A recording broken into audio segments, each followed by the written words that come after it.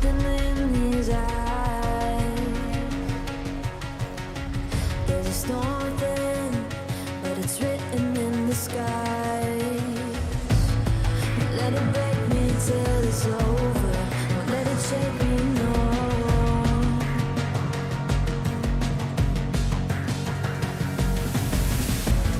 Won't let it make me go under. Won't let it make me go under. So now it's time to fly. Nothing's gonna stop me now.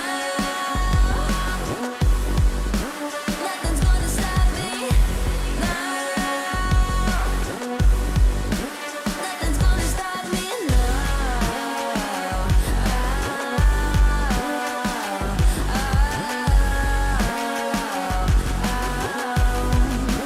Nothing's gonna stop me. No one will ever get left behind. A million more before I've tried. Won't let it break me till it's over. Won't let it shake me, no.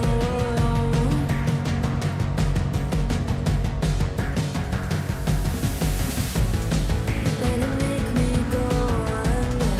Let it make me go under.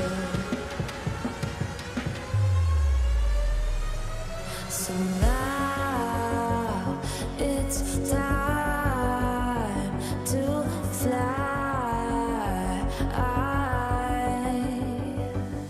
So now it's time to fly. Nothing's gonna stop me now. Nothing's gonna stop me now. Nothing's gonna stop me now. Nothing's gonna stop me now. Nothing's gonna stop me now.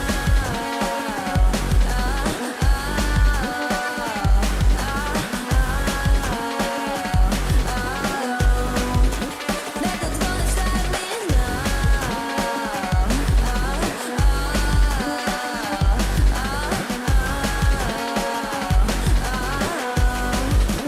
Nothing's gonna stop me now.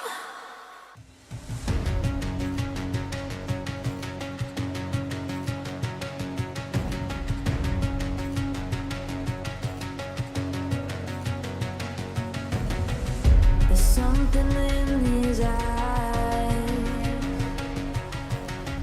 There's a storm within, but it's written in the skies. Let it break me till it's over. Won't let it shake me, no.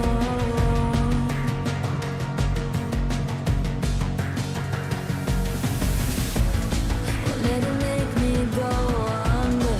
Won't let it make me go under. So now it's time to fly. Nothing's gonna stop me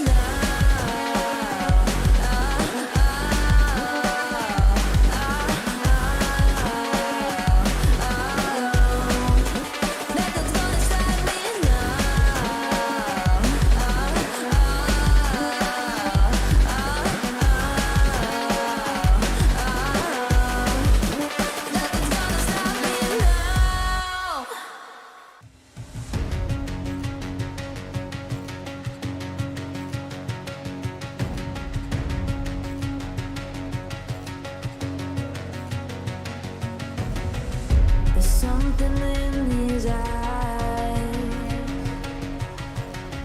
There's a storm then, but it's written in the sky.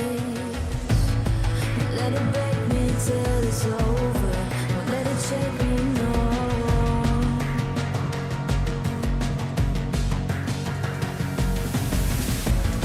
Won't let it make me go under. Won't let it make me go under. So now it's time to fly. Nothing's gonna stop me now.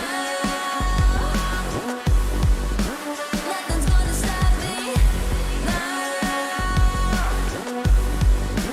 Nothing's gonna stop me now.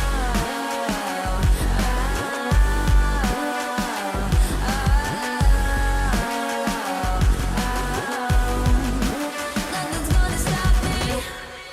No one will ever get left behind. A million more before I've tried. Won't let it break me till it's over. Won't let it shake me, no.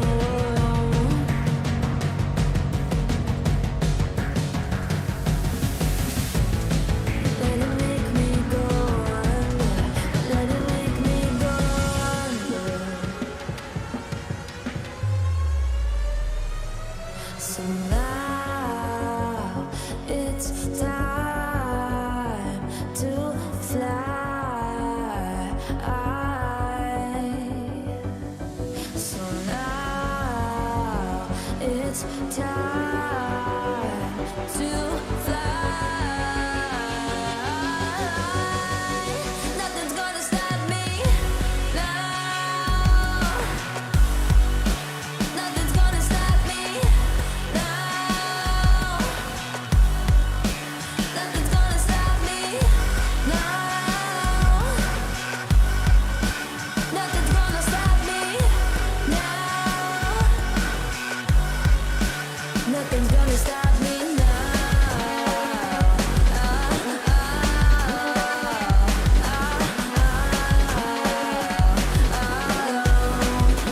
Nothing's gonna stop me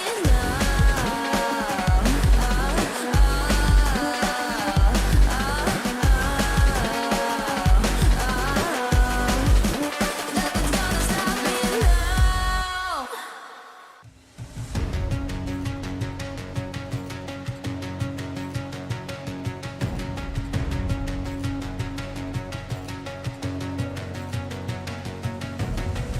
There's something in his eyes. There's a storm then, but it's written in the sky. Won't let it break me till it's over. Won't let it shake me, no.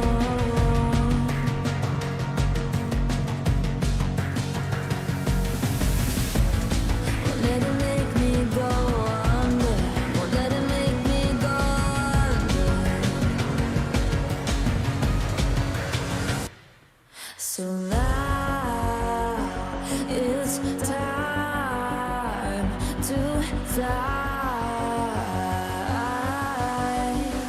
Nothing's gonna stop me now. Nothing's gonna stop me now. Nothing's gonna stop me now.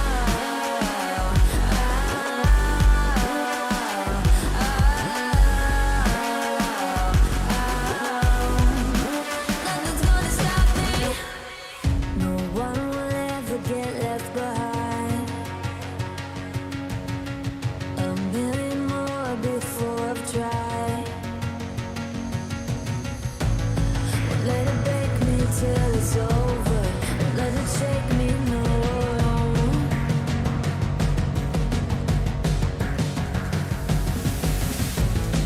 Let it make me go under. Let it make me go under.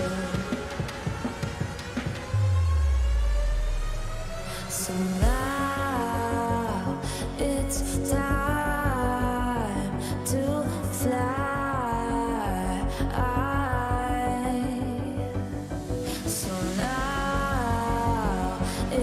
time to fly.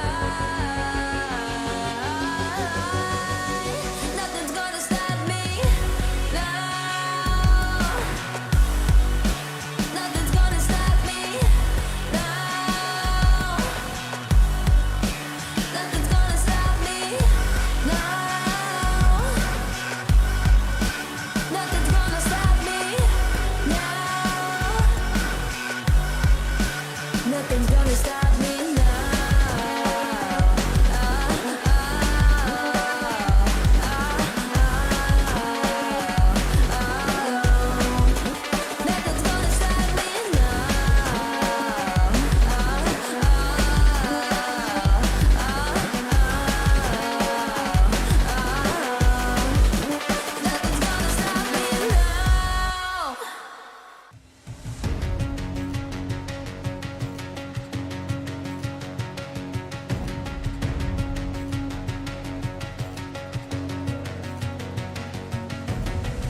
There's something in his eyes. There's a storm within, but it's written in the sky. Let it break me till it's over. Won't let it shake me, no.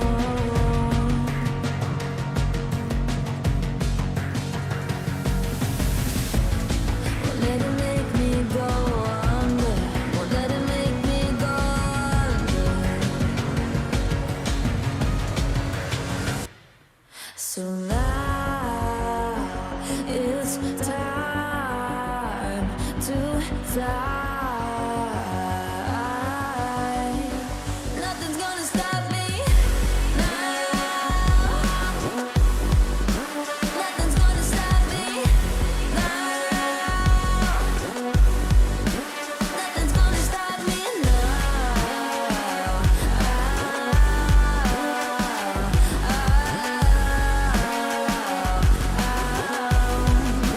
Nothing's gonna stop me. No one will ever get left behind. A million more before I've tried. Won't let it break me till it's over. Won't let it shake me, no.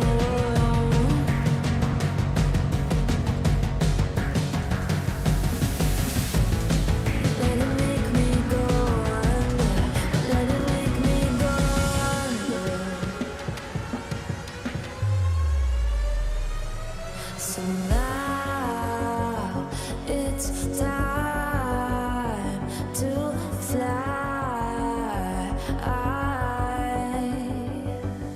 So now it's time to fly.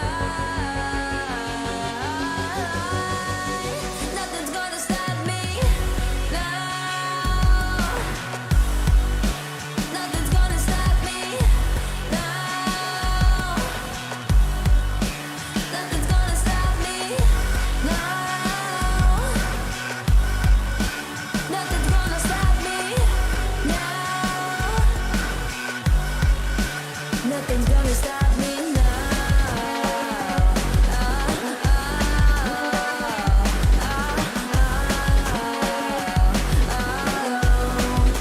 Nothing's gonna stop me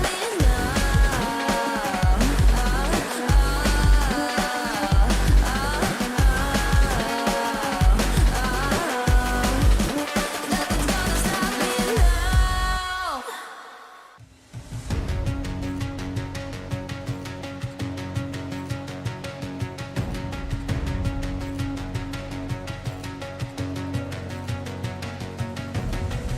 There's something in his eyes. There's a storm within, but it's written in the sky. Let it break me till it's over. Won't let it shake me, no.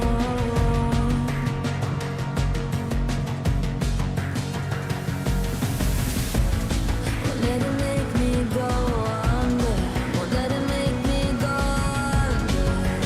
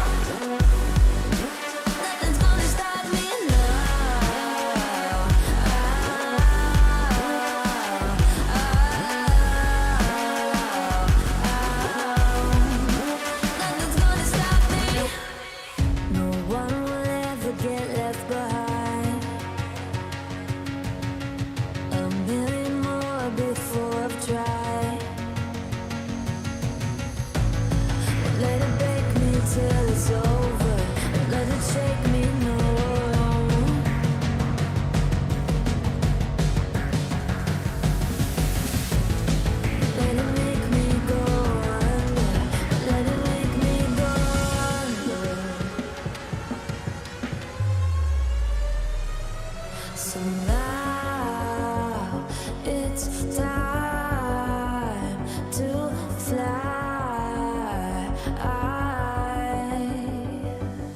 So now it's time to fly. Nothing's gonna stop me now. Nothing's gonna stop me now. Nothing's gonna stop me now. Nothing's gonna stop me now. Nothing's gonna stop me now.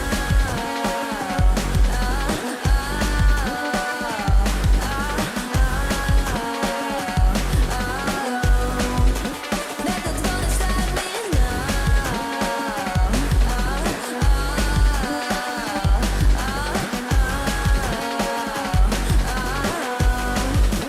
Nothing's gonna stop me now.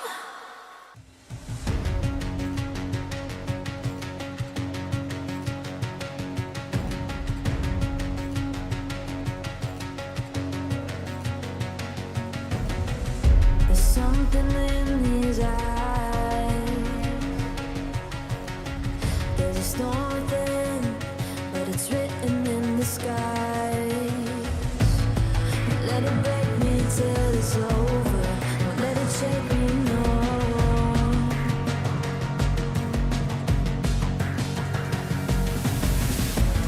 Won't let it make me go under. Won't let it make me go under. So now it's time to fly. Nothing's gonna stop me now. Nothing's gonna stop me now. Nothing's gonna stop me now.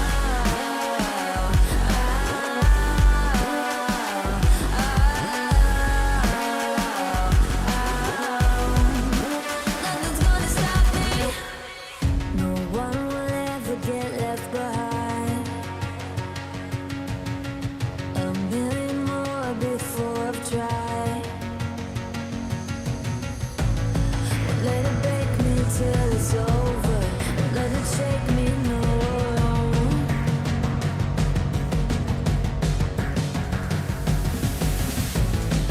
Let it make me go under. Let it make me go under. So now it's time to fly.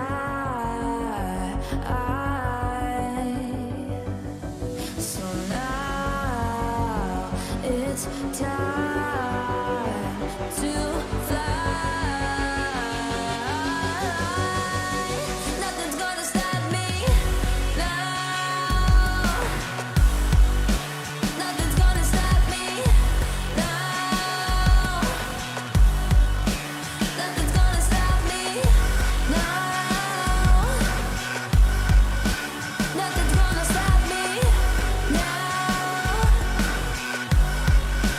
Nothing's gonna stop me now.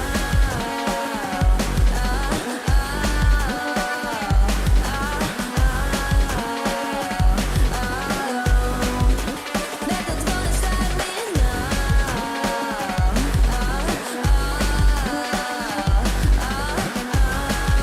Nothing's gonna stop me Nothing's gonna stop me now.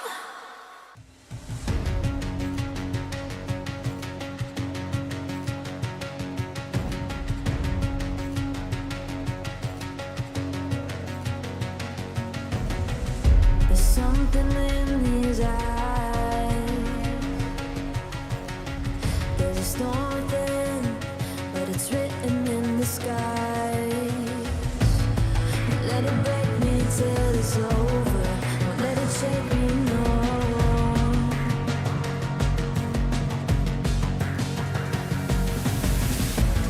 Won't let it make me go under.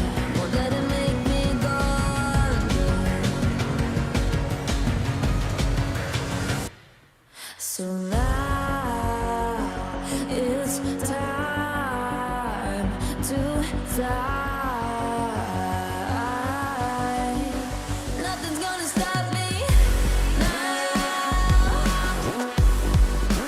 Nothing's gonna stop me now. Nothing's gonna stop me now.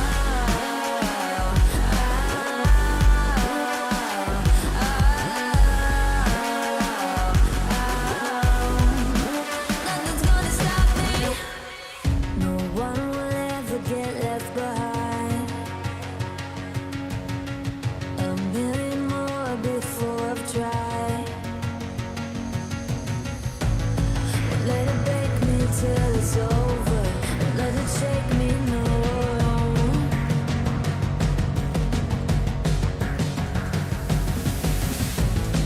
Let it make me go under. Let it make me go under. So now it's time to fly. So now it's time to fly. Nothing's gonna stop me now. Nothing's gonna stop me now. Nothing's gonna stop me now. Nothing's gonna stop me now. Nothing's gonna stop me now.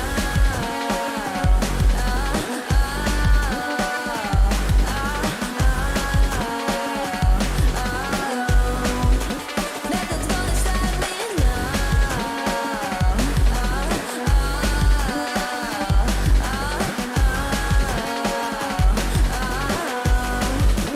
Nothing's gonna stop me now.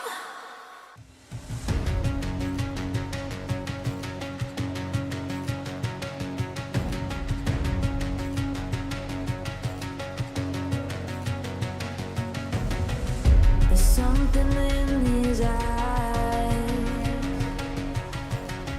There's a storm within, but it's written in the skies. Let it break me till it's over. Don't let it shake me, no.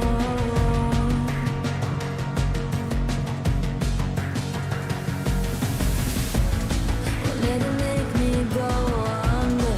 Won't let it make me go under. So now it's time to fly. Nothing's gonna stop me now. Nothing's gonna stop me now. Nothing's gonna stop me now.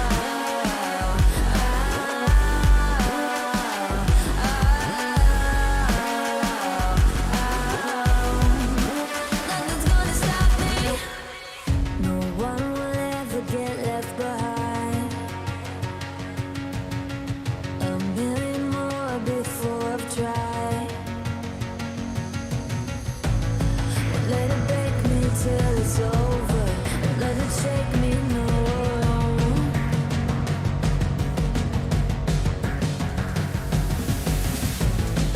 Let it make me go under. Let it make me go under. So now it's time to fly. So now it's time to fly. Nothing's gonna stop me now. Nothing's gonna stop me now.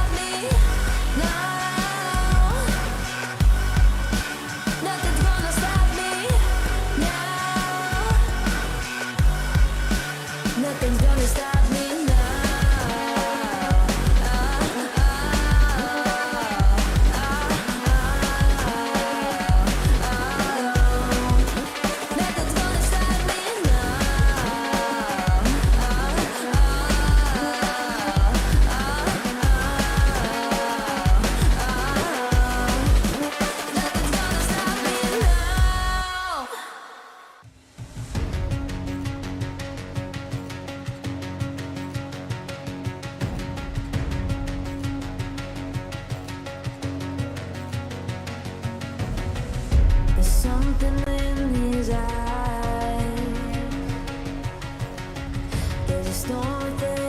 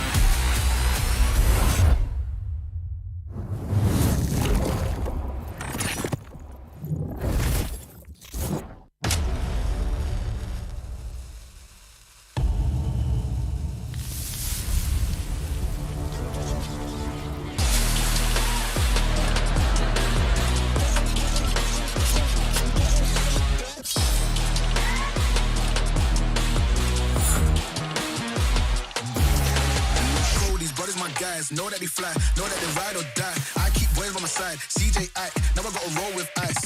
No rush, go on, move dumb. Pushing, so on, move dumb. Peace and love, turn to peace and gloves. Now you gotta do a run up. Generations caught up, look how things will switch. People they're quick, now they wanna move out the bits. Boy wanna go to bitch, nah. Unless you heard it from me, and you ain't heard it from me. Got it from me, all that energy extra. They wanna see me with the hitters. Child, leaving them beanies alone. Me, with a squeeze. I get no feelings involved. Child, leaving them beanies alone. Me, with a squeeze. I'm getting high.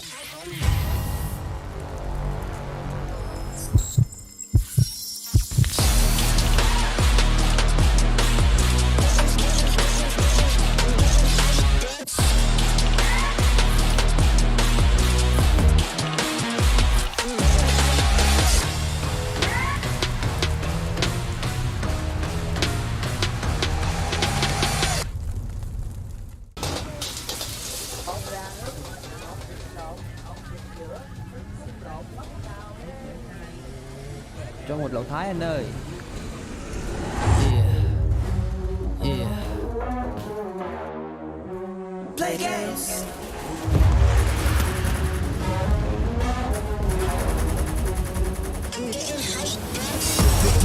Yo, crank that volume, turn it way up. Get your weapon, get your blade out. Damage, then you gon' pay up. Yo, crank that volume, turn it way up. Get your weapon, get your blade out. Damage, then you gon' pay up. You crank that volume, turn it way up. Get your weapon, get your blade out. Damage, then you gon' pay up. Play games.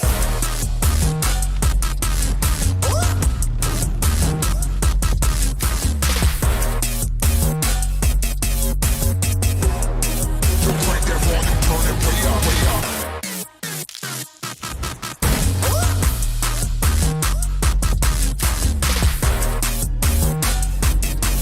Put your hands, put your city, put your fans, put your state up. Play games.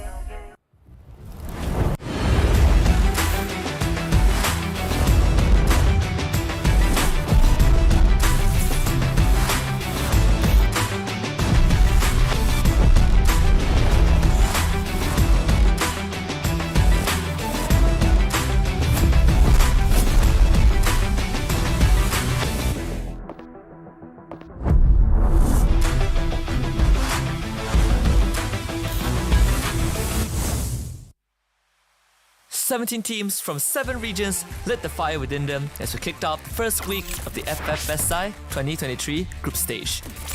We saw some of the cleanest plays, the boldest clutches, and the most heartbreaking blowouts.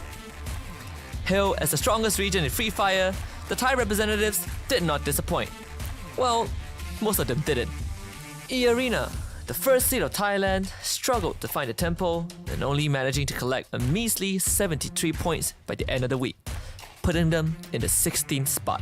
On the other hand, despite a bumpy start, the two-time world champions EVOS Phoenix showed that they are still formidable on an international stage by bagging a total of 4 booyahs and grabbing the top spot in week 1. Securing second place, Magic Esports made an impression with their magical debut, especially Saming coming in with his peculiar performances, claiming the week 1 MVP title. Closely following behind, First Raiders Eclipse and Genesis Dogma SF from Indonesia show that they are not to be underestimated, as First Raiders Eclipse show consistency by racking up the exact same eliminations and placement points as Magic Esports, only to be separated by their booyah count. While Genesis Dogma SF had the explosive start and racking up 100 points on day 2. Another noteworthy moment from week 1 would be the 2 versus 4 clutch play from MCPS representative Expand, stealing away the booyah from Genesis Dogma SF on the very same day and proving that they are one of the rising teams, posing a threat to the big names. Not to forget, from a disappointing performance on day 2, Ego Esport of Vietnam soared high on day 3, catching up to the top teams. With only 3 days of the group stage remaining, will EVOS Phoenix continue to rule the world of FreeFire as the fabled Icarus? Or will the region of Indonesia and MCPS pose a big enough challenge to threaten the throne? Who will ascend? Who will crumble? And who will qualify for the FFSI 2023 Grand Finals?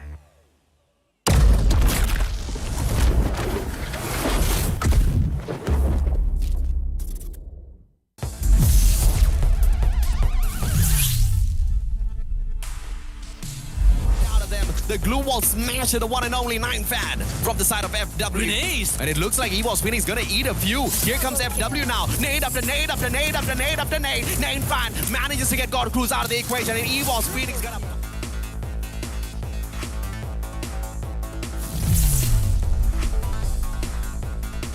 Dogma already with a single elimination, also looking for Donbu. If they can snuff out MGE early, this is really gonna down the spirits of Magic.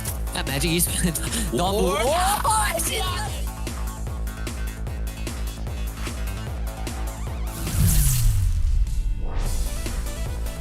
Gonna pulled out. That's gonna back him up for a little bit as he patches himself right back up. North, on the other hand, would back up. Start.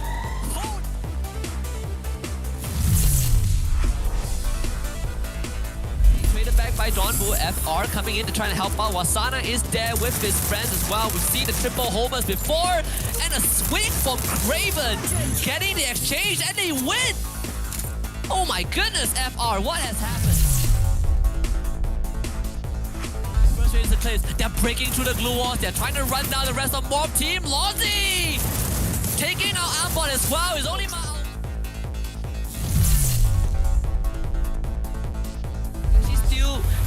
the truck, and that's Borges. He's gonna try and...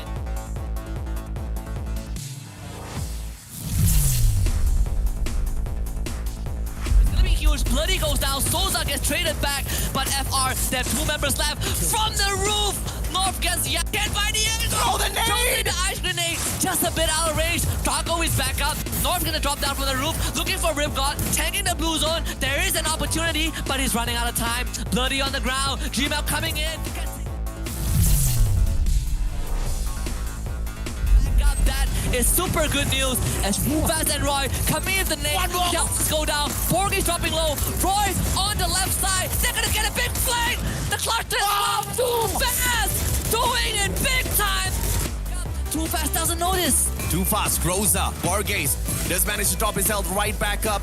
And Too Fast just has to be really careful here. 3 more grenades to work around with. He's been slowed down already. Borges now with the Woodpecker, but Groza is gonna...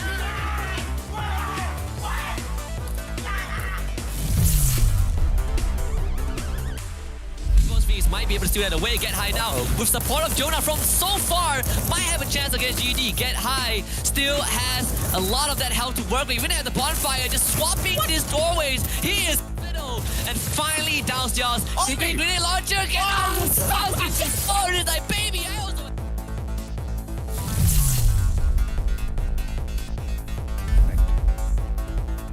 GRC reviving the whole team, and you have Iza God is gonna hold this compound. 1v1 against 18 Deer. Raz is joining very fast. Iza God blocks the glue wall, double glue wall, blocking line of sight, but he's still getting pressured. Backup provided from behind. 18 Deer, they really want to try and break through this glue wall, and they will do that. But Iza God, you have suppressive fire from 2E from behind. Iza God now turns the corner. Tries to go for the challenge, but it might be a bad choice. And again, Raz gets taken out. Iza God taking advantage of the reload. Backup coming through for GRC. Iza God still alive. This guy is taking it to the next level. 18 Deer looks for him. Izagon Pixel gets the second job. Fire, can he close it out? Darklove shows up. Fire can't get the job done. The time turner protecting Izagon. GRC, they fall flat. Kill.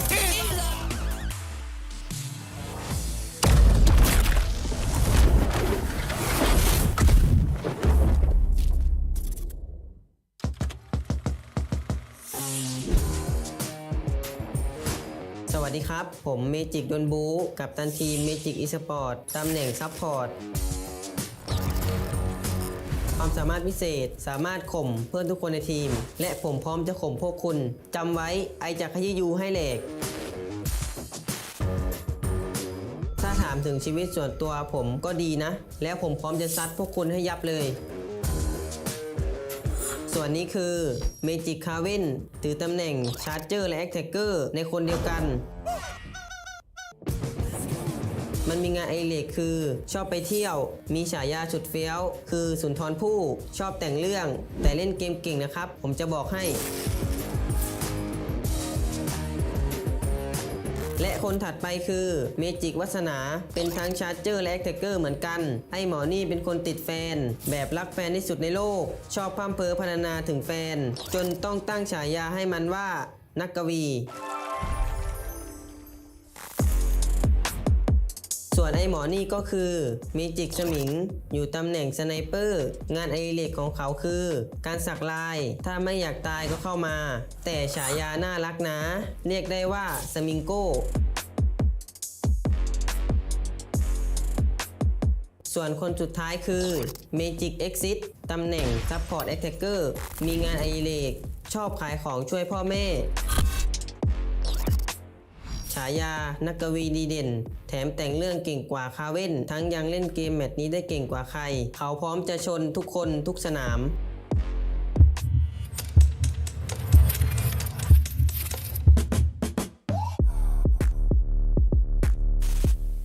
พวกเราเมจิกพวกเราทุกคนเปรียบเสมือนมังกรยิ่งใหญ่และฟาดได้ไม่ยั้ง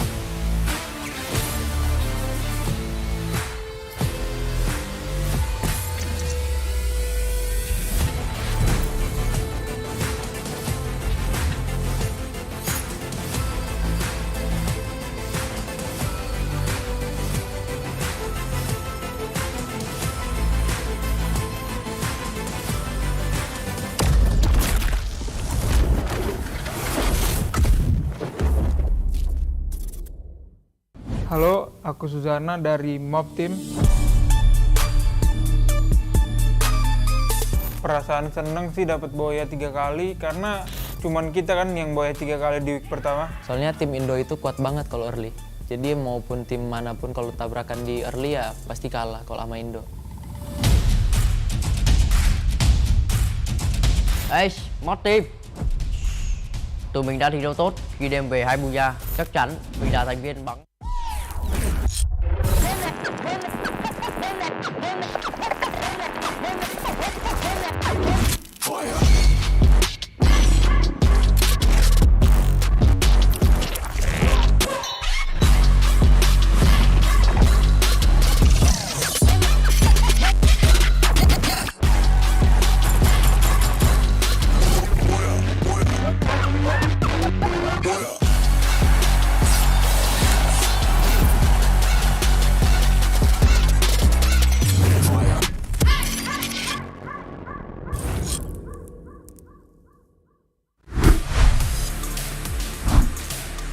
Light your fire! Survivors! Are you ready for yet another day of non-stop Free Fire action? This is the Free Fire SEA Invitational with your boys Husky and the Mustachio, and we cannot wait to kick the day off because today is a very, very big day, just like all of the other days have been, but it's a little bit bigger for Group B. It's getting bigger and bigger. This is the penultimate day of the group stage. Yeah. And it's the last day for the teams in Group B to play the final 6 rounds, and the rest is left up to fate. And this is where we get to talk about, have these teams done enough? Because if they don't, they might not make it to finals. I mean, we look at Group B and it seems like a lot of them have most definitely done enough. Out of the 6 teams, 5 of them are currently in the top 12. E-Arena yesterday, they were not, but with just one solid day of run, I believe 97 points picked up, they just shot themselves up 9 ranks. And the only team that's not currently joining them in the top 12 is unfortunately Vasto Mundo, but we saw them waking up yesterday. Yeah, and they just need one final big push to perhaps make it through, and they need to have a monstrous day today.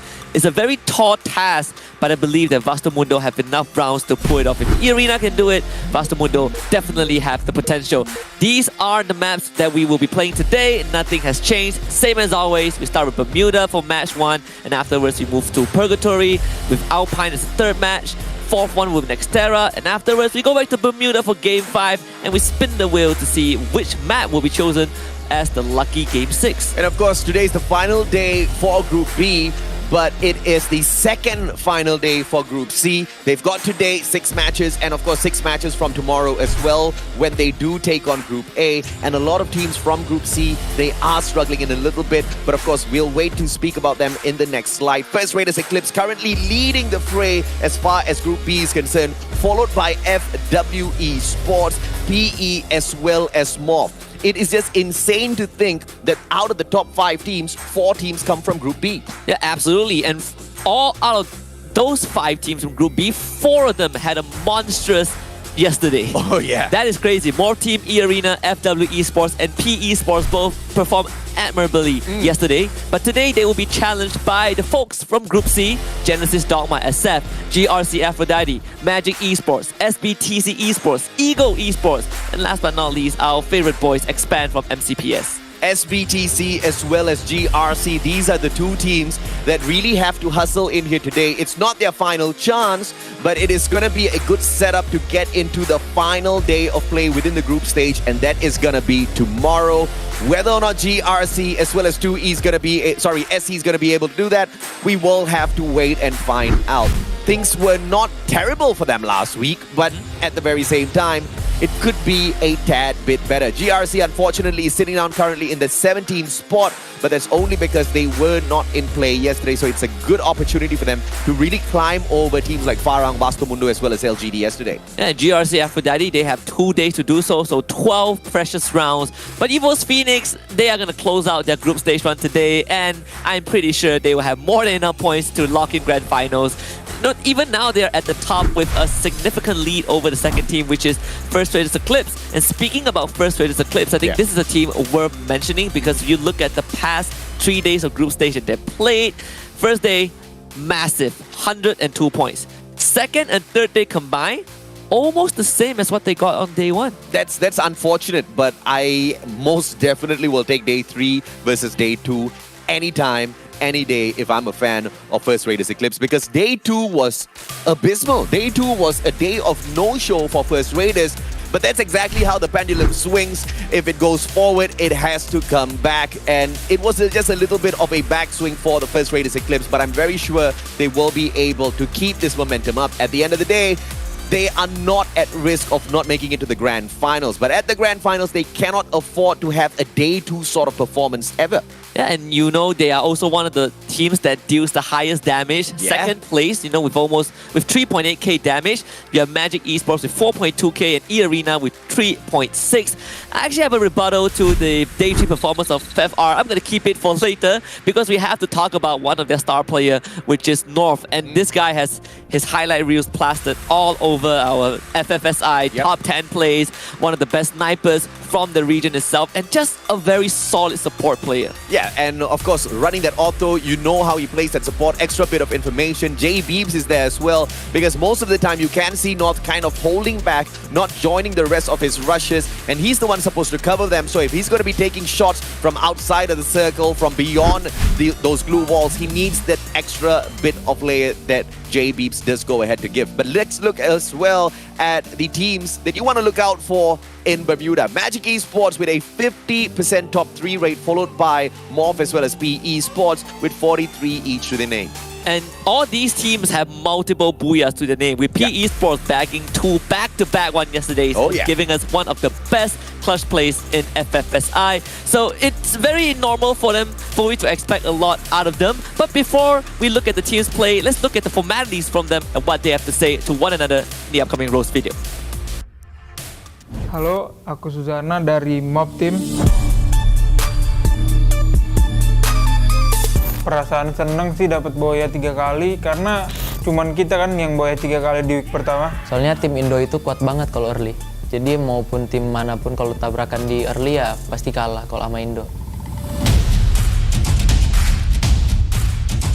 Ê, Mod Team, tụi mình đã thi đấu tốt khi đem về 2 booyah. Chắc chắn mình là thành viên bắn hay nhất của team rồi. Kalau buat tim PE nggak usah terlalu berlebihan deh semangatnya, soalnya tim Indo yang bakalan bawa pulang piala.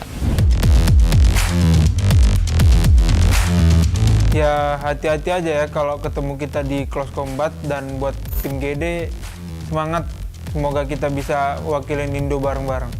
Ya hati-hati aja buat kalian, soalnya tim Indo di week berikut akan bantai-bantai kalian. Chơi cho tốt nha, gặp về các bạn không vào được chung kết đâu. FreeFire Sports sẽ đem vinh quang về cho FreeFire Việt Nam. Yeah!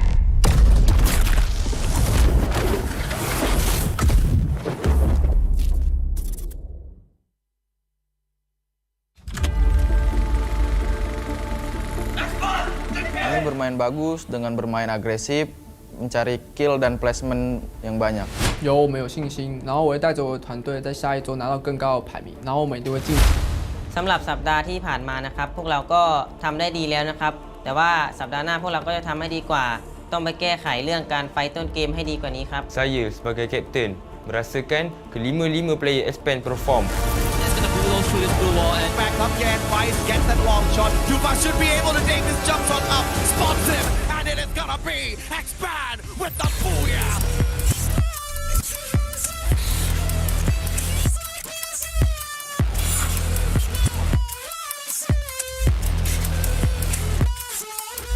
Tapi sayangnya LGDF ni mereka tak konsisten. Jadi jangan sia-siakan slot invited. 知道我们会送免回大厅。 To LGDS, Huija. 加油加油加油！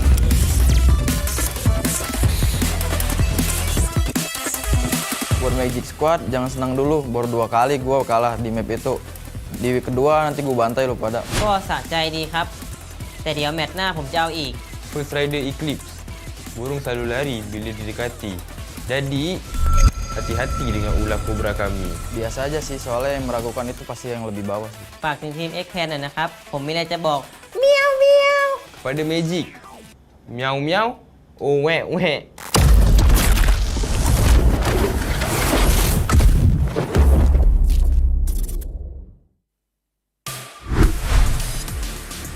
I love it. Too Fast has definitely taken some page out of how to smack talk a bit. Oh yeah. But you know, smack talk aside, I want to talk about the camaraderie that we are seeing from the Indonesian teams. Morphe and GD, they both are motivating each other. To them, it's more than just a competition. It's about bringing the region, all the boys from the region, to the grand finals, while everyone is just trash-talking each other. I mean, speaking of Morph, we can clearly see exactly why PE Sports seems to want to pick a fight with them, because they are just beside each other on the overall leaderboard. Both of these teams have got 4 booyahs each to their name. So there's a little bit of competition between them. We understand they want to represent the region. They want to show within the group stage in itself who can do better, because obviously qualification to the grand finals is a guarantee for these two teams, but they just want to outdo each other, and I kind of love that, because that's the kind of competition off screen that will lead to fantastic moments in game. Yeah, I'm sure these guys are very sportsmanlike. They are good friends in real life, but when it comes to the big stage, you gotta put friendship aside and treat everyone as your adversary. We're just in time to head to Bermuda for our first map. And I gotta say, I was a bit concerned when Too Fast was picking on LGDS. But I got less concerned when they started picking on more team, because you go up the ladder. You can't just pick on the weaker teams, you have to go after the big dogs. Dude, I think that was one of the most... It was a low blow. one of the most painful trash talks that I've seen out of a player. Don't waste your invited slot. LGDS better step it up, man. It's hard for us to disagree, right? They're not wasting it. They just need a bit more of the flair. I mean, two of the teams that Too Fast were throwing jabs at are playing today, so that would be interesting to look at. I am very interested to see how E-Arena will perform today, because yesterday they set the bar way too high, and I think it's very hard for us to dial it down.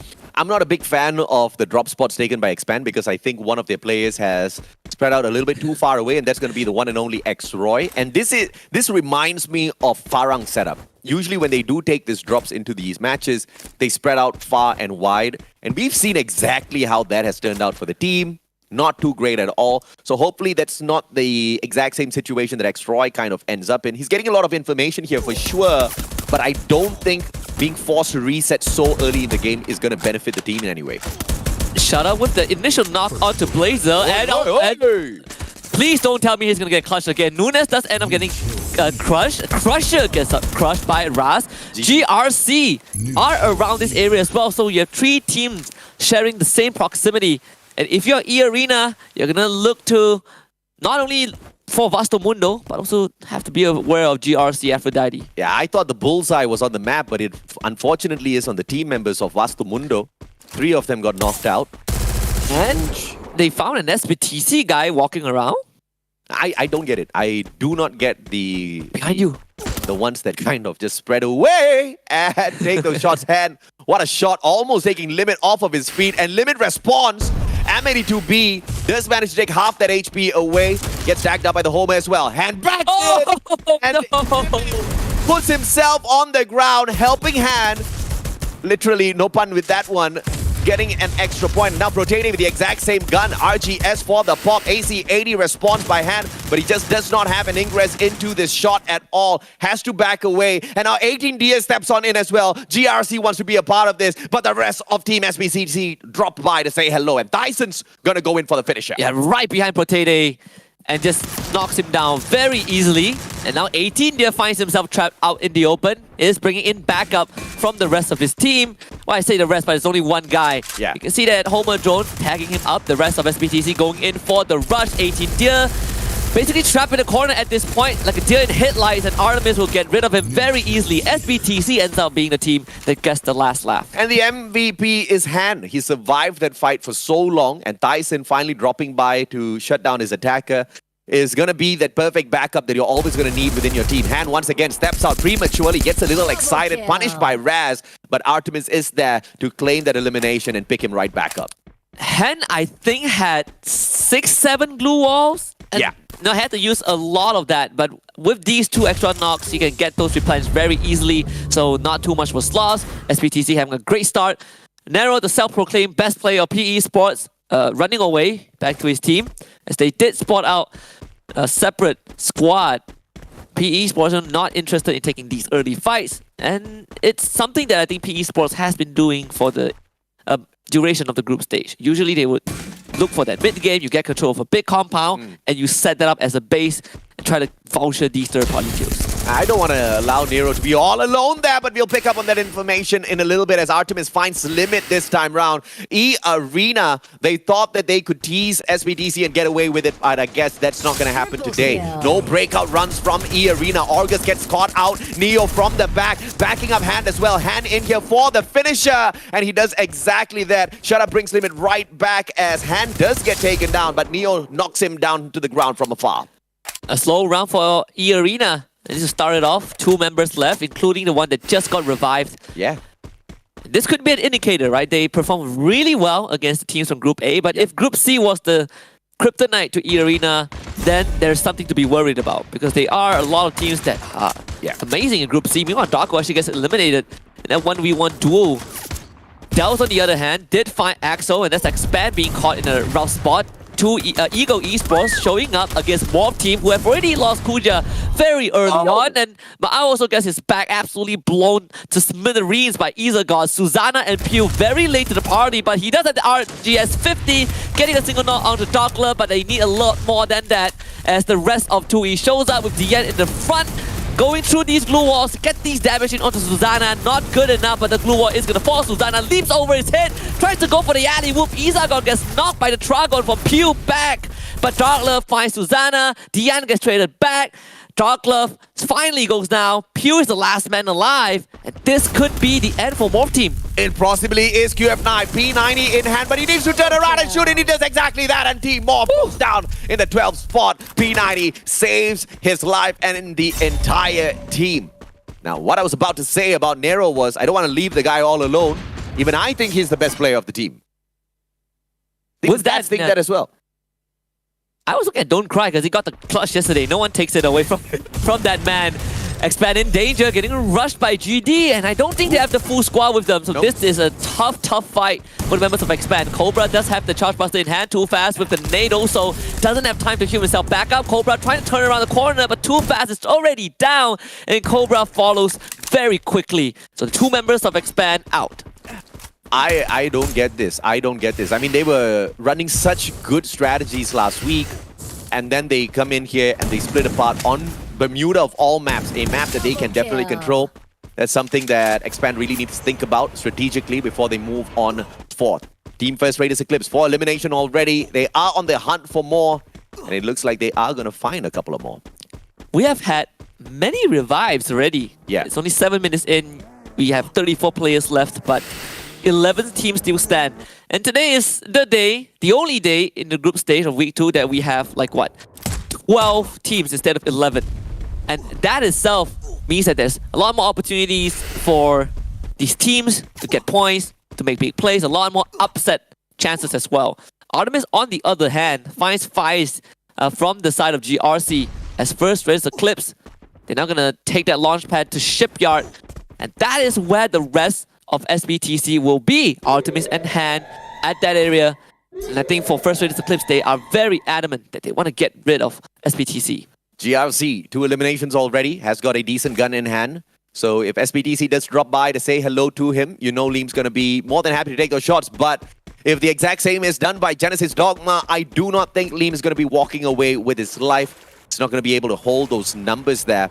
Liam approaches that revival platform. In the meantime, Genesis Dogma in to pick up a couple of more loot, and Han is going to catch out Souza. Timing's perfect, but he gets tagged up by the Homer, slows him down. Souza now with the advantage, and he pops the Steffi. No grenade's going to get him, and fantastic shutdown by the one and only Souza. Once more, supported by North from behind. It's nothing much that SBTC, or in this case, I believe Han can do in that situation. He's completely isolated, and it is these staggered eliminations that really make life hard for any team because you are spending so much time trying to get those revives. Meanwhile, Yoz was able to find Knife Fan from that low ground. They even bring Borges back up, so nothing was lost as SBTC continues to get pummeled. Axel finds Neo somewhere on the map as well, but this fight is going to be very crucial to see if GD can get rid of FW. A little bit of give and take between FW and GD, both taking away lots of HP, but getting absolutely no knocks whatsoever. The one thing that can happen great for GD right now is if FW gets teased from the back and they try to reposition. Or else this is just going to be a never-ending back and forth between the two, because there's no way you can secure a knock and an elimination unless one of the team members makes a mistake from either side. Or you throw 2 nades. It's too far, bro. Too far. Unless, oh, dude, he's got Beast. He's got Awaken Hayato. If he had the regular Hayato, you get the extra 10% in range as well. Maybe the nade will reach.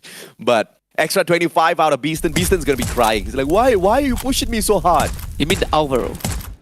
Oh, yeah, Alvaro, sorry. Hayato is long hair boy.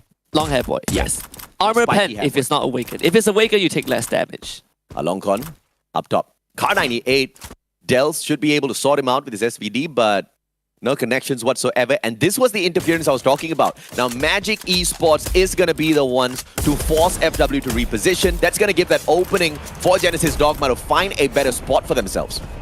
Yeah, one of the highlight players, MVP of Week 1, Saming, is on this team. So you know that Magic Esports, they have a lot that they're looking for in this round. And once more, right, when we look back at the first time these two groups faced off, it's a more slow and collected play across the entire day. So far, round 1 seems to be the case, but some of the teams are definitely stepping up that aggression. Genesis Dogma, for example, just constantly trying to suppress and chip away at the help of FW, who all took the launch pad to get away from this situation, which is a good choice, but Vastomundo now faces off against E-Arena. Vastomundo 3v1. Limit is going to be cornered in a couple of seconds here as Axel finds Slim. That's the end of GRC. Limit down on the ground. Vastomundo takes advantage of the situation. Crusher gets caught out. Both players have got the exact same gun. Artemis knocked out of the equation by Protete at the same time as well, as E-Arena continues to try to hold back Vastomundo. Orgus waiting for that perfect timing. Crusher recovers, and this just got so much more harder for EA. This is very winnable because it's a 2 versus 3 in favor of Vastomundo, right? We saw E-Arena, they have one member who somehow picked off a member of SBTC of all people. Yeah. Ooh, so, what a jump. Vastomundo just gotta heal back up. Orgus turn around the corner, shut up also in the building.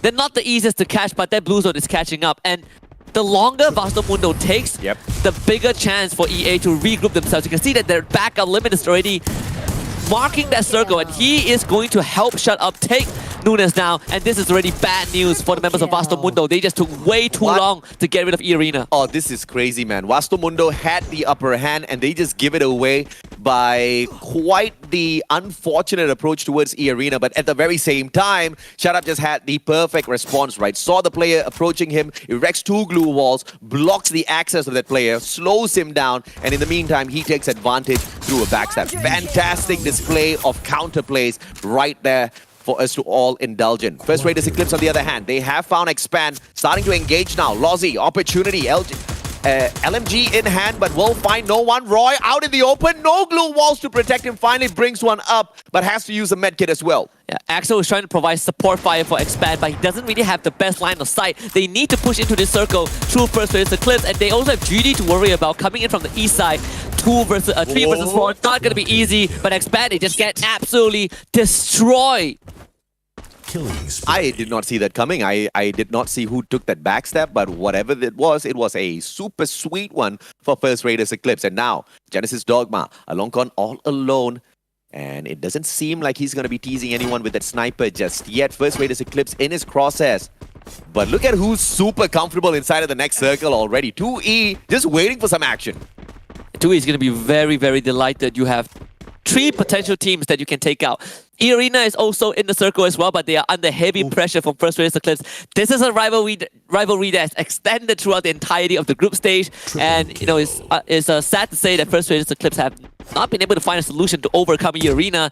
This could be the chance for them to do so with the help of Group C. Lozzy with a good long shot. Shut Up had no chance to be brought back. Protete and Orgus are trapped in the arsenal. Protete gets sniped by, of all people, Queen of 9 from Ego Esports, and this could spell the end for EA.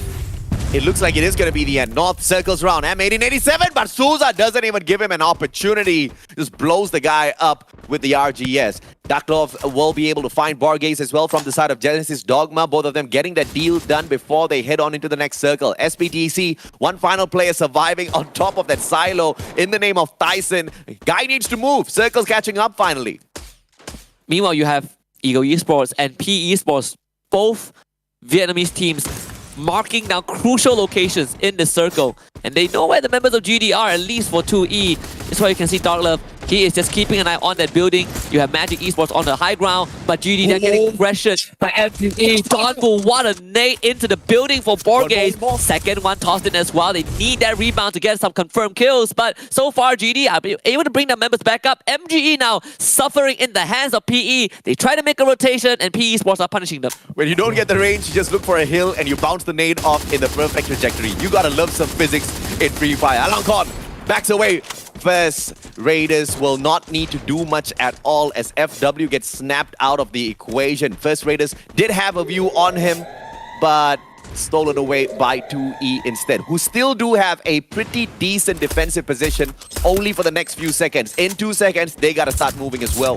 MG are running downhill. FR in the meantime ends up losing Souza. Don't cry, getting sniped back by Craven. A 3-way fight right now in this final circle as PE Esports. Can they get Don't Cry back up? All the glue walls are drop, but it's not in time. Oh, Dark Love, big nade onto GD. And GD are in a world of hurt. Izagon getting knocked, but Borges needs to do a lot more than that. Get the end down. Dells also chips in. The Charge Buster doing work big time. And they actually wipe out 2E. GD stays alive. GD recovers 2E, just takes way too long to step on in and eliminate those players that were already knocked down. Donbu has got a grenade launcher. This is going to be a big game changer towards his final circle battle. PE Sports trying to set up a good defensive position on the left-hand side of the house. MGE on the right. Genesis Dogma with a single survivor on the other side of the circle. He just needs to play this patient, and the second spot might still be possible. And this is just these two teams duke it out. Ice Grenade thrown in, Nero once more, Homer drone also sent out as well. Donbu is out in the open, but those nades are really keeping Magic Esports in a tough spot. But Magic Esports responds with their own frag. UK now needs to take some time to patch himself back up as PE Sports attempt to take more space. Look at that rotation towards the center. They want to make sure that MG doesn't have much breathing room to work with, and PE Sports looking to suffocate MGE. But Donbu with the grenade launcher takes out UK. That is going to give MG the advantage. DNP finds Wasana. Magic Esports are falling apart at the seams, but Dells, he's shooting from afar as well. This could be a chance. It's a 1v1 for all three teams. DNP, for somehow, stays alive. Nero, he's back up on his feet. Dells goes on the push on the right. DNP needs to deal with him. The shots are being exchanged. Dells has the time turner. Cluster from Nero onto Donbu. Doesn't get the kill just yet, but DNP, he's trying to get rid of Dells, and Dells goes down. It's going to be Nero now. Glue wall melter. Donbu's defense is going to go down in the next couple of seconds, but they go for the finisher instead of taking the guy out. Donbu's still alive. AC80 tags one, but Nero finishes it off. It's a back-to-back-to-back booyah for PE Sports from yesterday into the start of today. Evo's Phoenix once had the most booyah, but PE Sports now have the same amount of booyahs as a two-time world champion. Can you believe it? And they have the best streak, 3 booyahs in a row over 2 days. I tell you, man, remember what we closed out the show yesterday with? Yeah. Those kind of big plays is really going to propel the team forward in terms of morale, in terms of confidence. PE Sports took that one performance from Don't Cry and they translated to a 5th booyah. And incredible. I wonder if or not Nero did manage to get the MVP title once again, or it's going to be one of his other team members, because yes, I do agree, he's one of the better players out of PE Sports, but this whole squad just knows how to get the deed done out there on the battlefield. But the one decision making in that final circle that I don't necessarily agree with is going for the finisher onto the player from the side of Genesis Dogma before heading up on the battlefield. But of course, granted as well, there's no way for you to find out exactly what sort of skills your opponents are running, and it's possible that they did not have that A124 on them to disable those players. So the guy could have just brought himself right back up, and technically because he was down and not taken out of the equation, there was a possibility for that. So I just made a point and disagreed with myself. Good stuff here. It was also a minor clutch moment, right? Because if you look at that last sequence, PE Sports, they should have only had one guy left because DNP was not in a position to help his teammate.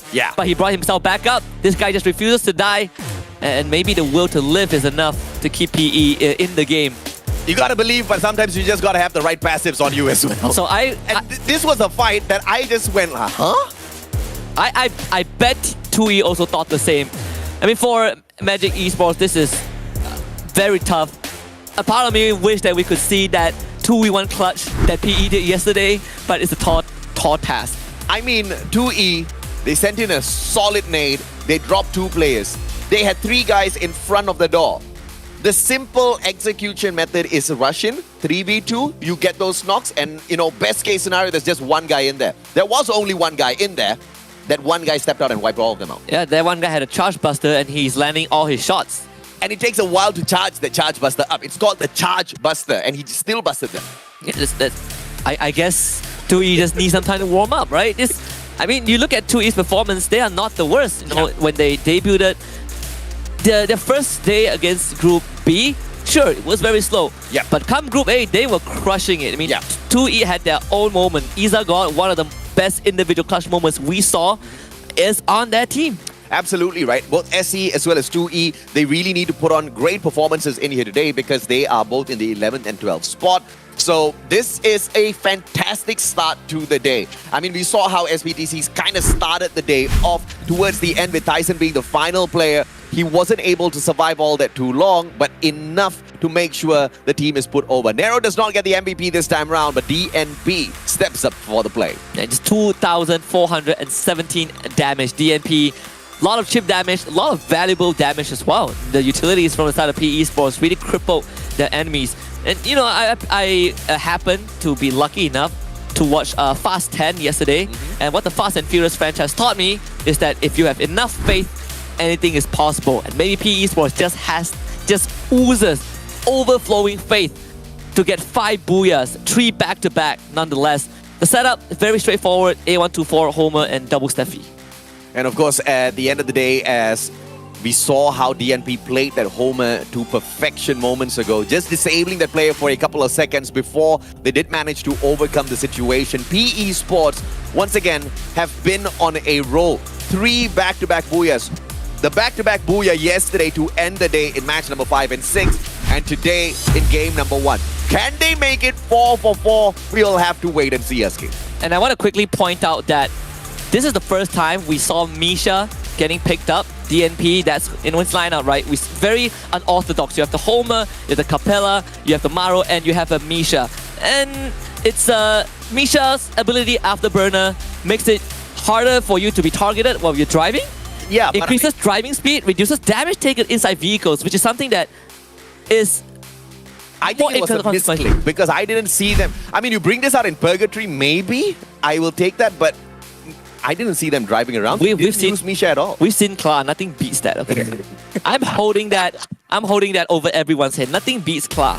M1014 for obvious reasons. Double barrel. You get the shot out of this shotgun. Decent rate of fire as well. And you are going to be knocking players over for the elimination point every single play. AC 80. You don't really need to talk about that. 2 back-to-back shots. 2 consecutive shots gets you that bonus damage. And Trogon, this is the Swiss Army knife. This is the one. This is the Swiss Army knife from a different category, right? Yeah. We will talk about it in a bit because PE Sports, they just got another 24 points onto the tally. Versus Eclipse, very strong start. They've got 4th place in terms of placement, but they got 14 eliminations. That's 21 points. Genesis Dogma SF also decent, 14 points. Magic Esports getting 13, SBTC getting 12. It's a Vietnam and Indonesia affair. I mean, SBTC getting 12 is huge. Once again, both 2E and SBTC needed to perform. They did exactly that. But the one team that I want to highlight in terms of a disappointing play this time around was Expand, because there was no need whatsoever to take a split drop, but that's exactly what they did. And I've never seen a split drop favor anyone at all unless they get super lucky on the battlefield. It's either that or they're super good. We've seen very less examples of that. Yeah, very less, way too less. And when we saw that, it was, you know, you need a lot of individual skills to make it happen. Yes. Hopefully Expand kind of does better in round 2. We'll go for a break and we'll come back for Purgatory.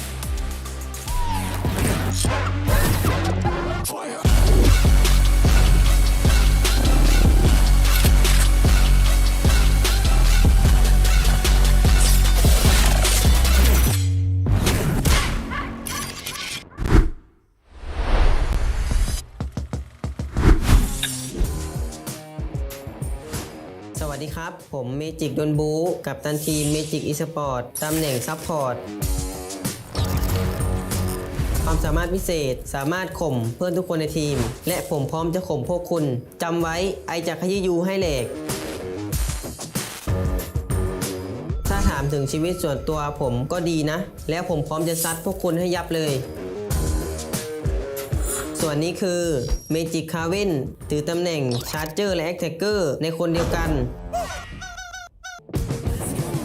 มันมีงานไอเล็กคือชอบไปเที่ยวมีฉายาสุดเฟี้ยวคือสุนทรภู่ชอบแต่งเรื่องแต่เล่นเกมเก่งนะครับผมจะบอกให้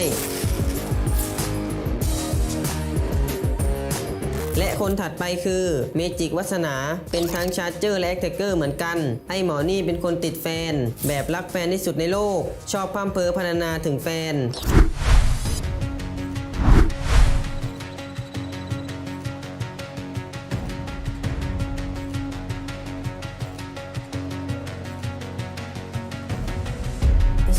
something in his eyes. There's a storm then, but it's written in the sky. Let it break me till it's over. Won't let it shake me, no.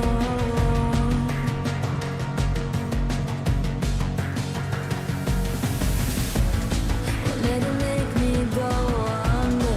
Won't let it make me go under. So now it's time to fly. Nothing's gonna stop me now. Nothing's gonna stop me now. Nothing's gonna stop me now.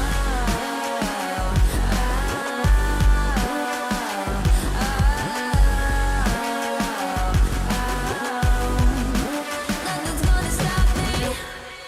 No one will ever get left behind. A million more before I've tried. Won't let it break me till it's over. Won't let it shake me, no.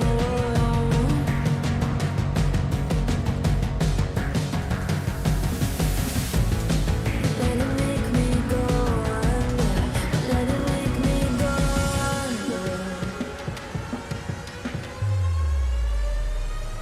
So now it's fire.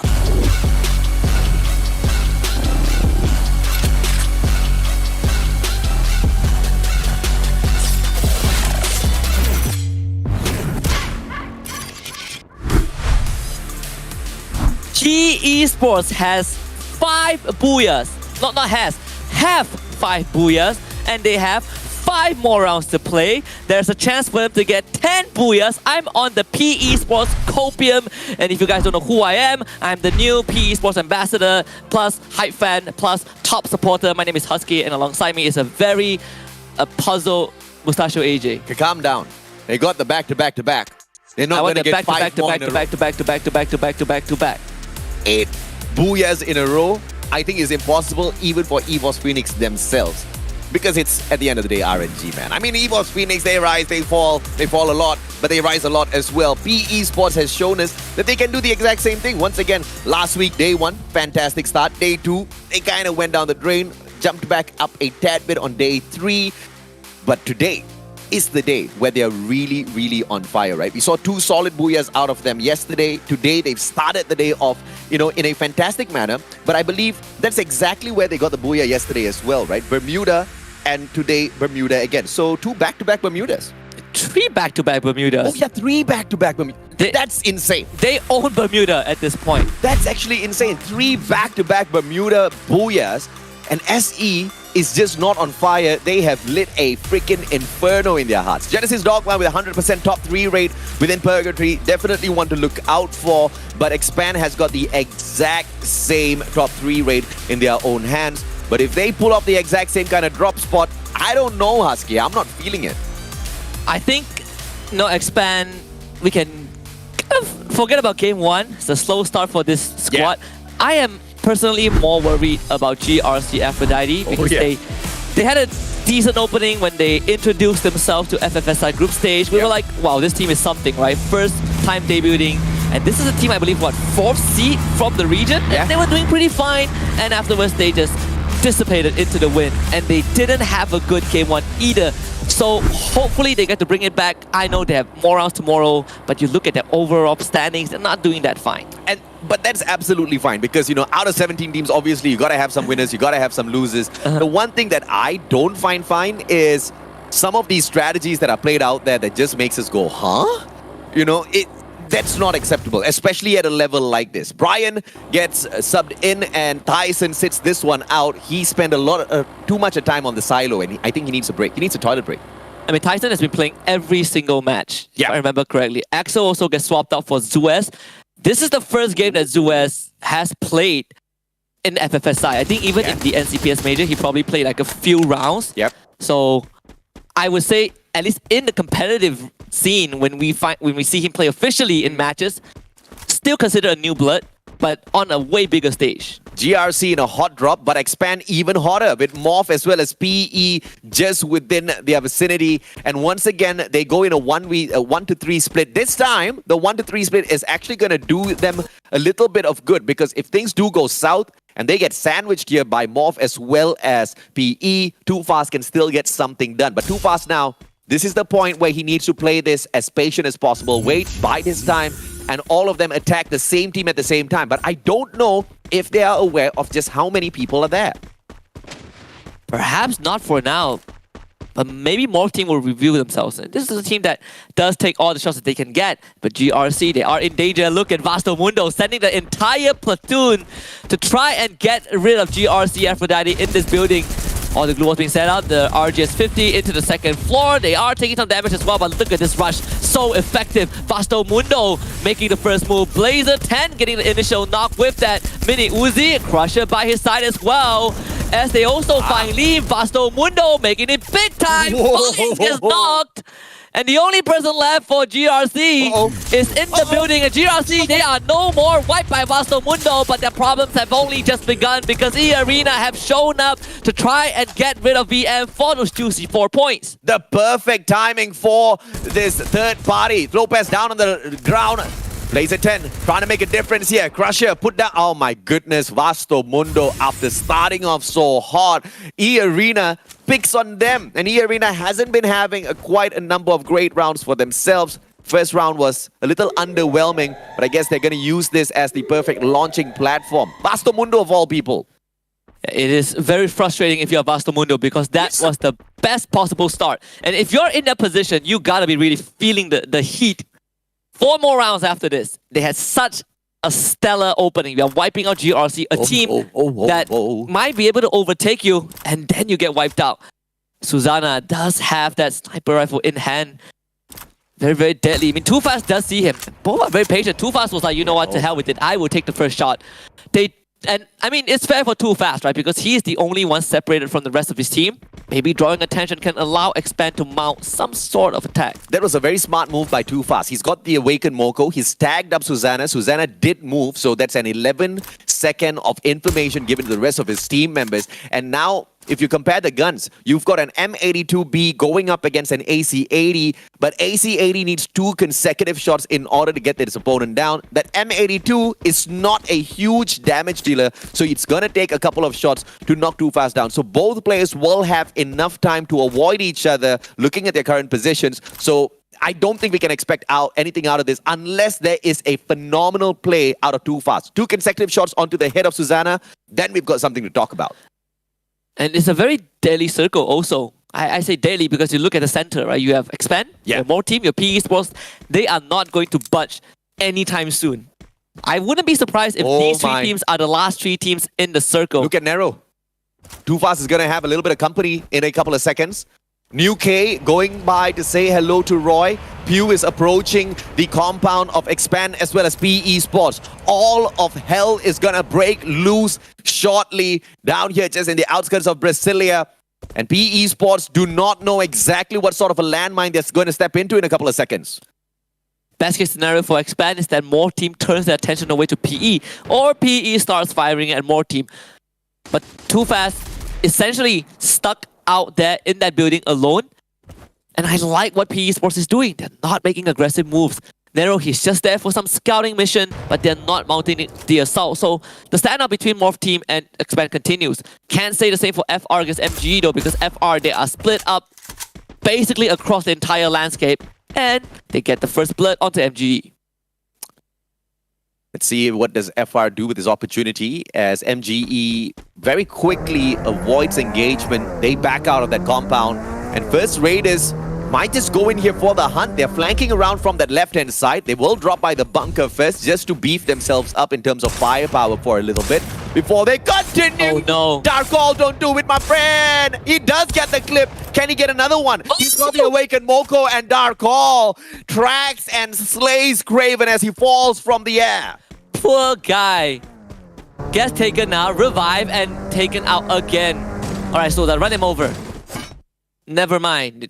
couldn't get up the hill. Felt close enough, and now outside of the circle, Magic Esports, they really want to recover from this. Wasana will back away alongside Saming as well as Donbu. MGE don't really have a lot of space to play with, but this circle's not going to hurt them all that too much. Homer tags up the one and only Donbu, slows him down a tad bit, so he's not going to be able to step by the very edge of this roof and take those shots against First Raiders. Lozzie has been spotted by Donbu, has got the Parafal. A couple of more shots and Lozzie's going to be done for. And FR, they now know that the Magic Esports are on top of the ski loss roof. There's no way for them to both go, and Tarko once more lends a lethal shot onto Saming. Again, buying time for the team. Magic Esports needs to go for the revive. The circle is just closed in as well. Magic Esports needs to find a way to fight through this, but they can't pull it off because Lozzie is alone. They gotta get rid of Lozzie, and in fact, they actually shot down Darko as well. So Magic Esports are looking to turn this around. A double stack. Lozzie sees it. He's gonna put out the glue wall and try to run away. At least try to buy some space for himself. But Lozzie is completely trapped. He gets stacked up by the Homer, slows him down, and the Homer allows Saming to knock Lozzie down onto the ground. The tables have turned, and it looks like now the First Raiders are on the defense. Not just behind the ski lodge. Donbu and Saming can attack Souza out in the open. Craven and Wasana are going to disengage from this engagement so that they can find a safer spot. Homer once again catches Souza. And this is going to be those first few seconds that disable Souza. In the meantime, Darkol and Lozzie, they get brought back. Saming caught out in the open. First Raiders, they attempt the comeback. Lozzie taken out. Souza, Donbu down on the ground. How did the First Raiders turn this around? That was a literal hot drop if I've ever seen one. They dropped right on top of the roof, right in front of the MG boys, and took both of them out. Well, both of them, yeah. Them back? Craven has been revived for the third time in this game. He spent, my goodness, my man spent more time dead than alive. They brought him back again. That's all that matters. FR also sustaining heavy damage. Not just second floor. Zuiz getting chipped by a bit. Morph team finally going in for the push. Expand. Can you survive this onslaught from the Indonesian team? Success so far. Camping in the second floor. Pew not able to get much done, and X-Droid able to slowly force the members of 4 team away, but too fast. Once more on the flank. He has a 1v1 in front of him. Zuez does get knocked down by Koja. Roy is losing health. Cobra also out, and it's down to 2 members of Expand to try and save this. X-Roy trying to bugger off, but Too Fast is the first one to disengage.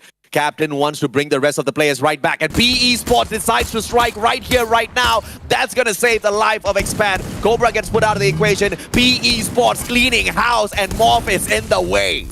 And that is exactly what PE Sports has been waiting for. They are waiting for that exact moment. Morph team ends up getting punished for that aggression, despite winning against Expand. The timing was fantastic from PE Sports yesterday, especially for their final booyah. The timing is, phenomenal today. Whoever who's making the shot calls for the side of PE Sports needs a raise. They need a super bonus, because that's exactly why PE Sports has been able to dominate so many of these engagements. And now, 2E outside of the circle. Not a great time to engage with any teams, but they are taking their shots. They are trying to get lucky. Circle's going to be a little bit punishing at this point already. Look at all of them just huddled together like a little soccer group, but they're now going to need to push into the safe zone for sure. FR against MG, that fight continues. GD on the other hand, they're going to rotate right into E-Arena. I thought they are going to go past. Del's easily down as August performs a mini drive-by. Borges also trapped out in the open. Potato is going to look for him with a frying pan in hand, maybe try to knock him over. August tries straight into him, and they are just going to quickly make quick work of Borges. That is an easy knockdown with the remaining player of GD going for a quick swim because this fight is done though. Yep, he's like, nope, this is not the kind of engagement I want to deal with. And E-Arenas, they are all good. They don't want to go for the hunt. They are going to be backing away from this engagement. Holy. They're not going to finish off Genesis Dogma just yet. Look at this circle, AJ. This is absolutely a lot of people brutal. are going to go for a swim today, I guess. Yeah, this is a brutal circle for sure. Lozzie, well, knocked out by Artemis as SBTC finally joins the picture. Saming, what a shot from afar to find Brian. Neo puts up the glue wall. He's still getting tagged up. Those Saming spamming those shots. And this is one of those few rare moments where you see someone using Iris. And that's what I'm talking about. getting that shot at the glue wall will tag up people around those glue wall if you've got that iris active running on you, and you also get to penetrate those glue walls just like you're running the M82B. Smart plays, but he doesn't get much out of it because of the damage reduction when you play iris. Protene brings Orgus back. In the meantime, Shut Up doing exactly what he does FW best, getting yet another knock. FW drops by to say hello, and E-Arena better get the heck out of there. Yeah, their brothers are coming. Look at 2E. They are bailing out of it. They're like, all right, we do not want to be a part of this. As E-Arena, they do the same, but E-Arena members are very much split out. They can still be punished by 2E. Someone. They're all alive. Protene just standing by in case someone goes down. He actually fights Darklove. What an ambush from Protene. I bet Darklove did not expect him to be there. For FW, they get control of that area. E-Arena also finds their safe spot. We're gonna be back in the standstill as Limit finds Boonjame. Oh, the snipes from afar. I mean, EA is just playing this on a whole other level now. And we just saw exactly how Protene just stepped on out, brings back Orgus, and at the very same time, sorts out the guy who could have taken that backstep against him. E-Arena has awakened, and they are a true threat out there on the battlefield in this sort of a form. But FW, no elimination so far. Still has a chance against him. They've got a good setup, but Boonjame's a little too far away. And look at EA, they're going to take the launch pad to go towards Aloncorn because he's isolated. They did lose Limit, but they got a decent trade back. Knifefan getting tagged by Protene, but FW Esports are making life hard for EA. So EA, they do have a fishing hut to go towards, so it's not the end of the world just yet. Meanwhile, Craven from MGE looks for SPTC and finds them. 10 eliminations. MGE's on fire for sure. FW still struggling to find a single elimination for their name. Boonjame has got the Drogon in hand, but no opponents right in front of him. Izagod's going to get caught out, but this M1887 out of Izagod's hands is going to hurt a lot. Gemello steps by to help Boonjame out. The double revolver might be able to get the deed done. And Shut Up just from afar. Nobody suspects him standing there, and 2E, all of them get tagged up. Protene also sniping the members of 2E from afar, right? Queen of Night is now Darklove basically trapped between the containers and the glue wall. Shut Up, just gonna go for him, right with the charge buster in his face. I mean, E-Arena back to their prime form. 2E no longer a factor in this round. FW next on the menu for EA. They are hungry for more kills. Knifefan runs into Protene, and Protene wins it. The Drogon again paying dividends. Kimelo, challenger number 2. Protene with lower health gets knocked down. Boonjame finds Shut Up, and FW are able to stop EA in their tracks. E-Arena, can they pick up a solid booyah here? Nero, 5 eliminations already. He desperately wants that MVP title right back in his hands. FW circles around Aloncorn. He's not going to give this up just yet. And look at the other side. MGE alive and kicking. And they're just going to be swimming around, waiting for a little bit of action. And PE Sports is still in line for a back-to-back-to-back-to-back booyah. You're gonna regret not joining me on the bandwagon. No, 8 too much, man. 4 maybe, 8 nah. They are getting there. They are in top 4. Whole squad still alive. Decent position to play with. The only downside is that there is no fishing hut, right? At least on their side of the land. Let's see who does Lady Luck favor more, PE Sports or FW. MG is totally stuck in a very, very tough position. Their players are all split apart. But Donbu still does find Knifefan. Knifan's gonna get picked up as Aloncorn backs away. Donbu and Craven now. This duo with the Drogon as well as Chargebuster in hand. Gemello as well as Boonjame take them on. Chargebuster puts down Craven, and Boonjame just needs just one more of that. Gemello back up on his feet, and it looks like FWE Sports is just gonna dispatch of MGE. But just one more player left, but that's Saming, and he's all the way on the other side. And the circle favors FW. This looks like it's going to be a solid booyah for them, because all you need to do now is just fish those fishes out of the water. Nero was able to sneak through. Maybe there is a chance, but Saming is making life very hard for New K. Well, Aloncorn gets that knock. New K out of the equation. Saming playing absolute big spoiler. He's getting targeted by Boonjame as well, but FW, like you said, AJ, in a very good spot on that high ground. And PE Sports only have 2 men to deal with them. And Saming's the perfect distraction. Everybody's taking a look at him. In the meantime, PE Sports have already gone for a quick marathon of a swim across those waters and are in perfect position to be in that safe zone. FW suspects nothing. The hut giving PE the perfect cover. But 2v4. This is not an easy task for PE Sports, but a fantastic round either way. We have Nero and Don't Cry, the clutches of the team. Maybe Donghua can pull off an upset again, but they gotta exit the fishing hut right now. FW fully prepared to take on the members of PE Esports. Nero running out into the open, getting absolutely pelted by lead. They're gonna try to spam down those blue walls. Nero building a wall at this point. They have the Homer drone, double ice grenade, don't cry, trying to provide support, but it's not possible. They even bounce that nade in. Nero getting absolutely frostbitten by G-Mano's ice grenade. And FW looking for a clean booyah. Don't cry with the charge buster, finds one, but there's 3 more members for him to go right through, and it's just too tall of a task for Don't Cry. PE, they are officially out, and well, FW Esports, they're gonna put another booyah on that list of booyahs that they already have. FW with the 3rd booyah of the competition, and overall on the leaderboard, they are not in a painful position at all. The last time we did check on the overall, they were in the 4th place and just higher from this spot on. But PE Sports, from the back to back to back and getting into the final circle, 2nd spot, they're not going to complain. I call that as a win. It's a definite win for me. Big win, 2nd place finish, right? That solid number of eliminations. That was the same level of consistency we saw from Frustrated Eclipse and Genesis Dogma on week 1. That didn't last long. Yeah. But for PE Sports, it is going very strong, and it is happening on the most important day of the group stage for them.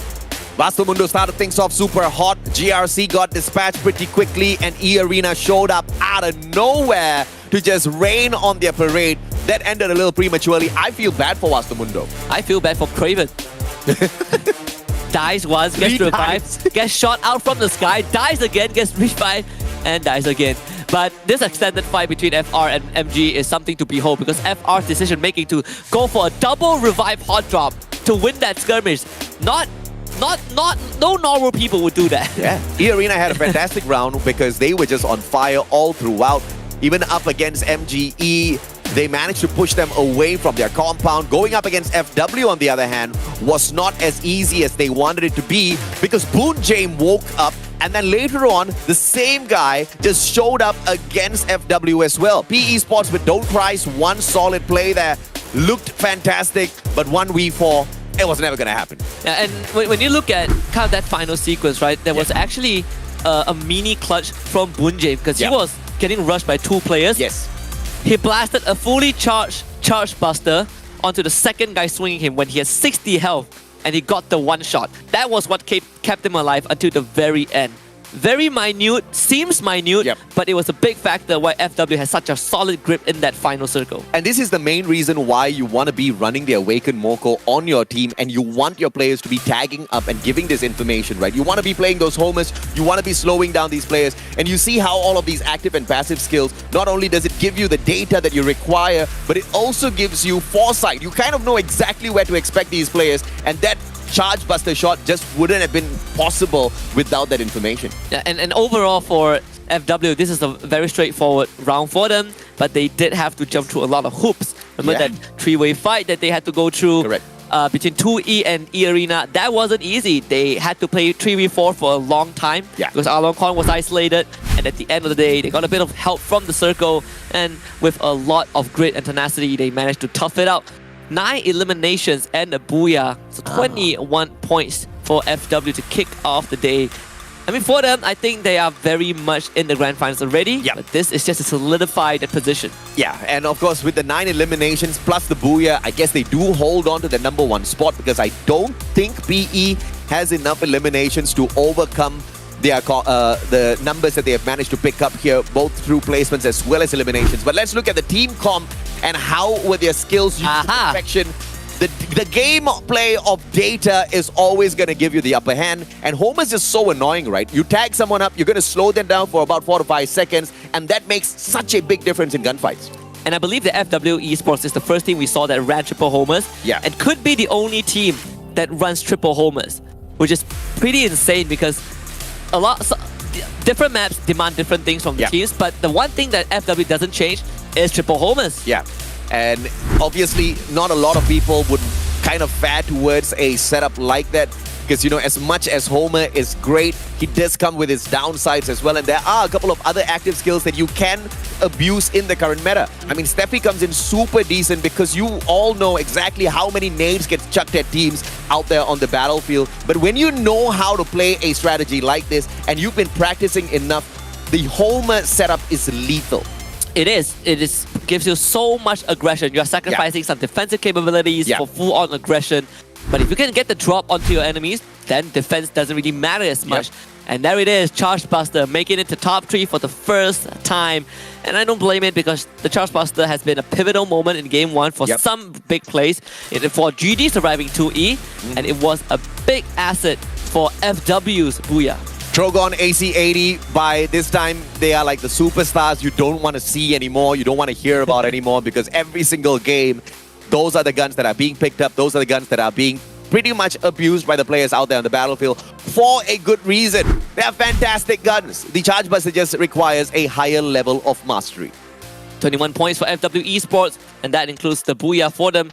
I mean, PE Esports, 20 points. So, well, FW, you got the Booyah, but PE Esports, they are still hard on your tails. In fact, PE Esports is doing better overall than FW. Yep. If you look at the bottom, I mean, Expand once more, not showing up at all. I am not a fan. I am just not a fan of split drops. I understand the safe play, but you only play safe when you have got zero confidence in your capability of taking fights. And I think I've highlighted this not once, not twice, but a million times now about Expand. They are not a great team when they play individually. They are a fantastic lethal team when they are together. Yeah, and this is a team that has a lot of aggression and mechanical prowess within them. Yes. They just don't do it enough. They just don't take these chances. Sometimes the opening is very small. And I'm starting to wonder, could it be just a Group BC thing? I mean, I'm very sure Expand is listening. And there's this saying that is in Bahasa Melayu, right? And of course, we will translate it for you guys in a little bit. Husky will translate it for me in English. Bersatu kita teguh, bercerai kita roboh. You know? Together we stand, united we stand. Divided we fall. Exactly. You divide your firepower. I mean, I think Farang was the perfect example for what happens to a team when you divide yourselves on a battlefield. By the way, I have no idea why Farang is still doing that. But I think at a certain point, you need to learn from some of these mistakes. But I think Expand still has got a great opportunity. 4 more matches to come, but we will need to see after a quick short break.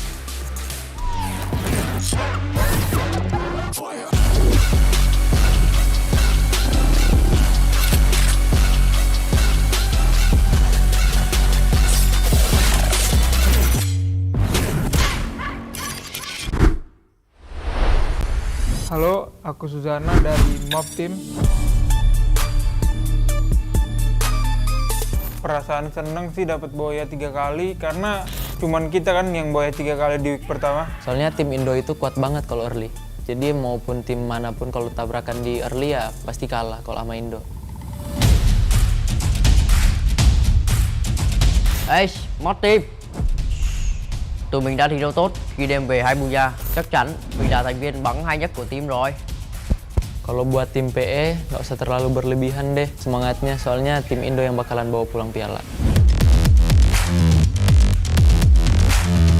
Ya hati-hati aja ya kalau ketemu kita di close combat, dan buat tim GD semangat, semoga kita bisa wakilin Indo bareng-bareng.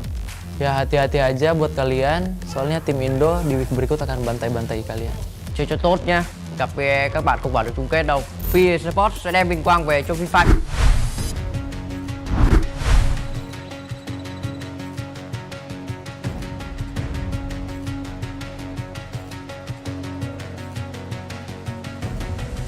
There's something in his eyes.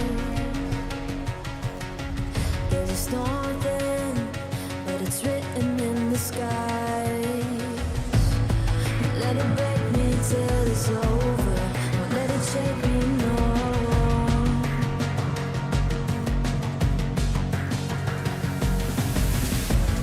Won't let it make me go under.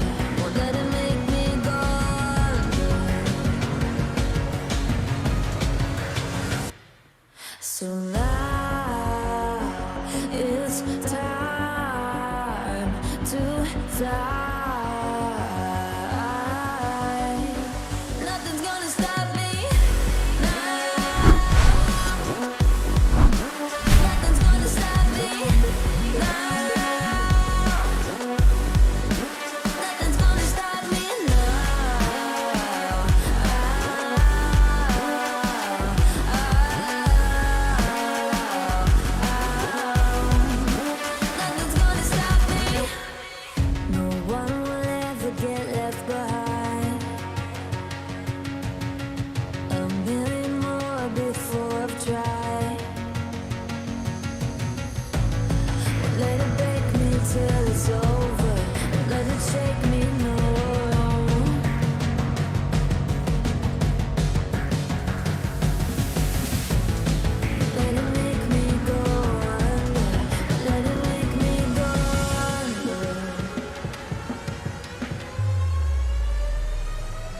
So now it's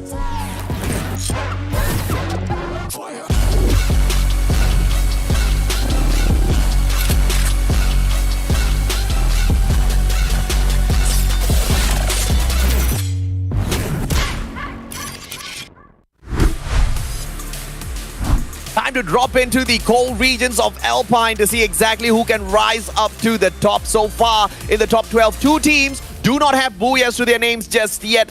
And one of them, surprisingly, is E-Arena, who are not just in the top 12, but they're in the top 5, Husky. Yeah, speaking about E-Arena, I want to see if they can get 1 point to match up with what they got last week. No. I specifically talked about no Booyahs at all because I want that one phenomenal Booyah, their first Booyah ever, to be on Alpine. Oh, right. Because They have no Booyahs. You are correct. Yeah, no Booyahs and pretty much no showing up on Alpine. Basically that, right? They have already experienced a sort of a no-show on Bermuda. Maybe the winds change again. Maybe they will now show up on Alpine. And maybe we'll get Alpine the last map and they will show up on Alpine again. How many times have they played Alpine? 3 or 4 times? 3 times. 3 times. 3 times, 3... Wait, no, hold on. 4 times. Yeah, 3 times. 3 times. Yeah, you're correct. 3 times. Regardless, there's an average of maximum 1.5 points at Alpine so far in the group stage, which is not acceptable for a team like E-Arena, who really knows how to put the hurt on some of these other teams. So, I mean, if you're really struggling on a map like this for such a huge team, you know you need to fix it. And hopefully they have done that. Yeah. And it's fair to say that it's not because of the groups that they're playing in, right? Because both Alpine maps in the first week, they had the experience group A and C, and they didn't get to perform. So I would say that E-Arena, they truly are struggling, and this map itself, and it's a very rare thing because we don't see much teams struggling on specific maps. On this case, the teams that are definitely not struggling are more Team SBTC Esports and Genesis Dogma SF. Genesis Dogma with 33% top 3 rate. Nothing fancy, but it's still better than some of the other teams that are not being featured here. Let's see if or not SC will be able to continuously climb up, because remember the last time we did check in on them, they were sitting down in that 12th spot. So a lot of hustling needed in here today to make sure they do not get clunked out before we move on into the grand finals. And as the flight path will be revealed to us in a couple of seconds at Alpine, we'll get to see if or not Lady Luck will be on everybody's side. Well, pretty much if you want to drop towards the left-hand side of the map, yeah, she's on your side. Well, good news is that Forest Red is right through the flight path. Well, what did I say? The flight path cuts right through Forest Red. So Expand is definitely going to drop there. Expand has 2 iterations of dropping into Forest Red. The first one is they split up very wide vertically. The second one is they huddle together in the center of Forest Red. And in this case, they did it again. Please do not have a hot drop. No teams have. Oh, thank God. A lot of teams respect Expand. Yeah. When they drop into Forest Red, no teams challenge them except for Team Flash. Team Flash, for some reason, never lets Expand get Forest Red for themselves. But in this case, once more, they get that location. No contest.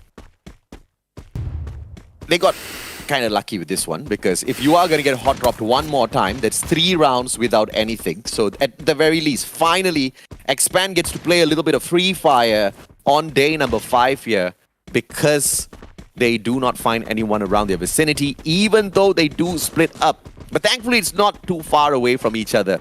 So even if someone does drop by Forest Red in a little bit, they should be able to recover. E-Arena, on the other hand, the highlighted team, the team that has... I mean, it's an understatement to say that they are struggling on Alpine. They just don't play Alpine, and they have to go up against First Raiders to kick things off. This is going to be fun. I feel like E-Arena, at this point, they just want to send a message to First Raiders Eclipse, because they have been really putting a hit out on FR. It'll be fun if they can take all 4 points off of FR now on their worst map. All right, here we go. If FR gets the best revenge on them at Alpine, that's a GG indeed. There might be a chance. Shout out around the corner. Turner saving him. They're gonna just juggle in and out. Shut Up ends up losing that one. Backup did come in. North ends up losing his life, but Shut Up was traded back by Souza. 1-4-1. These two teams duking it out, but look at who is there. SBTC, they have a scout. Neo sees all of this happening. And E-Arena, they back off. Yep, E-Arena doesn't want to do this. They know their downfall, and that is Alpine. Losing one player in the early get-go is just not how they want to start things off on their worst map. They evacuate, and I absolutely love this decision being made by E-Arena. Just survive for another point of time where you can put up a fight once again. SPTC takes over. Holy cow. And Neo drops by to say hello to Souza with a M1014, and that's a fantastic backstab. You know what the Joker always says? If you're good at something, never do it for free. Oh wait, that's not the quote I'm going for. Well, I'll think about the correct one. Darko does get hand. SPTC losing a member for free in this case. But they do have Neo still watching the rest of FR from the roof, tagging Darko up, but not enough to take him down. If you love FreeFire, you don't have to play for free. You can become a pro player. I mean, look at these guys. Just circling out there in the open.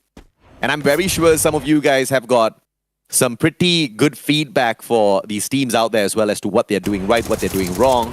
If you can bring that into a couple of gameplays with a team, you might just be the next ones being shoutcasted by Husky and I. Dark Love backs away. Fantastic blue wall erected with 12 more HP on Nuke. He still pops those nades, trying to get lucky, but Dark Love, he's fully barricaded. Nuke still gets it, but now he's gonna pay for it because he didn't use the medkit. Dian drops by. Does he get taken out? No, Dian's still alive and kicking, and Nuke pays for not using that medkit.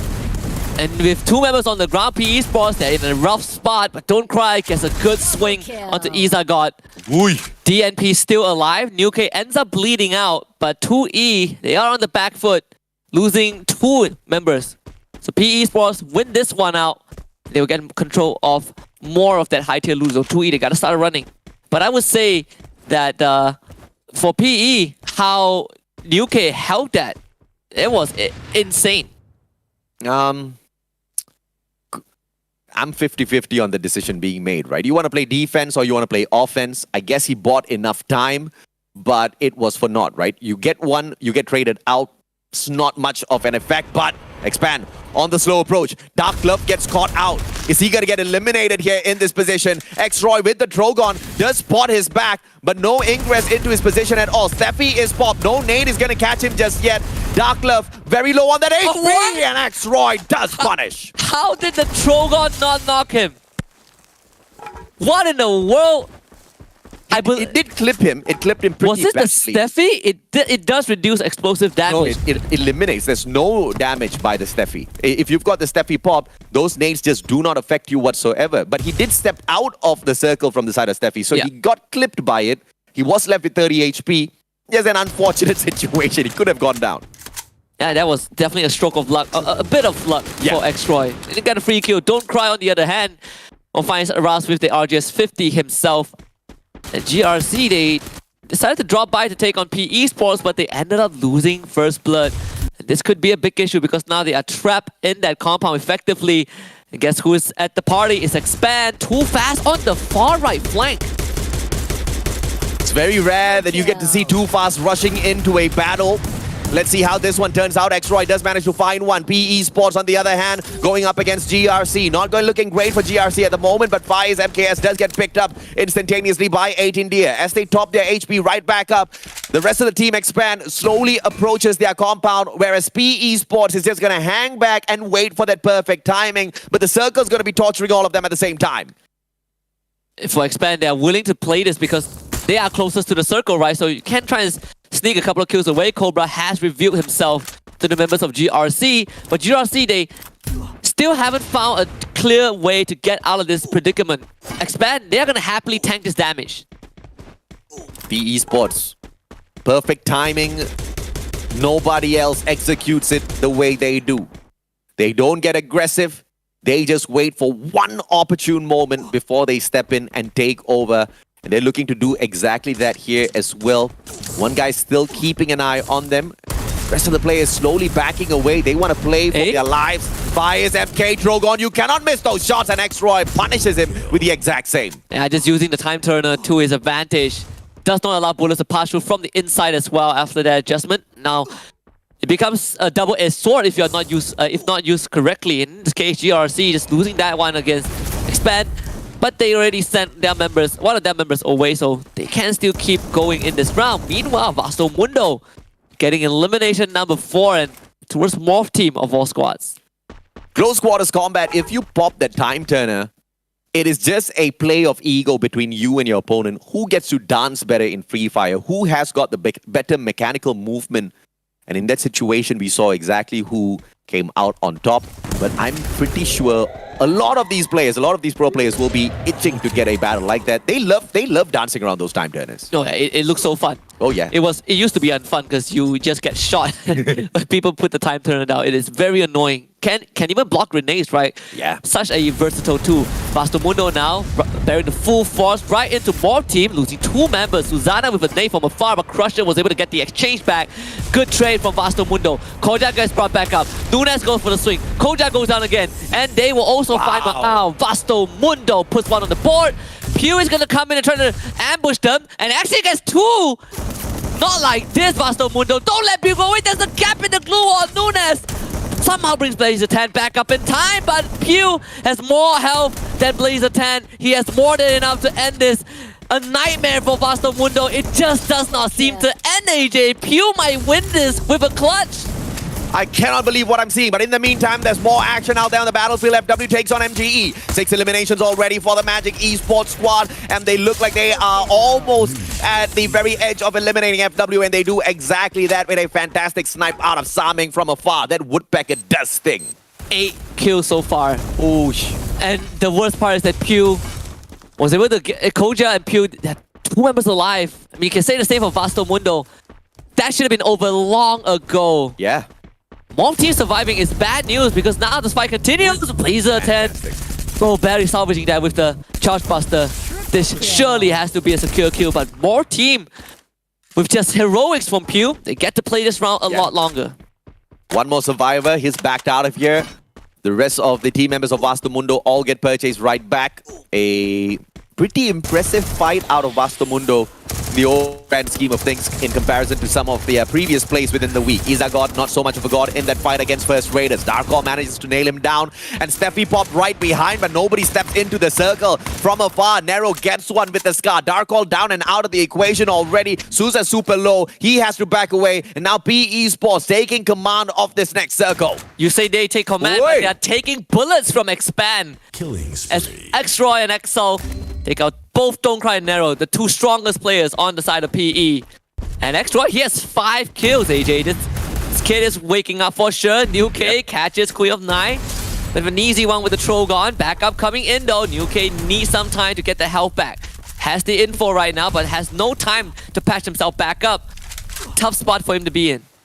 This is a punishing circle, but having 4 medkits on you will allow you to tank it for a little bit, but you cannot allow the next ring to be reached, because that's where it's all game over for you if you do not start moving right here, right now. DNP super low on that HP, but the Mac 10 allows him to take Dark Love out of the equation. But there's another player heading straight towards his vicinity, and it is the one and only Izagod. Failed in the earlier skirmish, but this time around, he's not looking to drop the ball. Nuke from afar will back him up with the Trogon. Switched into a launcher, and Izagod still manages to get the drop onto DNP. So now it's a 1v1 between Nuke and Izagod, and Nuke gets bagged!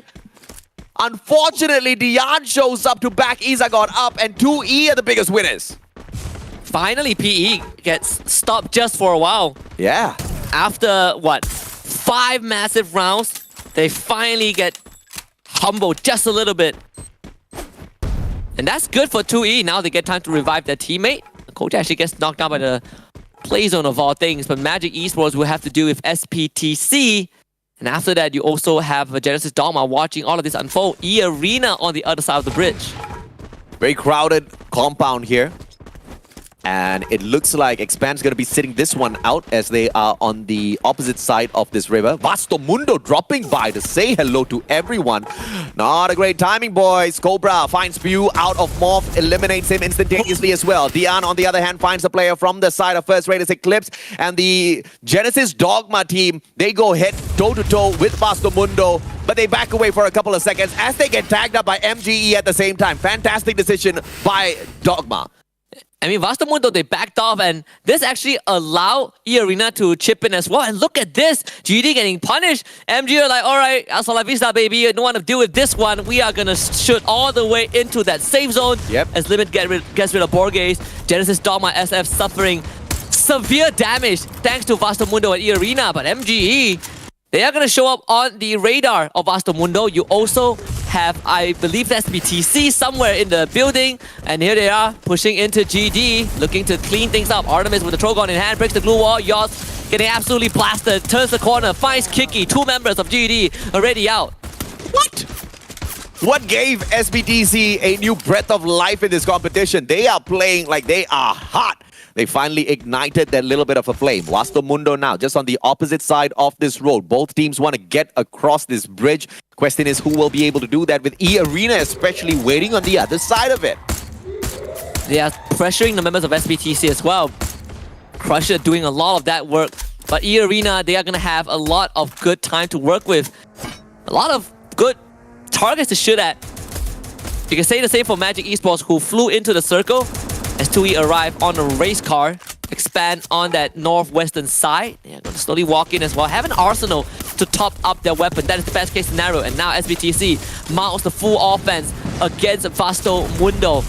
Both Neo and Han attack really low. Artemis also. Brian gets knocked down. Vasto Mundo, are they really going to win this though? They have lost 2 members, unfortunately. You can say the same for SBTC. Vasto Mundo, one of them has to go down. While that was happening, more team ends up getting knocked out by Expand. E-Arena's just waiting patiently for someone to make it across so that they can take these pot shots and pick up more of those elimination points. Vasto Mundo and SE, they both understand exactly what's happening, so they're going to slow things down. The circle's not going to allow them to survive long though. Protete out of the equation. No vending machine around E-Arena, so they need to deal with the loss of that one player. SBTC still has got one right behind. I believe that guy just got brought right back in with a vending machine, so he's going to have a gun on him. But can he take out another player from the side of E-Arena as GD gets blown out? Yeah, SBTC also eliminated. E-Arena taking so many free shots at these 2 teams. The circle, very fair to all these squads. Straight in the, smack in the middle. Vasto Mundo, one last survivor. Expand, a clear road towards the circle. And I believe we have seen this situation before. It's deja vu for Expand. One boulder, open ground, and multiple teams. They are on the edge of the circle. They do not need to travel all that too much to find this next safe spot. But the last time they were caught in a situation like this, the mistake made by Expand was they moved too slow. Let's see if they have learned from that, because the circle has started moving. E-Arena, the first one's there. And I believe 2E is going to get punished by E-Arena. Multiple ice grenades thrown up. Grenade response comes back through. Shut Up climbs on up. Isaac gets knocked down onto the ground. And Dian gets eliminated by Orgus as well. The Bison of all things popping out of nowhere. I mean, E-Arena, Shut Up just ran up the stairs into 2 guys with no regards for his life. Nice setup. Into a Trogon and still won. And this is the movement you want to see from Expand, taking up the space. MG have a full squad, EA only have 3, but Expand have full control of the circle just because they were there first. But the circle, again, wants this to be a fair fight. And Expand, they are the first one to make that move. I love that top side. I love the attacking move coming through from Expand here, but X-Roy cannot get too excited. He cannot move away from that boulder. He doesn't need to.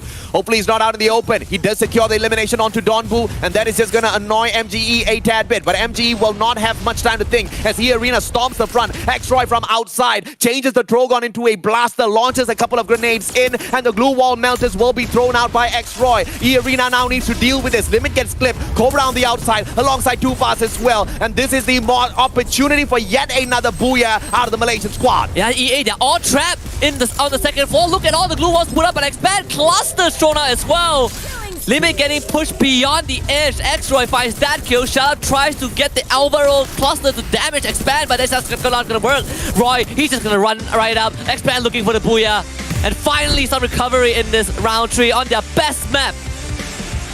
Bersatu kita teguh, bercerai kita roboh. You cannot start the game where you're going to be losing 1-2 players from the side of Expand, but if they are all alive and kicking with the capability of looting, they will be walking away with a booyah on the map that they love the most. Alpine most definitely belongs to Expand. Fantastically executed, and the Malaysian squad will make sure that this is not the final one, the 3rd booyah of the group stage for them. They can fall on other maps, and they do fall on other maps, but there's one thing you can't take away from them is the performance on Alpine. Yeah. The same map that got them into FFSI. And that was the same map that prevented them from not qualifying to FFSI and not becoming the champions of MCPS. So many things going on, and Expand once more proving why Alpine is their kingdom. And this was, I was very nervous for Expand when they first did take that drop. They once again split up. Not a not the kind of situation I want to see Expand get into very early on in these games.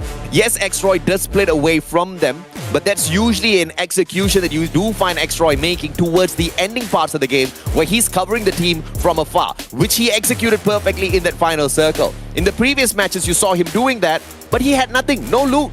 You're not going to walk away the victors like that. And Expand clearly learned from all of that, but they got lucky that they didn't get hot dropped here.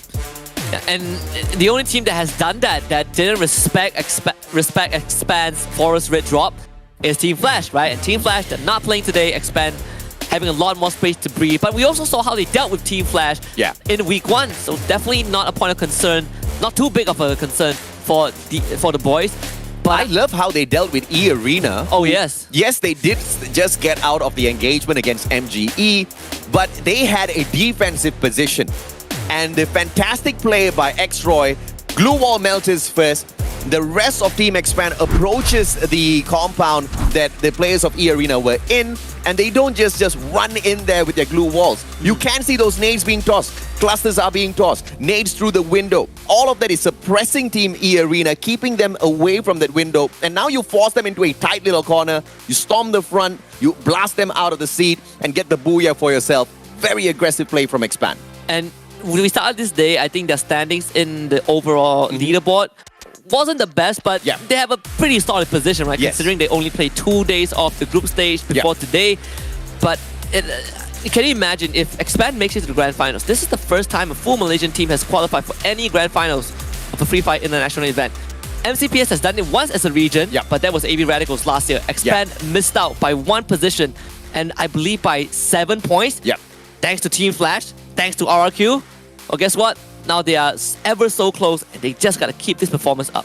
I know they're going to be able to execute this based on this one play, based on a couple of phenomenal plays that we have seen already. Once again, this is the 3rd booyah that they are picking up. They have proven time and time again that they can get the job done. Cow. But the only problem is with just some of those decisions being made at the very start of the match. No teams will be able to really recover 100% when you're gonna lose out players. And when your MVP himself is gonna be the first one to get taken out, you know you're gonna be on the back foot. This time, it did not happen to Xroy. 9 eliminations. This proves the concept that this team should just stick together. Yeah, and they even had one round where they bring Suez in and they bench EXO, right? Yeah. And that one also didn't work out. So they were like, you know what, we're gonna play with our main lineup again. And boom, it worked on their best map. The setup, very straightforward. Homer, A124, and Steffi. And can you believe it? Xroy had 9 eliminations this game. Yeah. Absolutely massive. A super massive round coming through for the guy. I love to see the 4 Awakened Hayatos being run here. You get that extra bit of damage repulsion from this Awakened form of Hayato.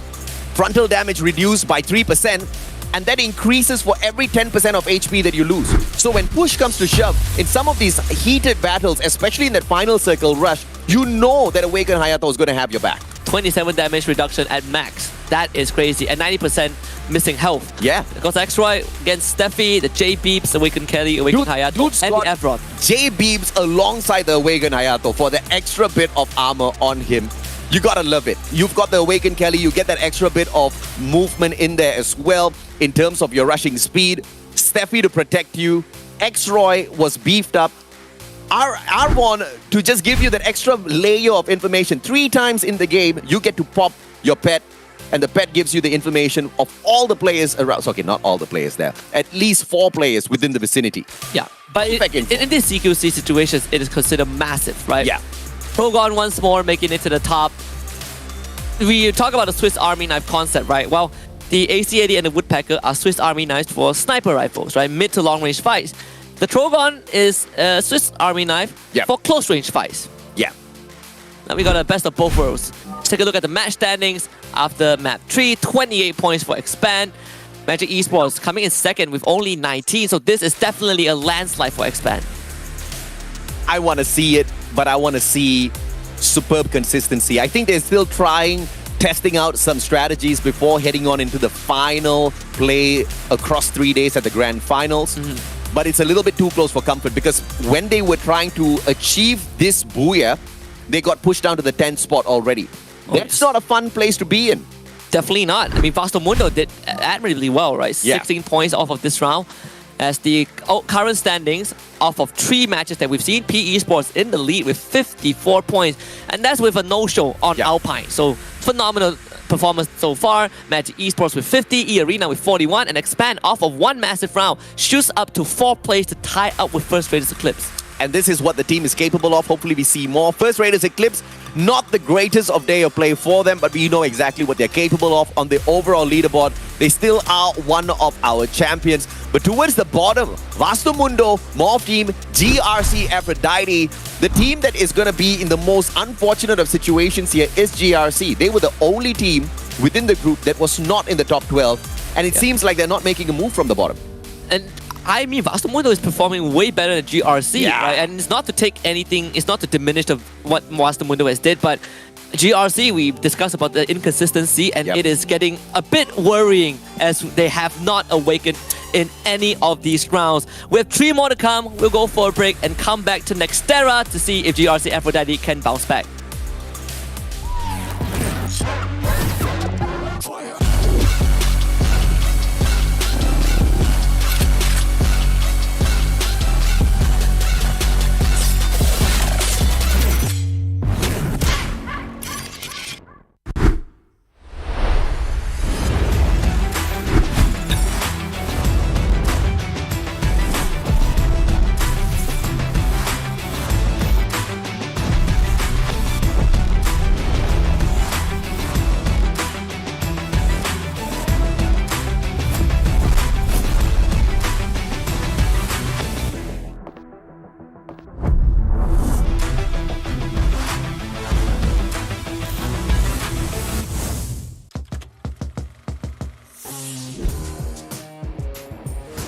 สวัสดีครับผมเมจิกดนบูกัปตันทีมเมจิกอีสปอร์ตตำแหน่งซัพพอร์ตความสามารถพิเศษสามารถข่มเพื่อนทุกคนในทีมและผมพร้อมจะข่มพวกคุณจำไว้ไอจะขยี้ยูให้แหลกถ้าถามถึงชีวิตส่วนตัวผมก็ดีนะแล้วผมพร้อมจะซัดพวกคุณให้ยับเลยส่วนนี้คือเมจิกคาเว่นถือตำแหน่งชาร์เจอร์และแอคแท็กเกอร์ในคนเดียวกันมันมีงานไอเล็กคือชอบไปเที่ยวมีฉายาสุดเฟี้ยวคือสุนทรภู่ชอบแต่งเรื่องแต่เล่นเกมเก่งนะครับผมจะบอกให้และคนถัดไปคือเมจิกวัสนาเป็นทั้งชาร์เจอร์และแอคแท็กเกอร์เหมือนกันไอหมอนี่เป็นคนติดแฟนแบบรักแฟนที่สุดในโลกชอบพร่ำเพ้อพรรณนาถึงแฟนจนต้องตั้งฉายาให้มันว่านักกวีส่วนไอหมอนี่ก็คือเมจิกสมิงอยู่ตำแหน่งสไนเปอร์งานไอเล็กของเขาคือการสักลายถ้าไม่อยากตายก็เข้ามาแต่ฉายาน่ารักนะเรียกได้ว่าสมิงโก้ส่วนคนสุดท้ายคือเมจิกเอ็กซิสตำแหน่งซัพพอร์ตแอคแท็กเกอร์มีงานไอเล็กชอบขายของช่วยพ่อแม่ฉายานักกวีดีเด่นแถมแต่งเรื่องเก่งกว่าคาเว่นทั้งยังเล่นเกมแมตช์นี้ได้เก่งกว่าใครเขาพร้อมจะชนทุกคนทุกสนาม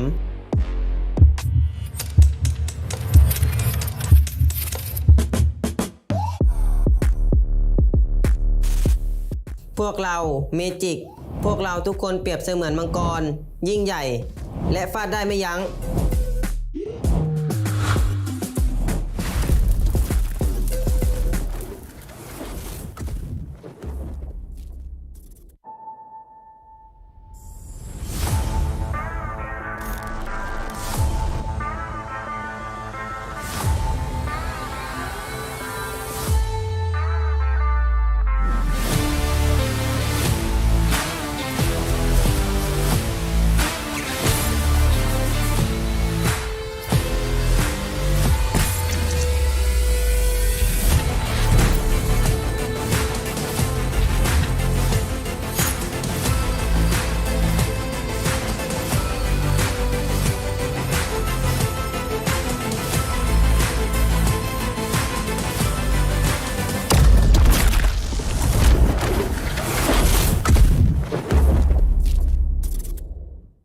Halo, aku Suzana dari Mob Team.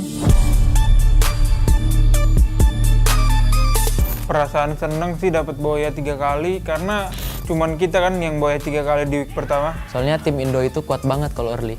Jadi maupun tim manapun kalau tabrakan di early ya pasti kalah kalau sama Indo. Ê, mod team.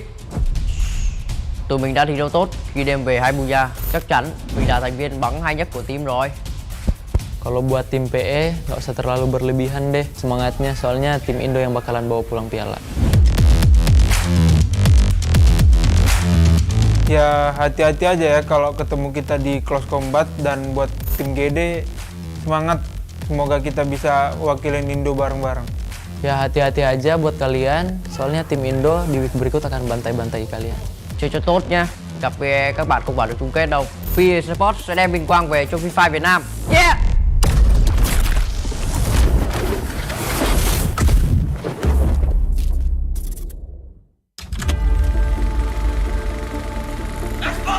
Kami bermain bagus dengan bermain agresif, mencari kill dan placement yang banyak. 有我们有信心，然后我会带着我的团队在下一周拿到更高的排名，然后我们一定会进。 สำหรับสัปดาห์ที่ผ่านมานะครับพวกเราก็ทำได้ดีแล้วนะครับแต่ว่าสัปดาห์หน้าพวกเราก็จะทำให้ดีกว่าต้องไปแก้ไขเรื่องการไฟต้นเกมให้ดีกว่านี้ครับ Saya sebagai kapten merasakan kelima-lima player expand perform. Back up again, Vice gets that long shot. Tufa should be able to take this jump shot up, spots him, and it is gonna be expand with the booyah.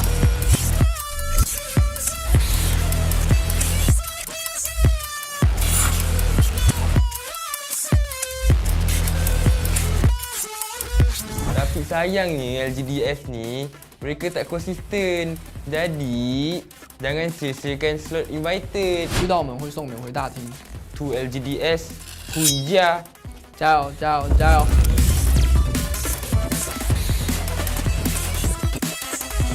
Buat Magic Squad jangan senang dulu, baru 2 kali gue kalah di map itu. Di week kedua nanti gue bantai lo pada. ก็สะใจดีครับแต่เดี๋ยวแมตช์หน้าผมจะเอาอีก First Rider Eclipse. Burung selalu lari bila didekati. Jadi hati-hati dengan ular kobra kami. Biasa aja sih, soalnya yang meragukan itu pasti yang lebih bawah sih. ฝากถึงทีม X-Pan หน่อยนะครับผมมีอะไรจะบอกเมียวเมียว Kepada Magic, miau miau, oh wek wek.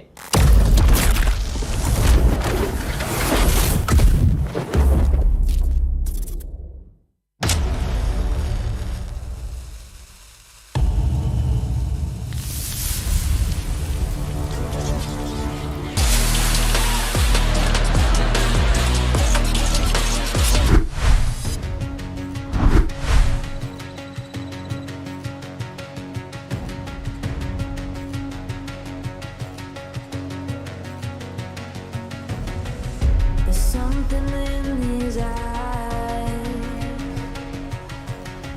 There's a storm within, but it's written in the skies. Let it break me till it's over. Won't let it shake me, no.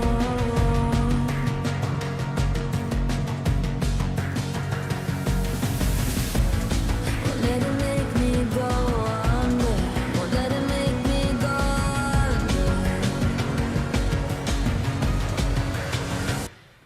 So now it's time to fly.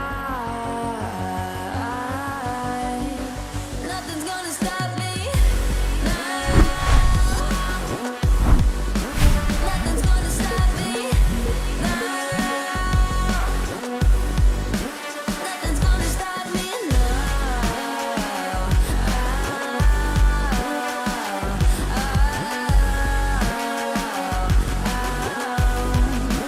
Nothing's gonna stop me. No one will ever get left behind.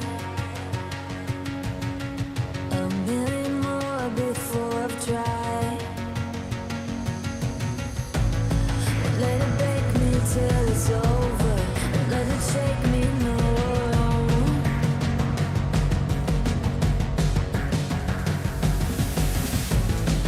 Let it make me go under. Let it make me go under. So now it's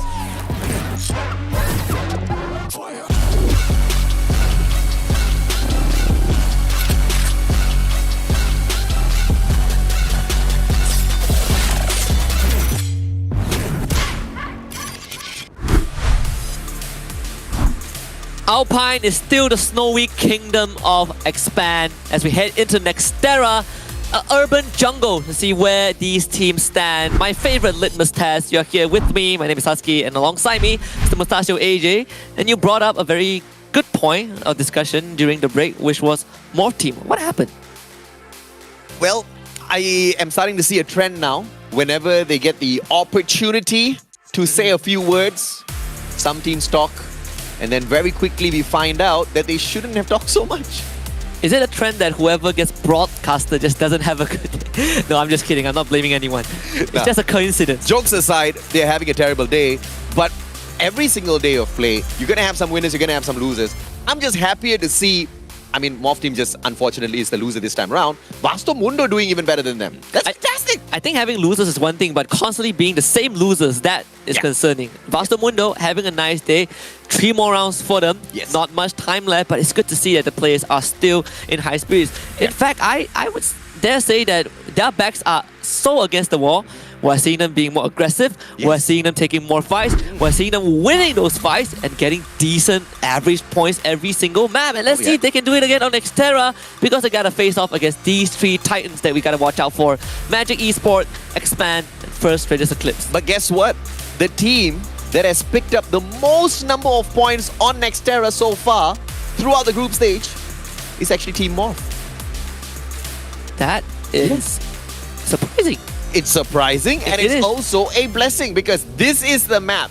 This is the place that Morph Team gets to make a difference within the day. They have bombed out 3 games. That's all fine and dandy.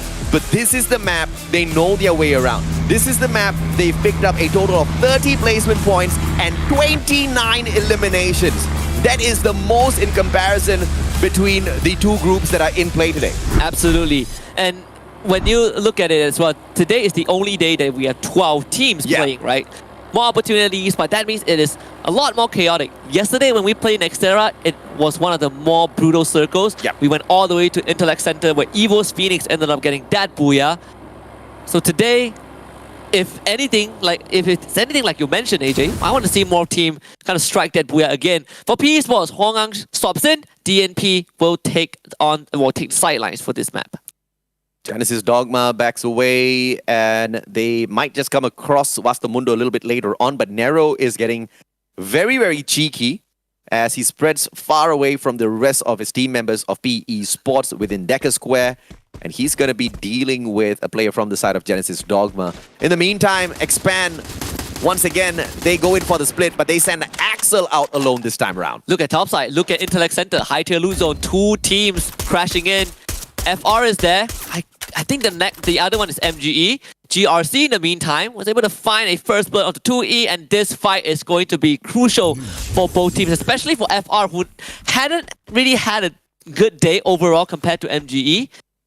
And high tier loot zone is a very important place. Needs to get those early resources. Saming keeping Souza pinned down. Dark Love, early revival onto Izagon Wasana.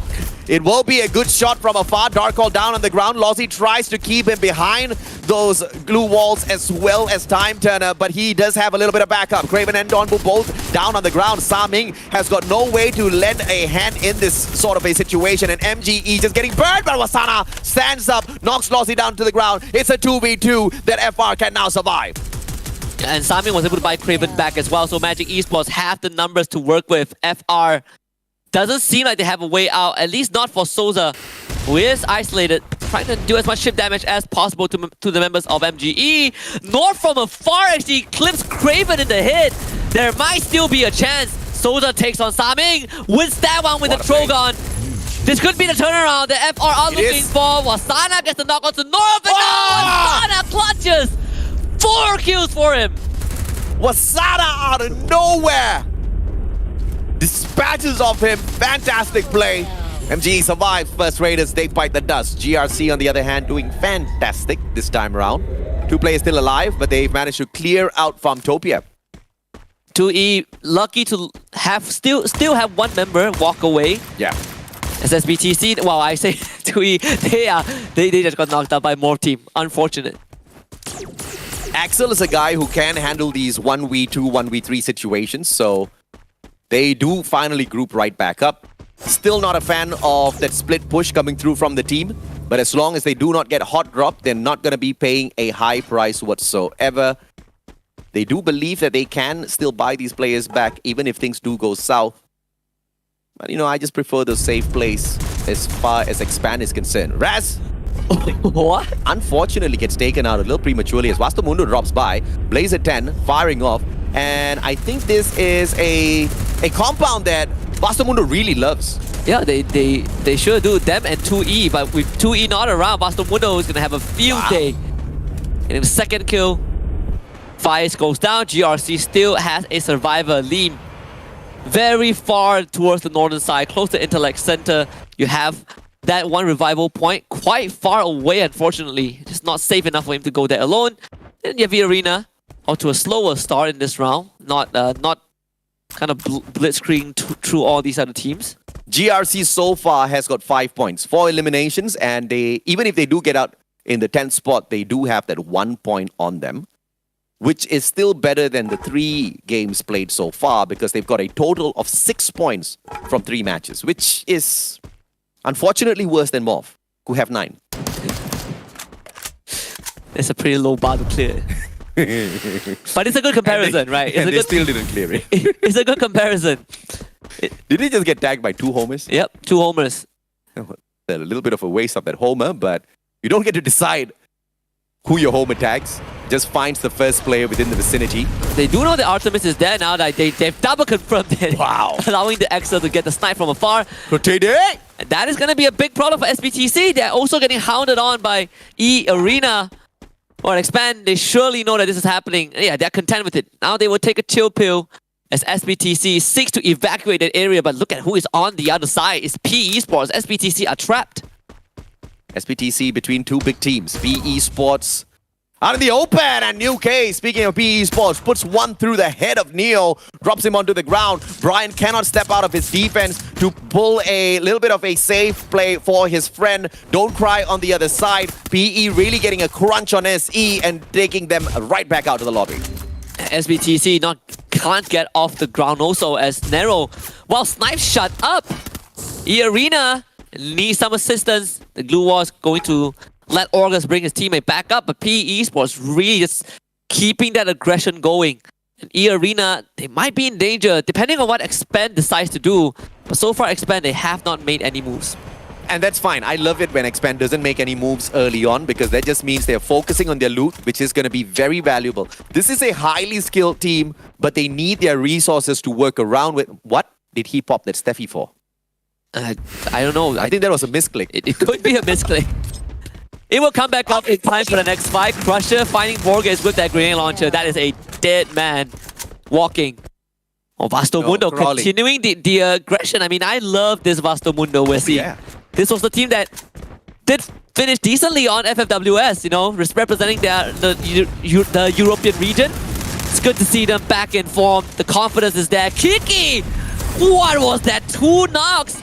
Oh, that was Kiki finds a third! No way Kiki just did that! No way Kiki just did that! All 4 kills onto Vastomundo. I mean, our guy here in the studio was asking any great plays for the highlight reel. We found 2 today. We found Kiki. And now Morph Team just backing away ever so slowly as Kiki gets taken out by Morph Team that storms his front. I mean, that's the worst thing that could happen to you, man. You get a highlight play and instantly exit to the lobby as well. You know what, man? I'm going to take the highlight play and roll with it. You know, that is a win. We're not going to show how that truly ended. We're going to show how he ended. It's always about what looks good, okay? we have 2 1v4s today. We have Wasana, who did that. And then we have, Kiki. Drake album sales are going to soar through the roof after that play. Kiki, do you love me? Kiki loves to play, man. Kiki does. Was taking a look at the scoreboard, and guess what? Vastomundo now in the 13th spot from absolutely not in a position to make it into the grand finals. Now Vastomundo stands a chance. And they have started off great. They do have some big aggressive plays, but they just can't seem to get into the final circle. And this is where I hope and pray they are listening to this broadcast instead of a different one, because I just want them to keep their heads down, get into the final circle, because they can shoot, they can deliver that damage, but they just need to find more placement points. Their fate is not entirely within their control, right? Because after today, it's up to the Group C peeps to decide who makes it through. Or Morph Team now spamming a lot of those shots towards Decker Square. Surviving long enough. I mean, this is probably the best round that Morph Team has ever played so far today. Top 7, whole squad still alive, 3 points already in the bag. Like you said, man, low bar to clear. They just... they stood up and they cleared it. They just cleared it, okay? We're getting there.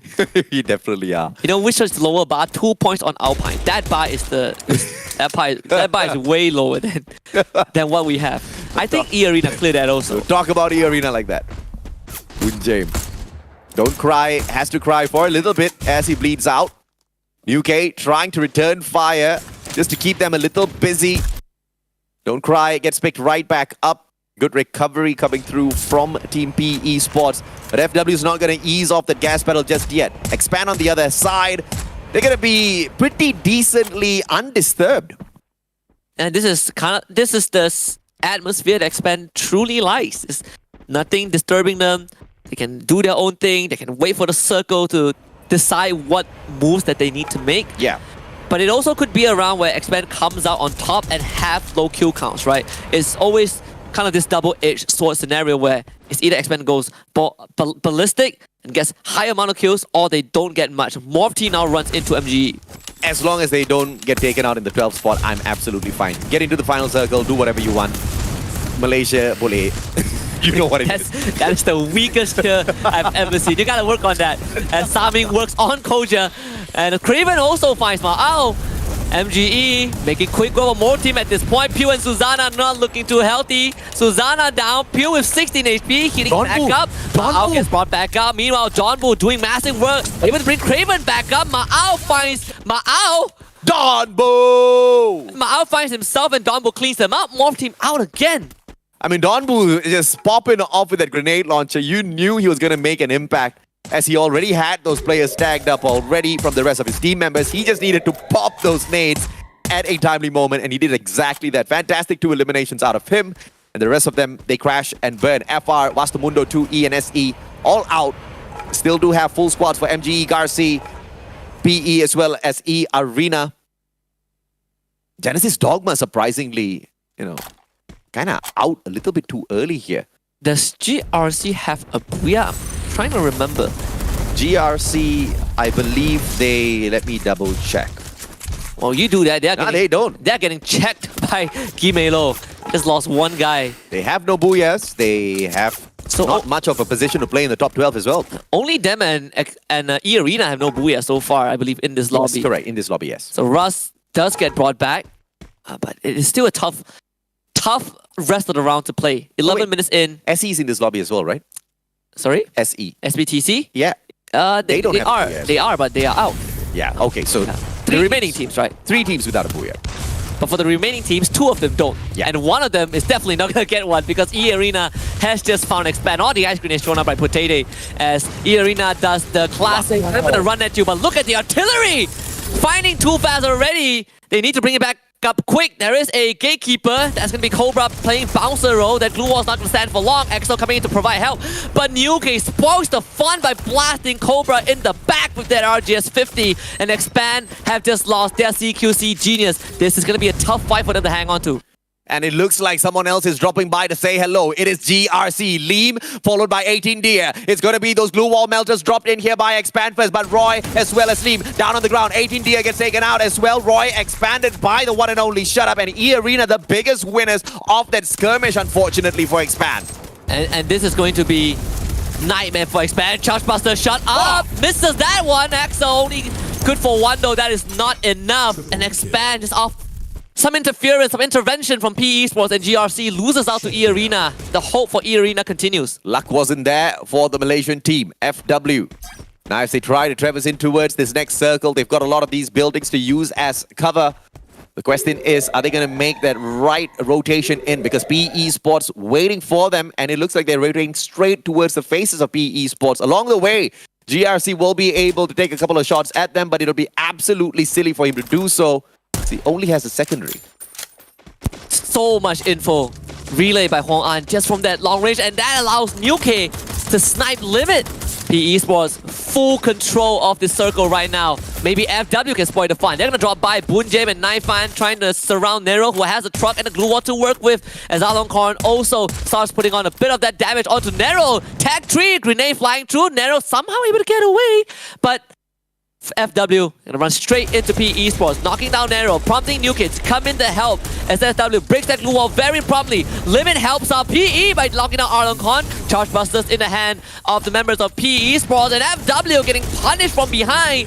Nuke getting G-Melo. That glue wall is gonna drop. Nuke getting knocked down as well. Punje with a double revolver of all weapons, as E-Arena smiling from ear to ear, basically racking up free kills. E-Arena aiming for their very first booyah in here. Question is, can they heal themselves up and break through this glue wall to meet the rest of the players from the side of FW, who have been supremely aggressive within this round? Boon James from up top, Charge Buster, but he will get Charge Busted out of there, back towards the lobby. Protete down on the ground. Recovery is not going to be too tough at all. GRC still alive and kicking, and look at one player from the side of EA all over the other side. He gets punished, taken out of the equation. Protete once again has to recover, and E-Arena finally dispatches off FW. This is the first opportunity that looks like the most possible for E-Arena to finally pick up a booyah.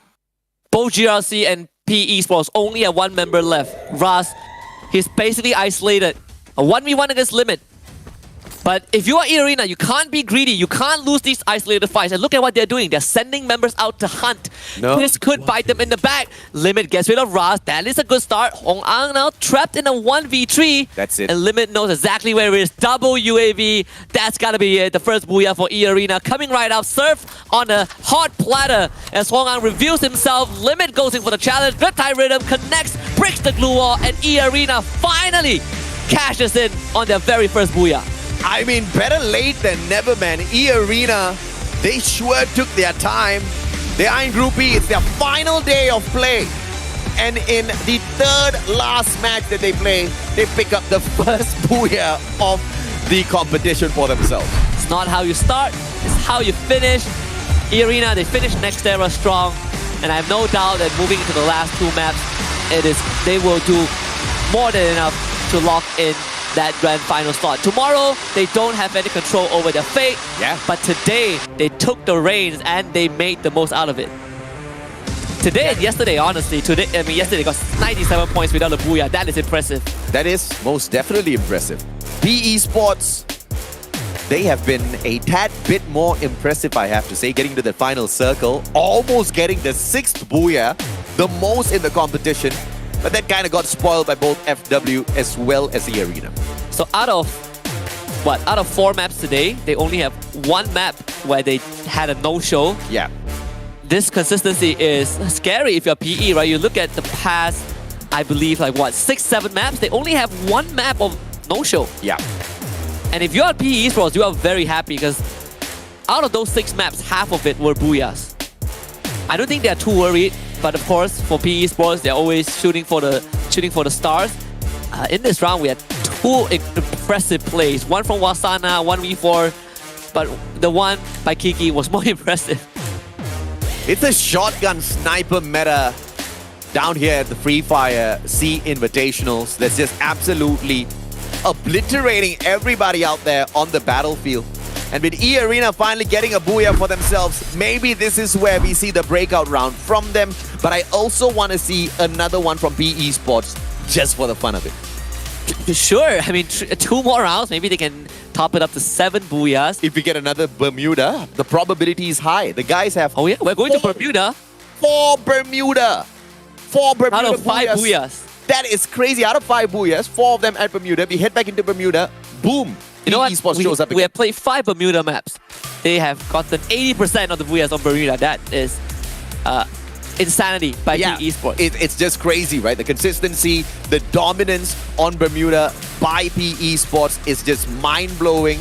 And to think this team could handle their own, not just on Bermuda, right? On a lot of these other maps, you see the dominance coming out from them as well. albeit no booyahs there, but you still do see them picking up some solid points, especially today. Definitely a premonition, right? They were the first one to officiate the group stage. Yeah. With the first booyah on Bermuda. We will take a look at E-Arena though for now because they are the true stars of Nextera. And there's one thing I want to talk about E-Arena as we have the chance right now. MVP is going to be limit for eliminations, supported by Protete, Organs, and Shut Up.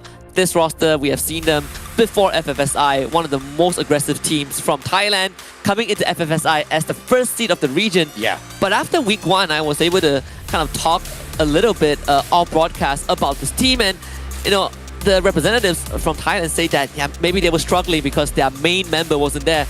And I had doubts, right? Because I was like, the main member wasn't there. This was the same roster. Something can be done, and they will recover, and they sure did. And one of the few teams that confidently runs that Skylar and plays it so well. You saw the Skylar being used in that final engagement as well to take down that player and get the booyah for themselves. It is not how you use the Skylar, but the timing of the execution. We've seen some massive riptide rhythm, and it's the ability breaking the glue wall on contact is one thing. It is the lingering effect that is the killer in a lot of these fights, right? You can't put up a second layer of defense. Correct. And we saw how Limit used that at the very end to kind of snuff out Hong Ang for the booyah, our MVP, the Skylar, you have the Raphael, the Maro, and the Moko, and the Waken Moko. So, and if you get sniped by him, you are dead. There's no recovery from that. Man doesn't even need to use the R1.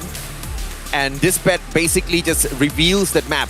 It's such a huge radius. You get to see everyone out there.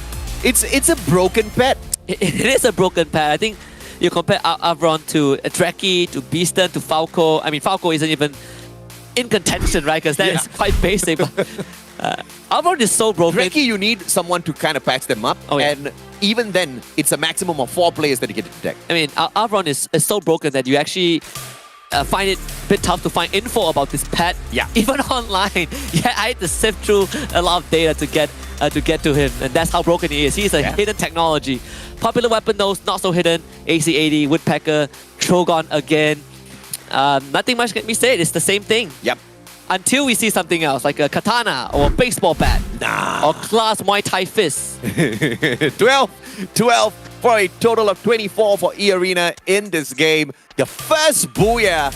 And they are absolutely delighted by that, I'm sure. The consistency continues out of Magic Esports, picking up a total of 15 points for themselves in the second spot. FW Esports shows consistency alongside PE Sports, 14 and 13 accordingly. GRC finally putting some points on the board. Oh, finally, 12 points. Breathing some life into them. Thankfully, today is the second last day. They still have a chance to make a recovery, but this is not what you want if you are GRC Aphrodite, sitting in 11th place with 18. The only team worse than them is the third seed of their own region, Morph Team with 17. But Morph Team are in top 12. PE Esports still in first place, 67 total points. My goodness, with E-Arena coming in close, 65 in second, tied with Magic Esports. But look at the gap between Magic Esports and Expand. That is a 25-point gap. And if they did not throw away the first 2 rounds, that gap would not be that. And we have seen a day where Expand was just on fire, where Expand could really rise up to the occasion and pull away a massive number of points. And all of those rounds were safe plays. All of those rounds were mixed in with a little bit of aggression as well, but not with the early drop and the split. Once again, they are getting very lucky if they don't get caught out in the initial drops. But whenever it is a hot drop, it's a done deal. Let's still have a chance to make something happen. They are recovering slowly, bit by bit. We'll head to Bermuda next after this break, so don't go anywhere. More FreeFire action coming up.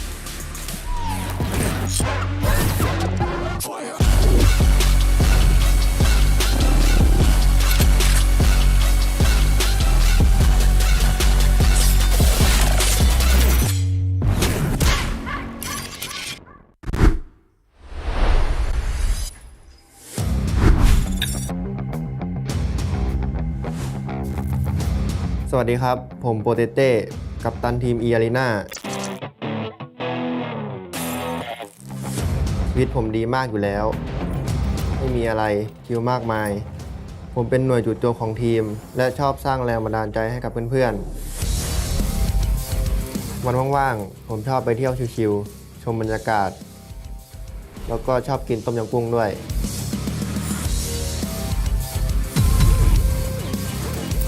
นี่สมาชิกทีมของผม นี่คือ EA ออกัสตัวเต็งตำแหน่งแอคแท็กเกอร์ของทีม มันชอบโม้ว่ามีสาวมาติดเยอะ ทั้งที่จริงๆมันเล่นเกมกับผมทั้งวัน พวกเราเรียกเขาว่าอ้วนซ่าบ้าพลัง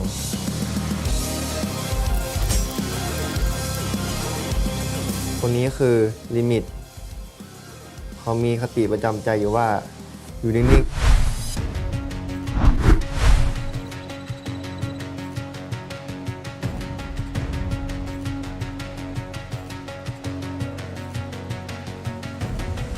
There's something in his eyes. There's a storm then, but it's written in the sky. Let it break me till it's over. Won't let it shake me, no.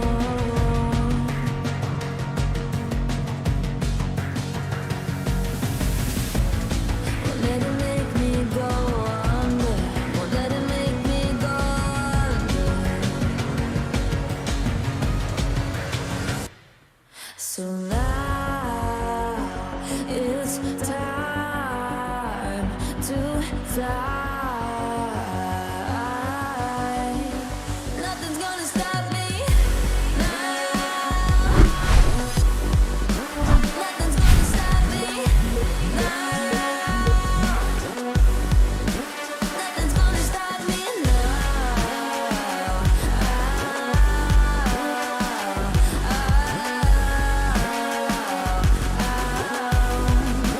Nothing's gonna stop me. No one will ever get left behind. A million more before I've tried. Won't let it break me till it's over. Won't let it shake me, no.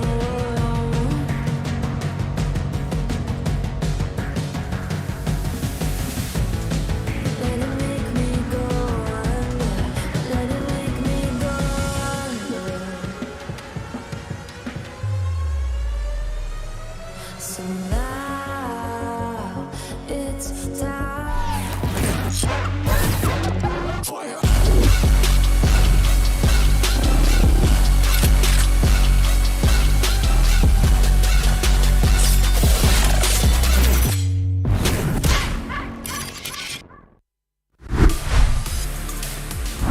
Welcome back, survivors. This is the Fire SEA Invitationals with Husky and the Mustachio as your casters. And we, at this moment, are contemplating whether or not we want to rename Bermuda to the home of PE Sports.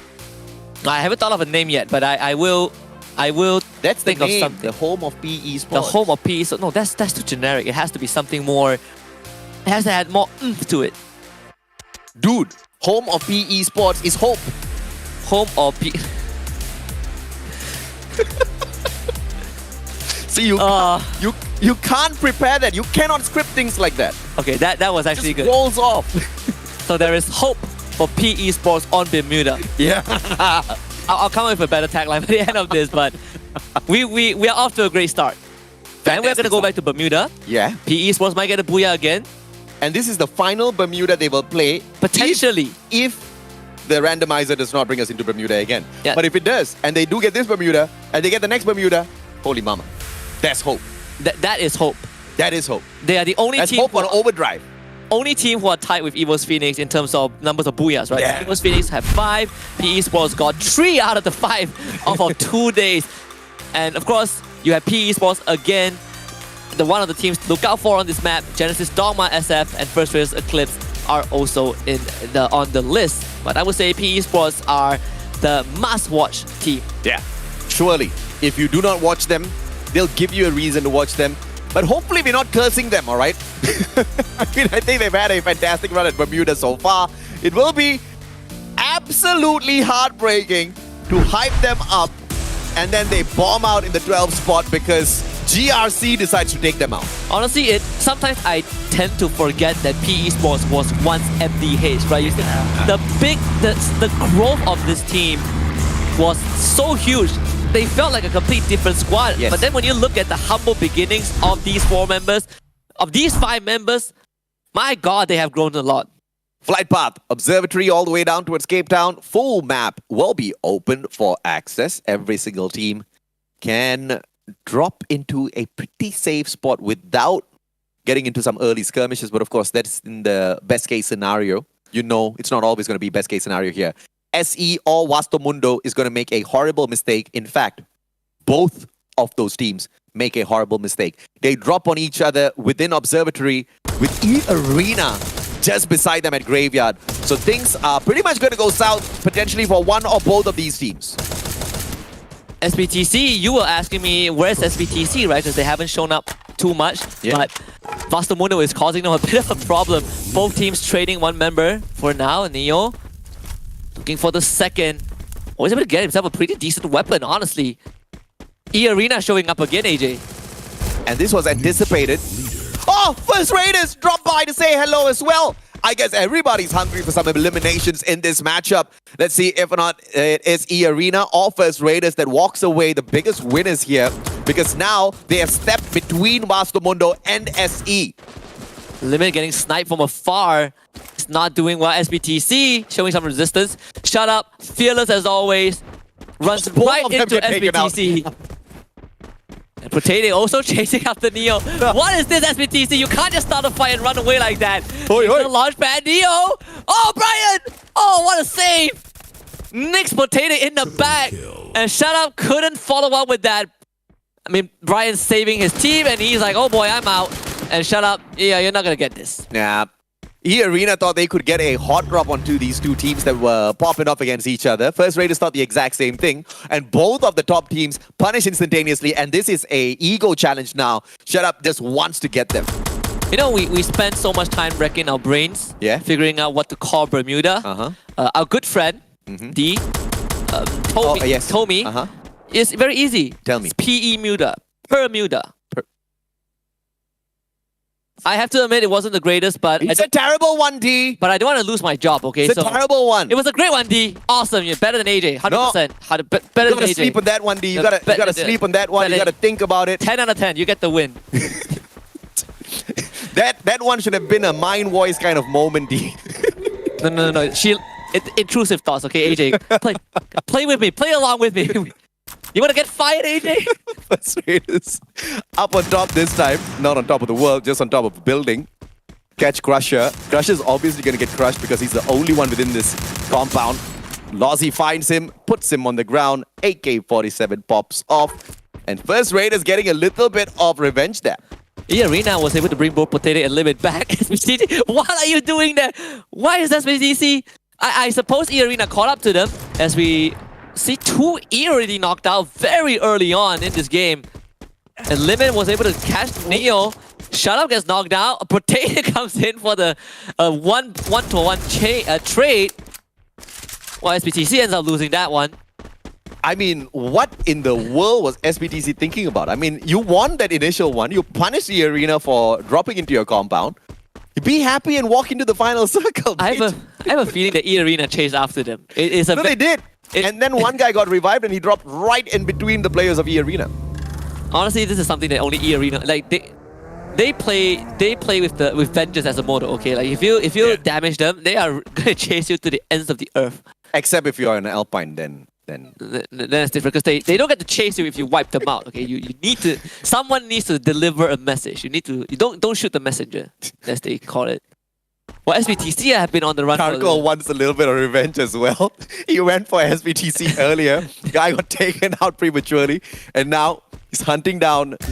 I don't think he has anything. But North gets knocked by Limit. E-Arena out of nowhere. Hey, what's happening? What? Oh, while Darko was sightseeing, his team is getting ripped apart. Souza! He's got the Drogon. Gets one launcher, 2 launches.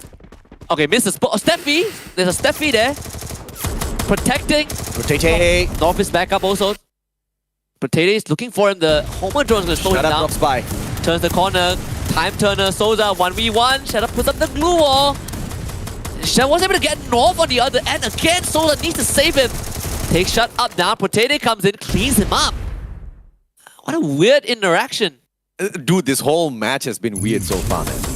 Darkong, the guy who went down early, is the only one alive, and he's still looking for the slay onto SBTC to get a little bit of revenge. But he finally smartens up. He's like, okay, all right, enough mucking around. I need to play revival mode now. He's lucky that SBTC are not the vengeful type. If it's E-Arena, they would run him down. It's Expand runs straight into one GD member, and they get him out. And I like the position held on by the sniper on the side of Expand. X-Roy, you cannot do that. What are you doing? Does it get taken out? Good one. Riptide Rhythm comes through. Cobra in a lot of trouble now.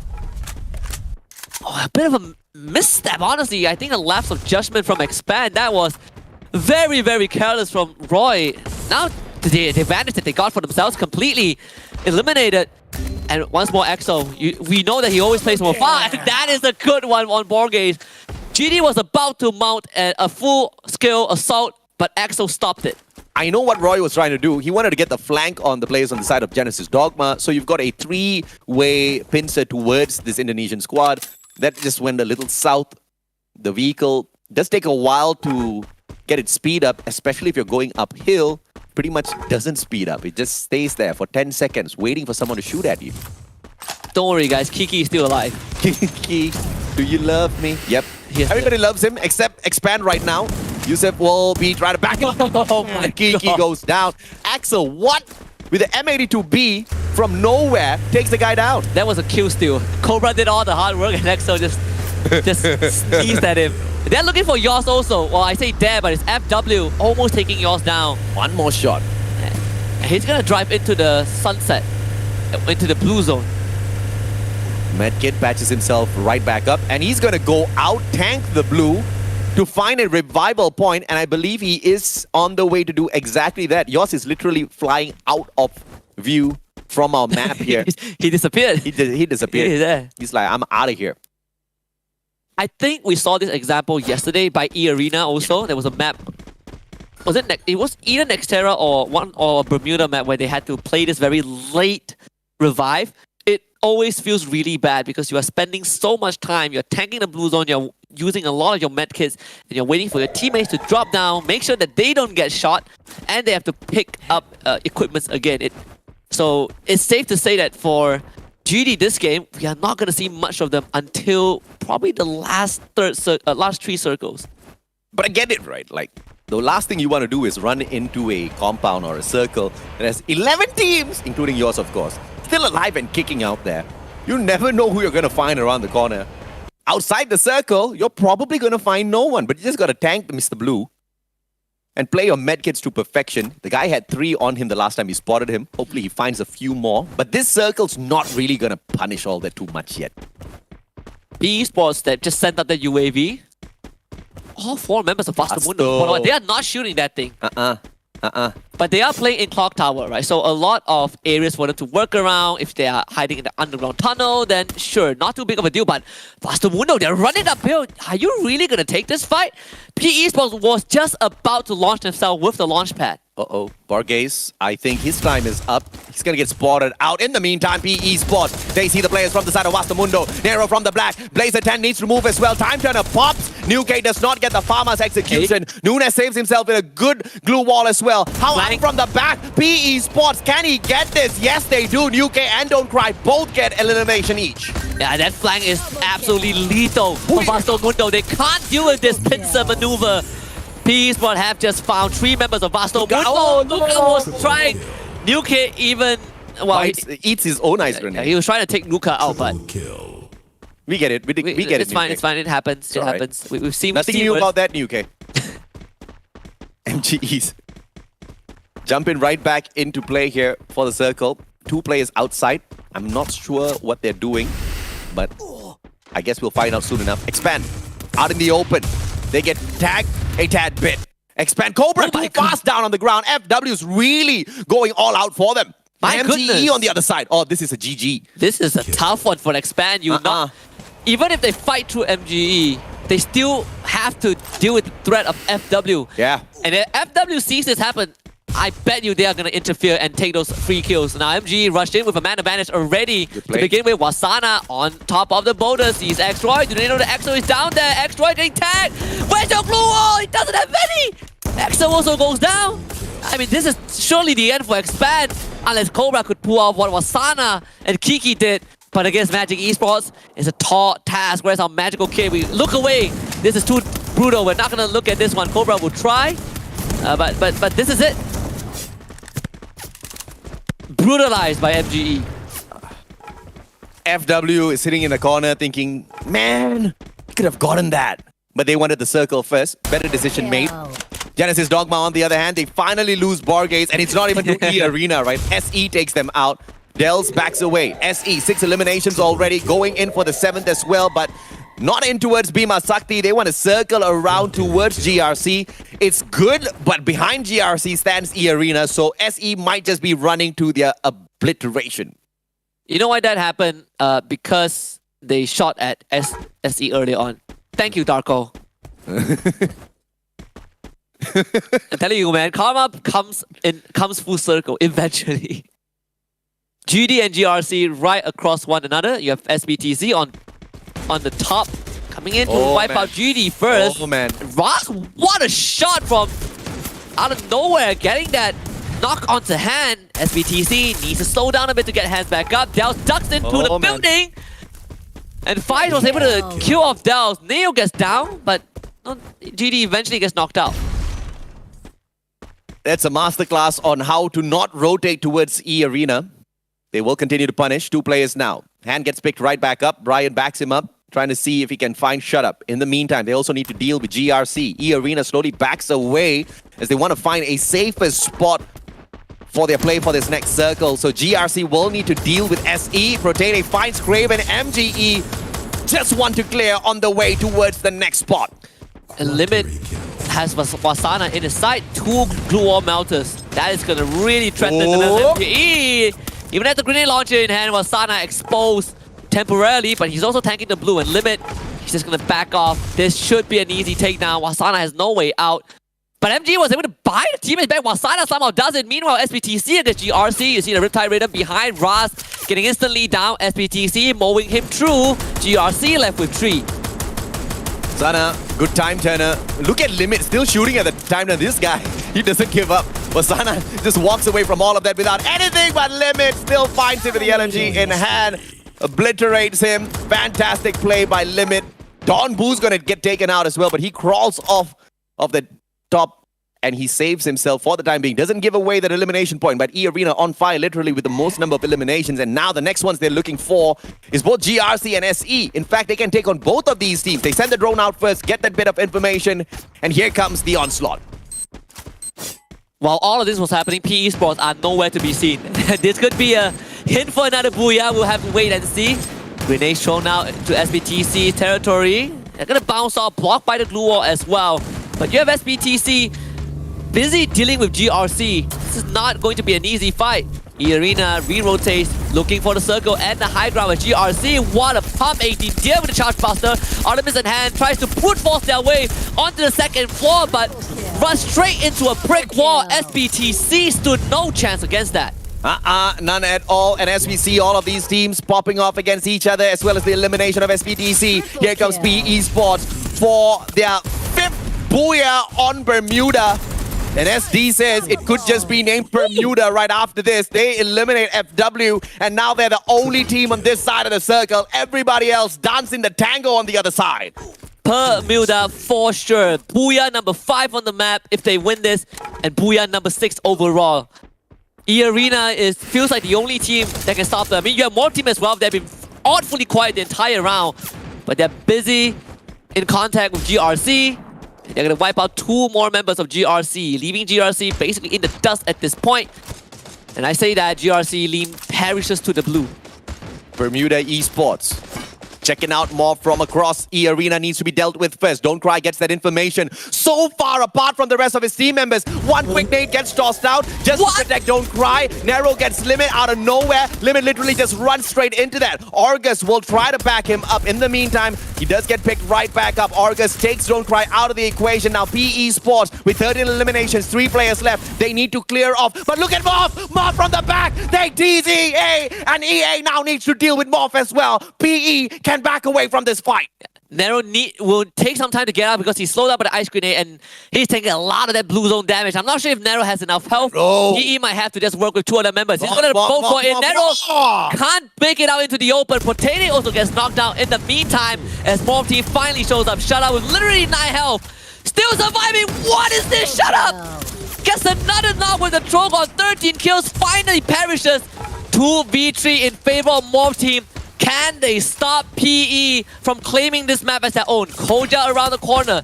UK and Hong Ang sticking together. The two main players have already been eliminated. UK places the glue wall. Koja needs to go first. Hong Ang is already down. Koja coming through from behind. Gets knocked by UK. But there's 2 more members that he needs to go through. The blue zone is hurting him. He needs more glue walls. But he has already used his last one. This is the final bastion for UK and Morph Team knows it. They are going to go for a double stack on this rush. UK with a shotgun in hand. Not much health to work with. Cannot do it. Morph Team finally wakes up towards the very, very end and gets a booyah. Better late than never, but Bermuda just doesn't happen for PE Sports, but still a phenomenal play on the map either way. Mahal the MVP for the very Mahal play. If you don't know Bahasa, it's just expensive. Close enough. But yes, this was a very quiet round from Morph Team, and it's one of the few teams that I wouldn't, complain about too much. Yeah. This was how they played yesterday. Honestly, throughout most of the rounds, right? Just a very quiet start. Yeah. Towards the very end, they swoop in and they kind of clean up the scraps, but it's good scraps. It's decent points. Yeah. It wouldn't have been possible if they did not take the initiative to rush in towards E Arena and take that opportunity, as E Arena was so preoccupied in that engagement against PE Sports. It was Morph that took that initiative, and that was what really hurt E Arena in that play. It could have just been yet another E Arena booyah. I gotta say, booyah. Yeah, I gotta say, even though E Arena was really, really pressured, they survived for longer than expected. Credits to Shut Up again. This lunatic knows no bounds. Yeah. He's like the Joker. He's insane. All you need is a little push. It's like gravity. This was an unfortunate play by Expand. They were punished out in the open.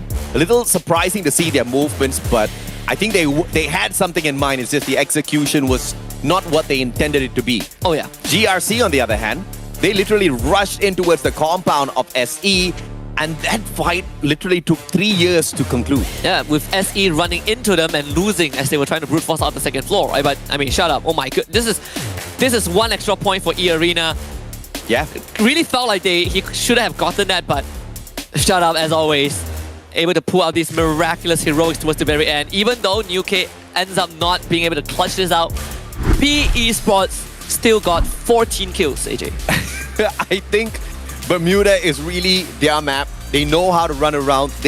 And everything just happens the perfect way as to how PE Sports wants it to happen on Bermuda. This time around, though, that booyah just wasn't possible for them. Outnumbered, they were teased a little bit. Things could have been a little bit different if Morph had interfered a little bit earlier, but either way, not every day is Sunday. In fact, today's Saturday. Today is Saturday. Tomorrow is Sunday, and Yes. then they will be taking a break Following on Sunday. is Monday. Yes, absolutely. I thought we had an 8th day, but thank you for correcting me. I was. Sunday's the first day, though. That's something that people have been arguing for the longest of time. That is something that I can never accept in my entire life. How is Sunday the first day? Some calendars, man. Exactly. Some calendars. I do not accept it. Monday is the first day. Why do they call it Monday Blues then? I don't know. All right, I win. This is the second day.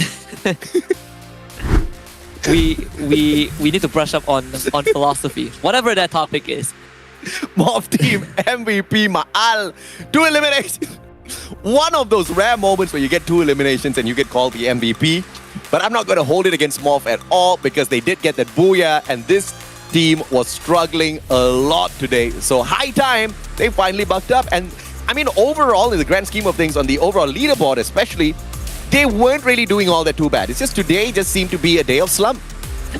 Maybe because tomorrow is Sunday. Maybe, right? And if you are relaxing before Sunday, it means the Sunday is the last day. Anyways, Skyler double Steffi A1 to 4. Koja tried to pop it, but the problem here is that he brought out that A1 to 4 active a little bit too soon. you really have to play your actives towards that final battle, especially in the last circle already. That was a misplay, unfortunately. We're seeing Mr. Wagger, first time in a long time. This is the second time we see that penguin. Your favorite pet in this tournament. The first time was like the first day of group stage. You know, I really love Mr. Wagger, but just because he's cute. His power needs a huge buff. You have hosted Mr. Wagger before. You have seen how he knows how to play basketball. He's the FreeFire Globetrotter. He is. Iron's my new favorite pet though. Just because he's the most popular one, right? No, he's an awesome dude. Look at him. He looks menacing. Cute little guy. Handsome at the same time. Scary at the same time. It's hard to look menacing when you are in tracksuits, okay? I disagree.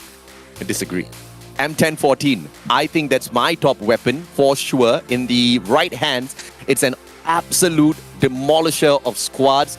The kind of firepower, close range is just unbeatable. Not even the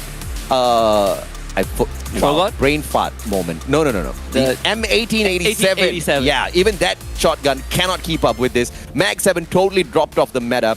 AC80 getting the top #1 spot. Powerful making its way back in here as well. But my personal favorite, M1014. And that's how Kiki got the 1v4. Yes. Sana got the 1v4. Yeah. It is really good. Yeah. Wow, guess what? PE Sports once more topping the chart after this round. 23 total points. E-Arena getting 21. And more team, because they play it very slow until the very end, despite getting the booyah, only has 19 points. But still, 4 more teams' overall performance today, I take that as a win. I mean, the fact that PE Sports did get the #1 spot either way without the booyah makes this Bermuda. Yes, this is Bermuda. The hope of Bermuda. The hope. See, both of us win. Sure, I will not break this tie. You lovebirds can continue arguing this. PE Sports sits at 90 total points. And I just want to quickly remind everyone that E-Arena had a bad round yesterday on Alpine. They had 5 good rounds and they got 97 points. PE Sports have 1 bad round today and 4 good rounds so far, and they already have 90 points. What does that mean? That means that they are performing super good, and there's a chance that they break the record for most points garnered in a day, which is currently 102 held by FR. Bermuda. Nextera. I knew we were going to get Nextera. Wow, yeah, of course. So, Bermuda's not going to be in play. I don't know if PE Sports is going to be popping off, because the last time we did drop by Nextera, PE Sports took away a total of 13 points, which isn't too bad. They did get that second spot. So, they still stand a really good chance. Yeah, they just need 12 points to tie up with first place Eclipse with them for the most points garnered in a single day. 13 points and they break that record. All they need to do is get 5 rounds. Not the 9th spot. Get the 2nd spot again. But booyah, obviously, if possible. If they get booyah, they tie the record without any kills. But you know, this is a team that is going to be hunting out there. PE Sports surprisingly have been super aggressive. I want to see if they can break that record. 12 points is the benchmark. 13 points is a new record. We're going to Nextera next after this break. I'm looking forward to it. We'll see you in a bit.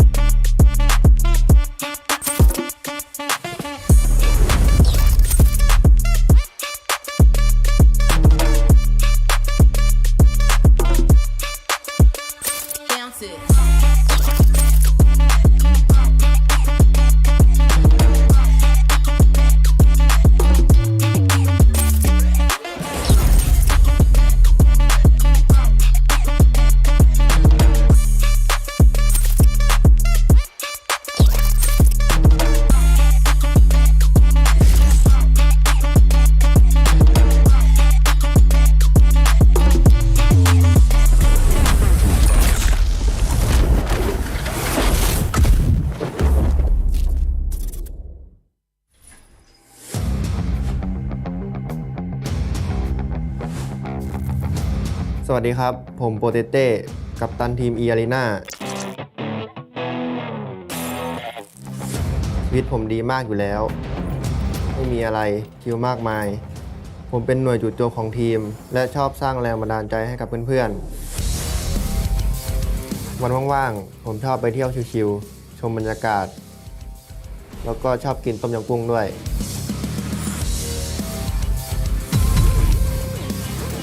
ส่วนนี้สมาชิกทีมของผมนี่คือ EA ออกัสตัวเต็งตำแหน่งแอคแท็กเกอร์ของทีมมันชอบโม้ว่ามีสาวมาติดเยอะทั้งที่จริงๆมาเล่นเกมกับผมทั้งวันพวกเราเรียกเขาว่าอ้วนซ่าบ้าพลัง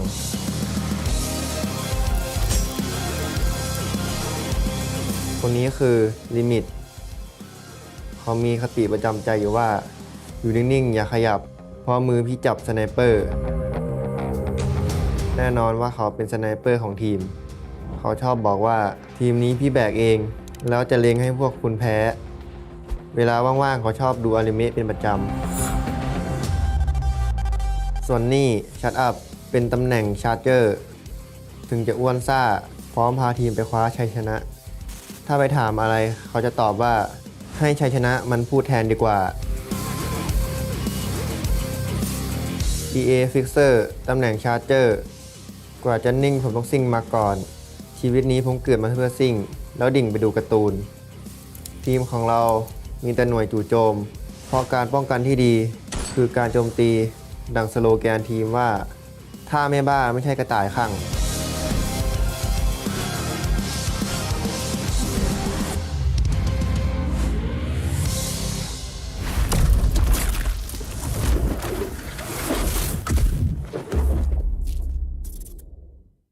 Halo, aku Suzana dari Mob Team. Perasaan seneng sih dapat boya 3 kali karena cuman kita kan yang boya 3 kali di week pertama. Soalnya tim Indo itu kuat banget kalau early. Jadi maupun tim manapun kalau tabrakan di early ya pasti kalah kalau sama Indo. Ê, Mod Team, tụi mình đã thi đấu tốt khi đem về 2 buya. Chắc chắn mình là thành viên bắn hay nhất của tim rồi.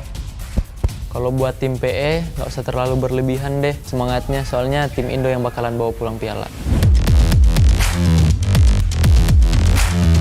Ya hati-hati aja ya kalau ketemu kita di close combat dan buat tim GD semangat, semoga kita bisa wakilin Indo bareng-bareng. Ya hati-hati aja buat kalian, soalnya tim Indo di week berikut akan bantai-bantai kalian. Chơi cho tốt nha, gặp về các bạn không vào được chung kết đâu. FreeFire Sports sẽ đem vinh quang về cho FreeFire Việt Nam. Yeah!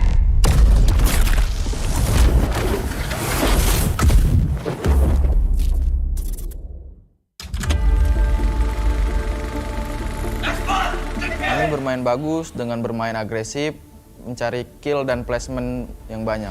有我们有信心，然后我会带着我的团队在下一周拿到更高的排名，然后我们一定会进。 สำหรับสัปดาห์ที่ผ่านมานะครับพวกเราก็ทำได้ดีแล้วนะครับแต่ว่าสัปดาห์หน้าพวกเราก็จะทำให้ดีกว่าต้องไปแก้ไขเรื่องการไฟต้นเกมให้ดีกว่านี้ครับ Saya sebagai kapten merasakan kelima-lima player expand perform.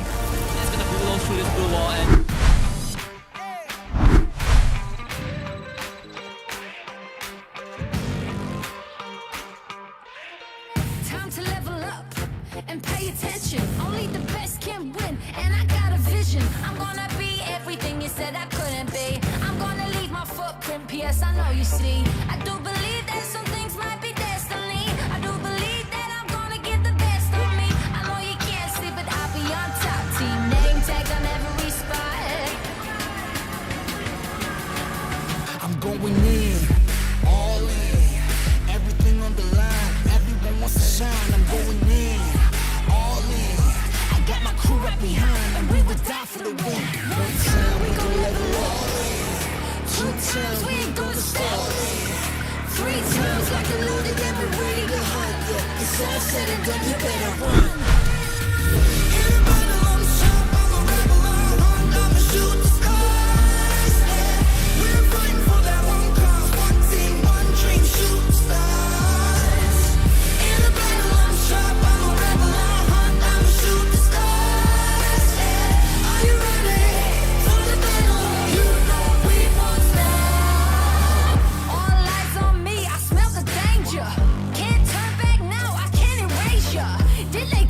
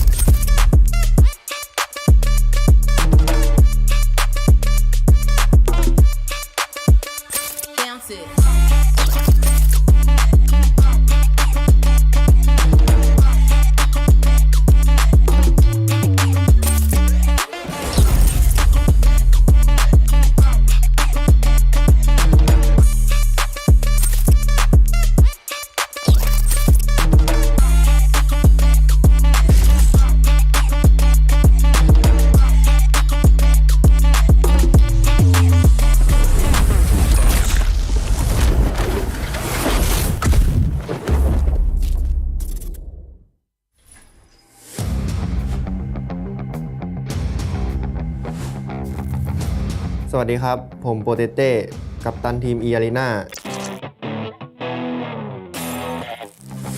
ชีวิตผมดีมากอยู่แล้วไม่มีอะไรคิวมากมายผมเป็นหน่วยจู่โจมของทีมและชอบสร้างแรงบันดาลใจให้กับเพื่อนๆวันว่างๆผมชอบไปเที่ยวชิวๆชมบรรยากาศแล้วก็ชอบกินต้มยำกุ้งด้วย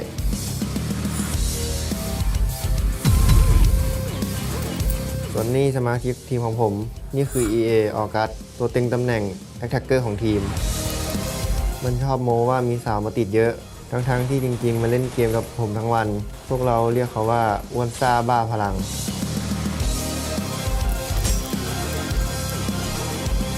คนนี้คือลิมิตเขามีคติประจำใจอยู่ว่าอยู่นิ่งๆอย่าขยับเพราะมือพี่จับสไนเปอร์แน่นอนว่าเขาเป็นสไนเปอร์ของทีมเขาชอบบอกว่าทีมนี้พี่แบกเองแล้วจะเล็งให้พวกคุณแพ้เวลาว่างๆเขาชอบดูอนิเมะเป็นประจำส่วนนี่ชัดอัพเป็นตำแหน่งชาร์เจอร์ถึงจะอ้วนซ่าพร้อมพาทีมไปคว้าชัยชนะถ้าไปถามอะไรเขาจะตอบว่าให้ชัยชนะมันพูดแทนดีกว่า EA Fixer ตำแหน่งชาร์เจอร์กว่าจะนิ่งผมต้องซิ่งมาก่อนชีวิตนี้ผมเกิดมาเพื่อซิ่งแล้วดิ่งไปดูการ์ตูนทีมของเรามีแต่หน่วยจู่โจมเพราะการป้องกันที่ดีคือการโจมตีดังสโลแกนทีมว่าถ้าไม่บ้าไม่ใช่กระต่ายข้าง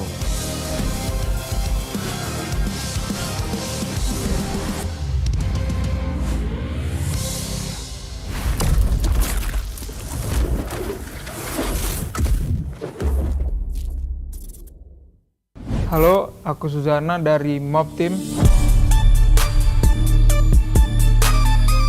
Perasaan seneng sih dapat boya 3 kali karena cuman kita kan yang boya 3 kali di week pertama. Soalnya tim Indo itu kuat banget kalau early. Jadi maupun tim manapun kalau tabrakan di early ya pasti kalah kalau sama Indo.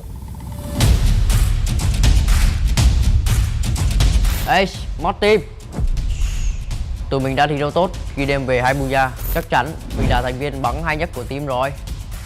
Kalau buat tim PE nggak usah terlalu berlebihan deh semangatnya, soalnya tim Indo yang bakalan bawa pulang piala.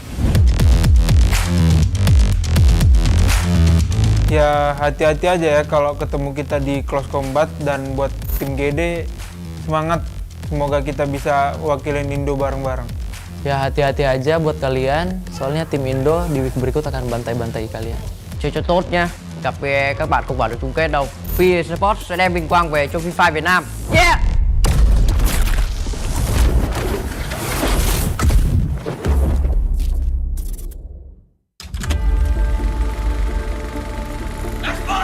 Kami bermain bagus dengan bermain agresif, mencari kill dan placement yang banyak. 有我们有信心，然后我会带着我的团队在下一周拿到更高的排名，然后我们一定会进。สำหรับสัปดาห์ที่ผ่านมานะครับพวกเราก็ทำได้ดีแล้วนะครับแต่ว่าสัปดาห์หน้าพวกเราก็จะทำให้ดีกว่าต้องไปแก้ไขเรื่องการไฟต้นเกมให้ดีกว่านี้ครับ Saya sebagai kapten merasakan kelima-lima player expand perform.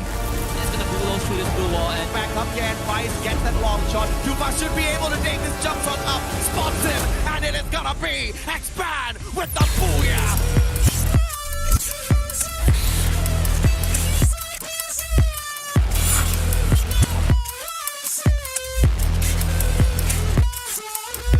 Tapi sayangnya LGDF ni mereka tak konsisten. Jadi jangan sia-siakan slot invited. 知道我们会送你们回大厅。 To LGDS, Huija. 加油加油加油！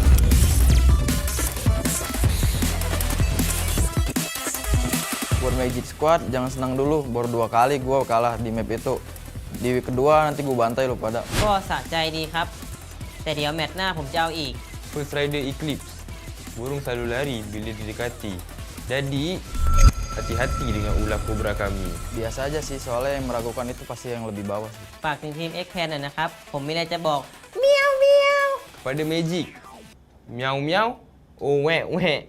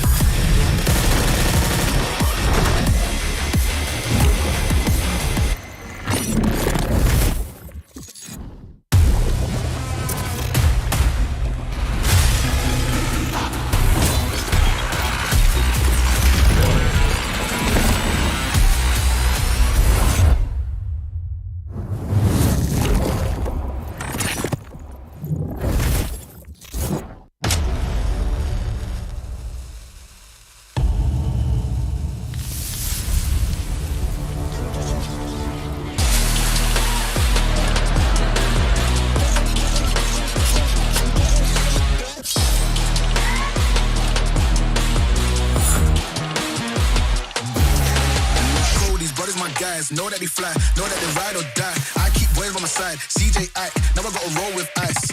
No rush, go move dumb, pushing, so move dumb. Peace and love turn to peace and gloves, now you gotta do a run up. Generations caught up, look how things will switch. People they're quick, now they wanna move out the bits. Boy wanna grow to a bitch, nah. Unless you heard it from me, and you ain't heard it from me. Got it from me, all that energy extra. They always see me with the hitters. Child, leaving the beaners alone. Me with a squeeze, I get no feelings involved. Child, leaving the beaners alone. Me with a squeeze. I'm getting high.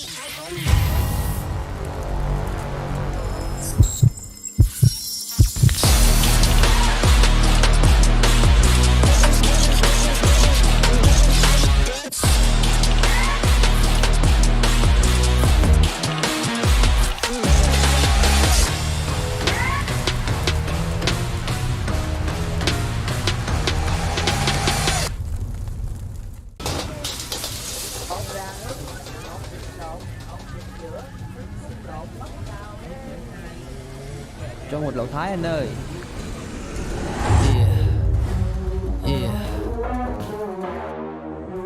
Play games.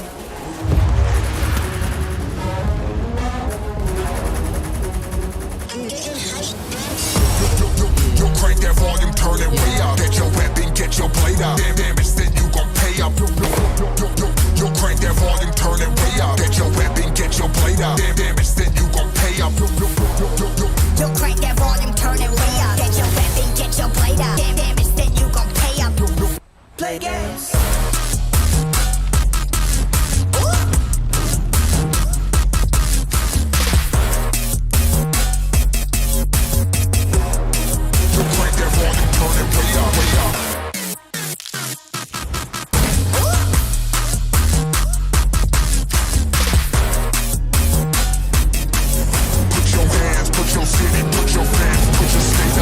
Play games.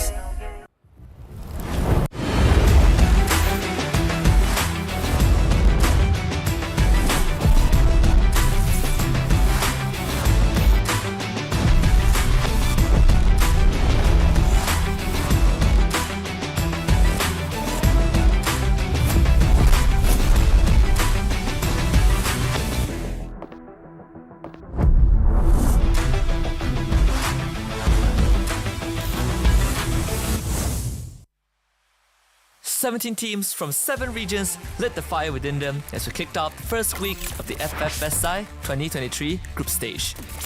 We saw some of the cleanest plays, the boldest clutches, and the most heartbreaking blowouts.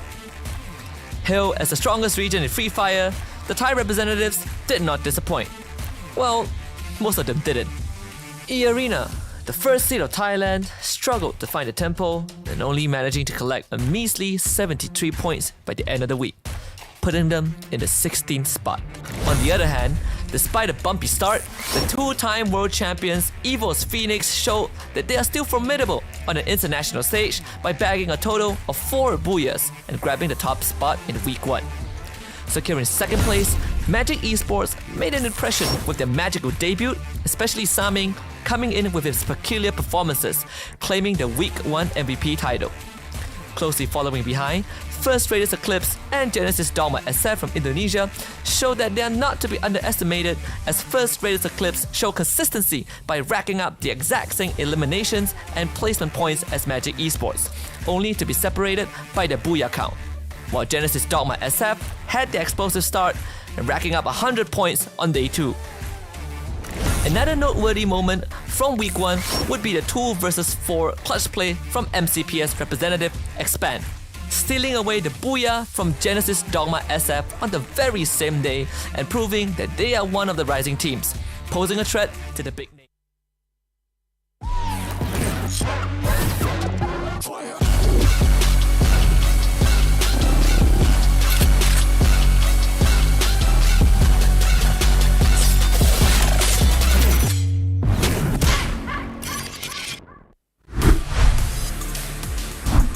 Coming up next is the final map, and the next map is called Nextera. It's a horrible intro line. I didn't think it through, but you're here with me, a guy with horrible thoughts. My name is Husky, and alongside me is a guy with nothing but love. I even botched that, but Hi, it's Musashi AJ. Last round for Group B coming up. And after this, their fate lies in the hands of every other team. Absolutely. Now, we do apologize for the extended break that we had to take. There was a little bit of a technical issue with one of the teams, but we've got all of it sorted out already, and the teams are now ready to hop on into the final map. It's going to be a Nextera. Unfortunately, for some of these teams who are not really performing all that too well on the map, they'll have to go through this process all over again.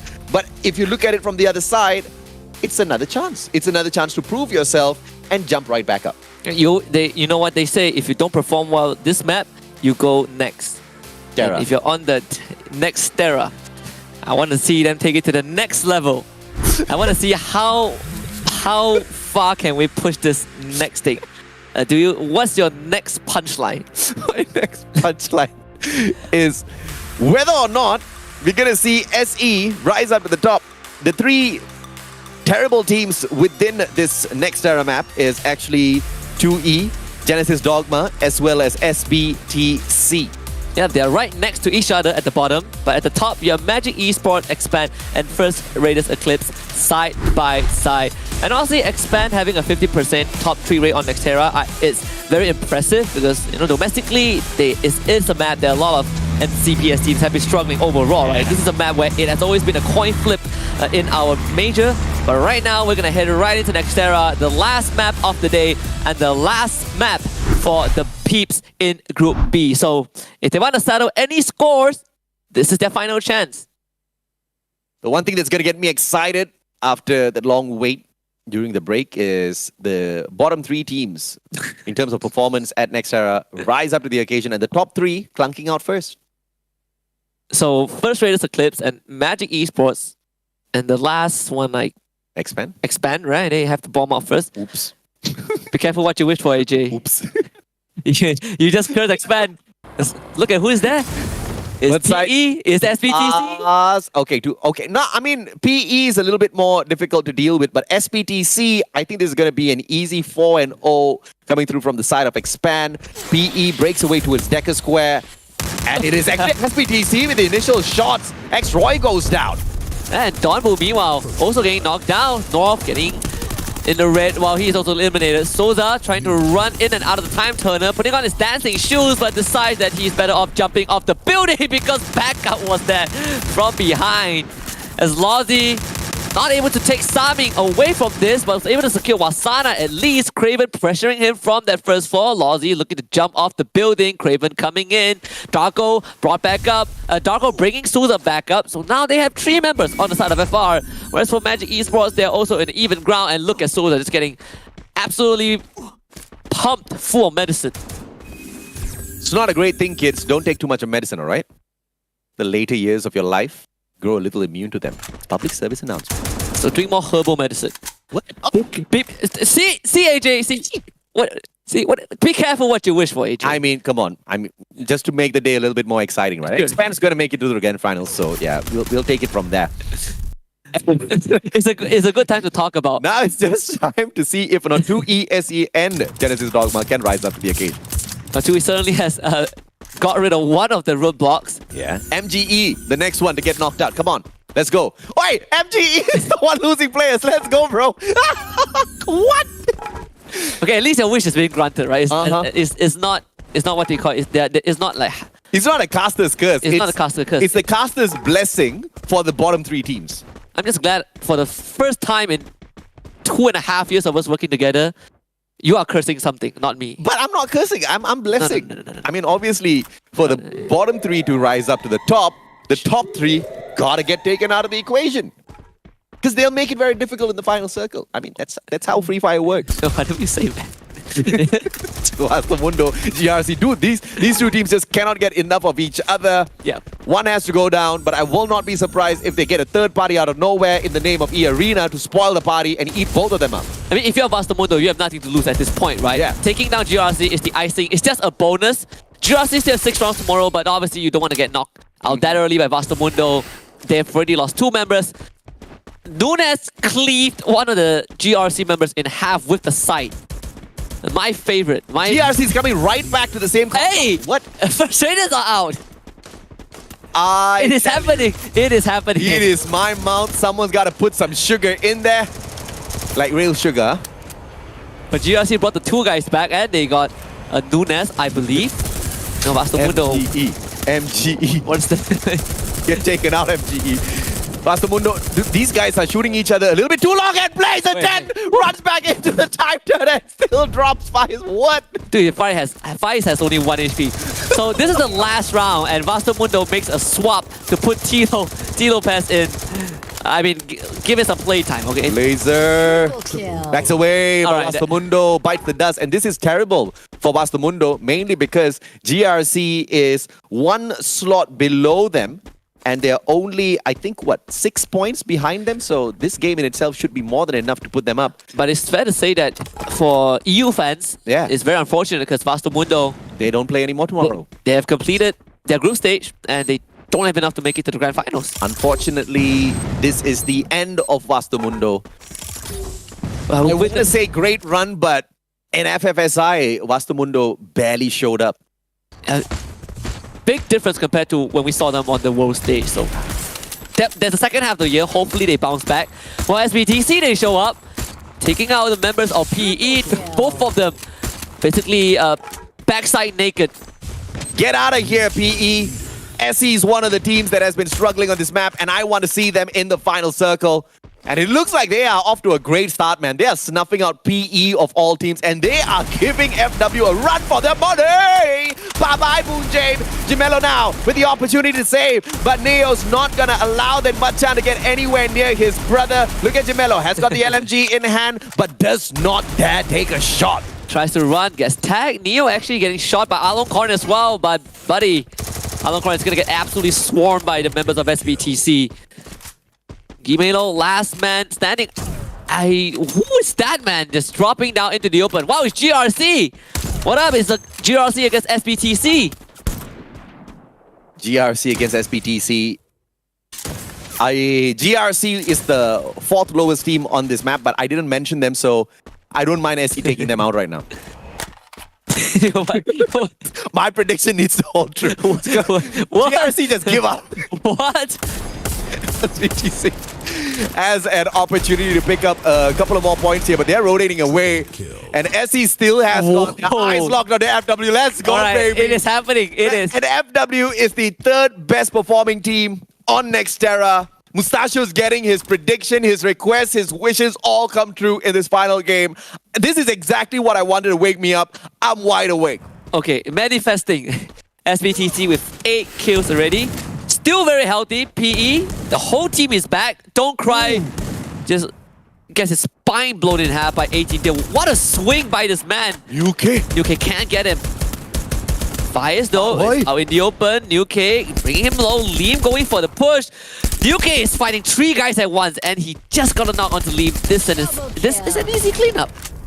UK is on fire. 18 Deer with Becker in hand. Can't do much. Fires in here for the backup as well. Smart play out of UK. Popping the Steffi, making sure no nades can find him just yet as he patches himself right back up. This is the time for Fires to shine! And he plays the timing well, but UK with a fantastic glue wall. Just about 20 HP lost. UK repositions. 18 Deer on for the charge now. It's a 1v2, and 18 Deer is the one to push on for 49 HP, and UK still gets it, but 18 Deer with a stab from the back. Heavy damage onto GRC. It took them so long. Don't cry, just gosh. That's a pistol kill. No booyah, no cry. You know, there's nothing more embarrassing than getting killed by a pistol. There is. Taking yourself out with the RGS. That one is more common than getting taken out by a pistol. That's true. In terms of rarity, right? Getting taken out by a pistol is like getting taken out with a fist. Oh, we saw that, I think, yesterday. Yeah. LGDS, Roro. Alpha saw that and they were not happy, man. It wasn't by Alpha though, it was by Roro, by LGDS. They wanted to make content, but they gave the idea to Roro. Now Roro has got content. But Roro doesn't have Kla.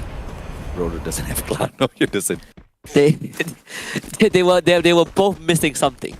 8 more teams. Just past the 8th minute.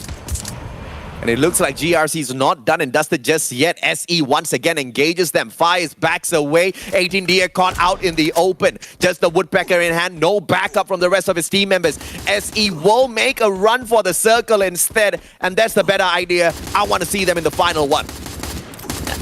There's a revival point controlled by SBTC. And I think GRC might have to go through them as well, because SBTC not only have a revival point near them, they also have an arsenal. They're getting a lot of that high-tier weapon, and now they get to make the first move into the circle, and this could allow them to make their rotation towards west side, which is what one of their players are doing to deal with GRC. And meanwhile, more team are wiping the floor with PE Sports. PE, this is not Pexterra. So PE has no standing on this map. We'll need to see them make a little bit of a play for revival once again. 2 more players left in here, 4 eliminations to their name. And PE Sports does not want to clunk out just yet. They want to beat the maximum score with taken within a day, but Nero expires as well. One final player on the side of PE Sports. Dude, this just got so much more harder, and it was GRC that was punishing him. Look at GRC and SE. They both have 8 eliminations. PE Sports are still in this, okay? They're still in this. They have 1 more guy. 2E still alive. GRC still alive. SE still alive. SE still alive. Genesis Dogma still alive. Still alive. No eliminations. I don't care. MGE needs to go. E-Arena definitely needs to go. Morph needs to go. Come on, guys. Give me something. This is the final day play for Group B. We just need to see some miracles out there. Well, these 2 teams are in Group C, so there are still plenty of chances tomorrow. But we want to see it in this match. Like right now. Right here, what do you think, Amazon Prime? Like same day delivery. Morph. Neo finds Don Boo. SE's taking out MGE. What? Are they out already? I swear to God, this okay, they started things off good. They took 1 guy out, okay? It's not, the team is still there. There's still 3 more guys. Now E-Arena gonna give the Mustachio exactly what he wants. E-Arena trades a couple of shots, a couple of ice grenades towards the players of MGE first. Flanking around from the right-hand side, not accessing the building all that too early. And 1 player pushing off a little bit far. I believe that's going to be the sniper of the squad. Argus and Limit already within the building. But there goes MGE. They back away. SBTC just on the other side. MGE running away from E-Arena. SBTC waiting for them. Hey. But Genesis Dogma shows up out of nowhere. Do not do it, Genesis. I want to see both of you in the circle. Well, I guess only one of them will make it through. The cluster from Yoss not good enough. He's getting flanked as well. Borges with that shotgun in hand. Yoss getting pushed. And LZ's gone as well. SBTC, 4 guys still alive. As Borges goes down, Yoss still holding the nade. It's about to be Christmas for SBTC as Yoss, he doesn't have much left in the building. Doesn't have much left in the tank. Artemis, alright, gets taken now. No finisher just yet. He's gonna get brought back up. Yoss, he's gone. SBTC keeps moving. 13 kills. 13 what? And MG gets knocked out. Dying right now. I'm literally dying right now. I am also dying for the exact opposite reason. What is going on? My God. Why aren't my predictions this time? What is this? I've done this for 2 years. Never gotten one correct. You come in here, you're a freshman, and you do it right on your first run, and all of it are coming through. What is happening, AJ? GRC, okay, bye boys. 4 more teams left. Did you steal my mojo? SE is in here. SE is in here alongside 2E. 2 out of 3. Brother, let's go. 2E against EA right now. 3 men left. Dark Love, grenade launcher in hand. Limit tries to help his teammate. Gets shot from behind. Argus, take yourself out. Third party is there. Shut up. Getting knocked down. Oh, Argus is back out. Grenade launcher on the 2nd floor. Iza got. It's a good start. Taking out the members of EA. But EA, they're on the first ball. Morph team. They're going to show it right now. SBTC on the roof. SBTC going to take on Morph. This is a big fight. Can they hold on to this high ground advantage? Here comes the Riptide Rhythm. Saming in a lot of trouble. No defenses whatsoever, but we don't see a knock coming on through. Homer tags up 3 players all at the same time, and SE takes a nap. What a time to blocking off the nade. Just enough to keep them alive. They only took a bit of chip damage from Morph team as a result of that. Big plays from the side of SE, but now they gotta try and hold this roof. It's not the easiest to hold, especially for all these explosive. Brian just gets sniped by Ma'ao. SPTC gotta slow things down. More team coming through with the push. Pew is there and gets hand as well. SE, they bring Brian back up. Artemis is dropping low. Brian drop back down again. Artemis on the ground. Mob team bulldozing through SPTC. And there's no booyah for SPTC. No chance. No booyah, but they made it towards the final circle. I love it. 2E now, taking on E Arena. This is a big fight. Here comes one quick nade. August backs away. The wall protects him, patches himself right back up as well. Sends one straight towards Dark Love. Dark Love dodges it. And E Arena just do not know what to do with these Eagles who refuse to go down. And Mob Team, they are having the time of their life, but Limit is not going to make it easy. Mob Team have 12 eliminations so far, AJ. They have a chance to back another 6 to make it 18. That's only if they get rid of the rest of the teams. Susanna is going to have that glue wall taken out. Look at Ma'ao. He is so far at the edge. A vantage point to keep track of all the other teams. Let's hope and pray that nobody spots him out just yet. He is going to be a crucial player for this final engagement. E Arena still dodging away from all of those nades tossed by 2E from up top. Final circle. 2E doing the exact same. But now Morph helping out E Arena flush out 2E from that high floor. It's the final circle. It's going to close right in, and they all have to run into Morph Team, who have control of majority of the safe zone. Look at all those nades being lobbed right onto the second floor. But between 2E and EA, only one can get out. And between all of the 3 of these teams, I think Morph Team is going to win this unless one of these teams... They got to do some heroics. Come on, man. Send EA out. Morph and EA take each other on. 2E, booyah out of nowhere. All right. That is the dream. That is the dream. That is the dream. Sana AC80. It's finally happening. They're going to move soon. Morph's just teasing us. 2E cannot get out just yet. Dark Love does have the grenade launcher. Izagot goes down thanks to a cluster out of Team Morph. Nades tossed towards Orgus. Orgus goes out as well. Susanna gets Izagot out of the equation. Morph with 14 elimination. Quay of Nai goes down as well. 2E has one final player alive. EA, they're most likely going to go down at this point. Potato, I don't think he can out-heal this, can he? No. Nah, he has nothing left. He's going to run out into the open. Morph Team, the second booyah of the day. Back-to-back booyah on top of everything else for Morph. From a day of no show at the start, they rise right back up. Good on them from Indonesia. And on Nextera, right, one of the best performing map.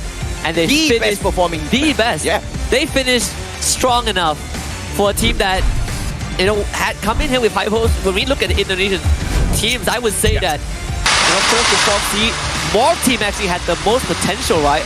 The most consistent one. Today was a bit of kind of doubt kind of casted onto them, but finishing with 2 consecutive booyahs, I think is very acceptable for a team that have just entered their group stage run. I think they just launched themselves up from the 7th spot in the whole day in the leaderboard between these two groups, from the 7th spot into somewhere around the 4th or 5th place, which is very decent in terms of a rise up. If they do even better than the 4th spot, I'm going to be impressed. Well, we hope to see them in the grand finals, right? Huge chance they've already qualified because definitely. We say goodbye to a lot of teams today, to 6 teams, right? Vasto Mundo, they are also done, but unfortunately they don't have enough to qualify. You know, PE Sports, they are done as well. FW, E Arena, Morph Team, First Critical Eclipse.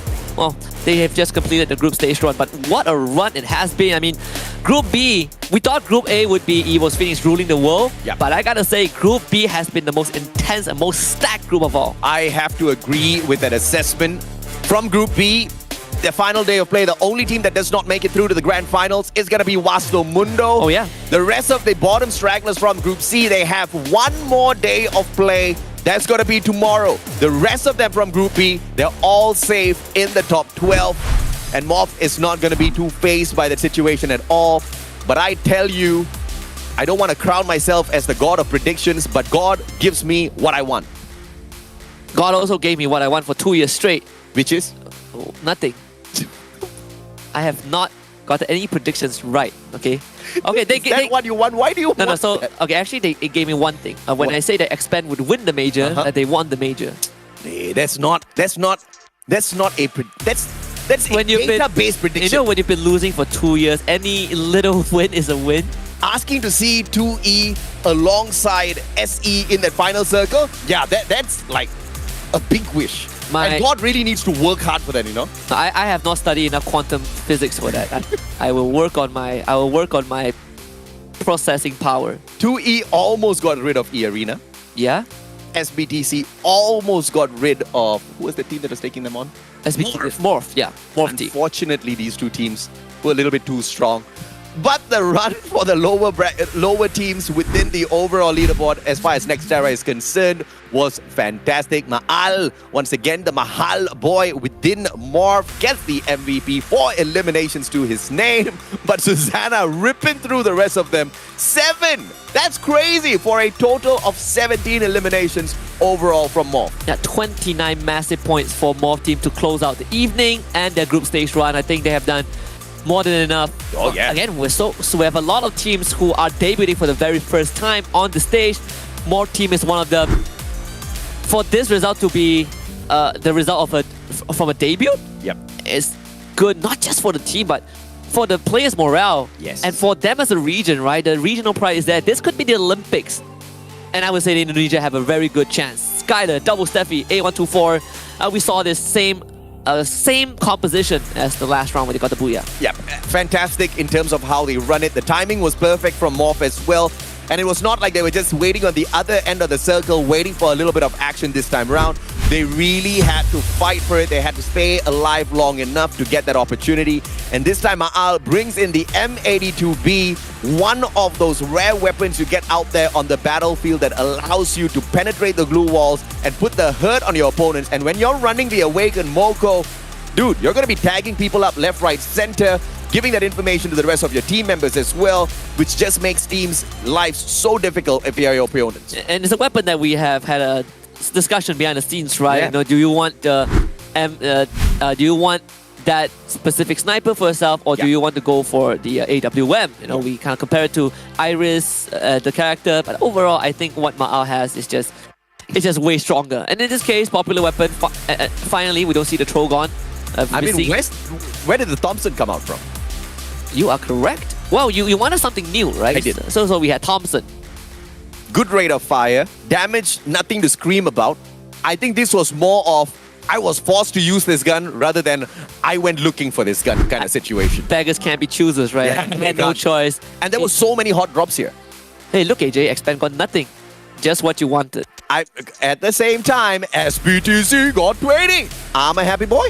Yeah, more team got Eagle Esports got 10. I'm a happy boy. More team got 29. They are happy boys. Arena got 18. GRC Aphrodite got 14. And this is a good round. It was a fantastic round. Super fun. But this is not the end of the group stage just yet. This is the second last day. Tomorrow, it's a Sunday. And it's not going to be a very fun day because we say goodbye to 4 more teams. Vasto Mundo, unfortunately, has no other opportunities to fight for the top 12. We say goodbye to them today. But PE Sports takes away that #1 spot. Yeah, E-Arena coming in close second with just a difference of 15 points. FW in third. No, FR in fourth. Of course, Evo's Phoenix, they're in 6th place because they didn't play today. Yeah. Tomorrow, it's going to be another rough one, right? Like you said, AJ, we are getting rid of 4 teams tomorrow. They're going to join Vasto Mundo in the elimination lobby. Yep. But we also have to praise the 3 teams that performed today. E-Arena, holding the highest record for the most amount of points in a single day. 104 points. With PE tying up with E-Arena's performance yesterday with 97. And Magic Esports coming in third with 78. Today was such a massive day for all of these teams. And I'm actually surprised that E-Arena beat PE because PE was good on their way to break the record in their own accord. Yeah, and E-Arena was the one who made it until the very end. And that was the biggest difference maker, right? Yeah. It could have been PE, but it's good to see E-Arena bounce back. That's all I'm saying. Yeah. Of course, a day of fun, a day of laughter towards the end, but tomorrow we will have to shed a few tears because we eliminate 4 more teams from the competition. We just do not know exactly who those 4 are going to be. Yes, the overall standings might give you a rough idea, but anything can happen. We've seen way too many miracles and way too many heartbreaks happen in FreeFire, competitive FreeFire. So tomorrow is unknown. The only thing confirmed is Vastamundo not qualifying for the grand finals. But Evo's Phoenix steps back onto the field tomorrow as Group A takes on Group C. That is going to be one of the highlights I'm looking forward to. And there's also one more thing where Group B would be pretty annoyed about, right? Because the teams that we saw dominating the overall leaderboard, I mean, we're talking about FW, PE, Morph. They're all done. They're all done. They're in Group B. They don't play anymore tomorrow. So 6 rounds for EVOS Phoenix to grab that #1 spot right back. The remaining 12 teams from Group A and Group C get to determine the fate of the teams in Group B tomorrow in the last day of the group stage. We'll find out which top 12 teams make it to the grand finals. Stay tuned. For now, we're going to sign off. Good night.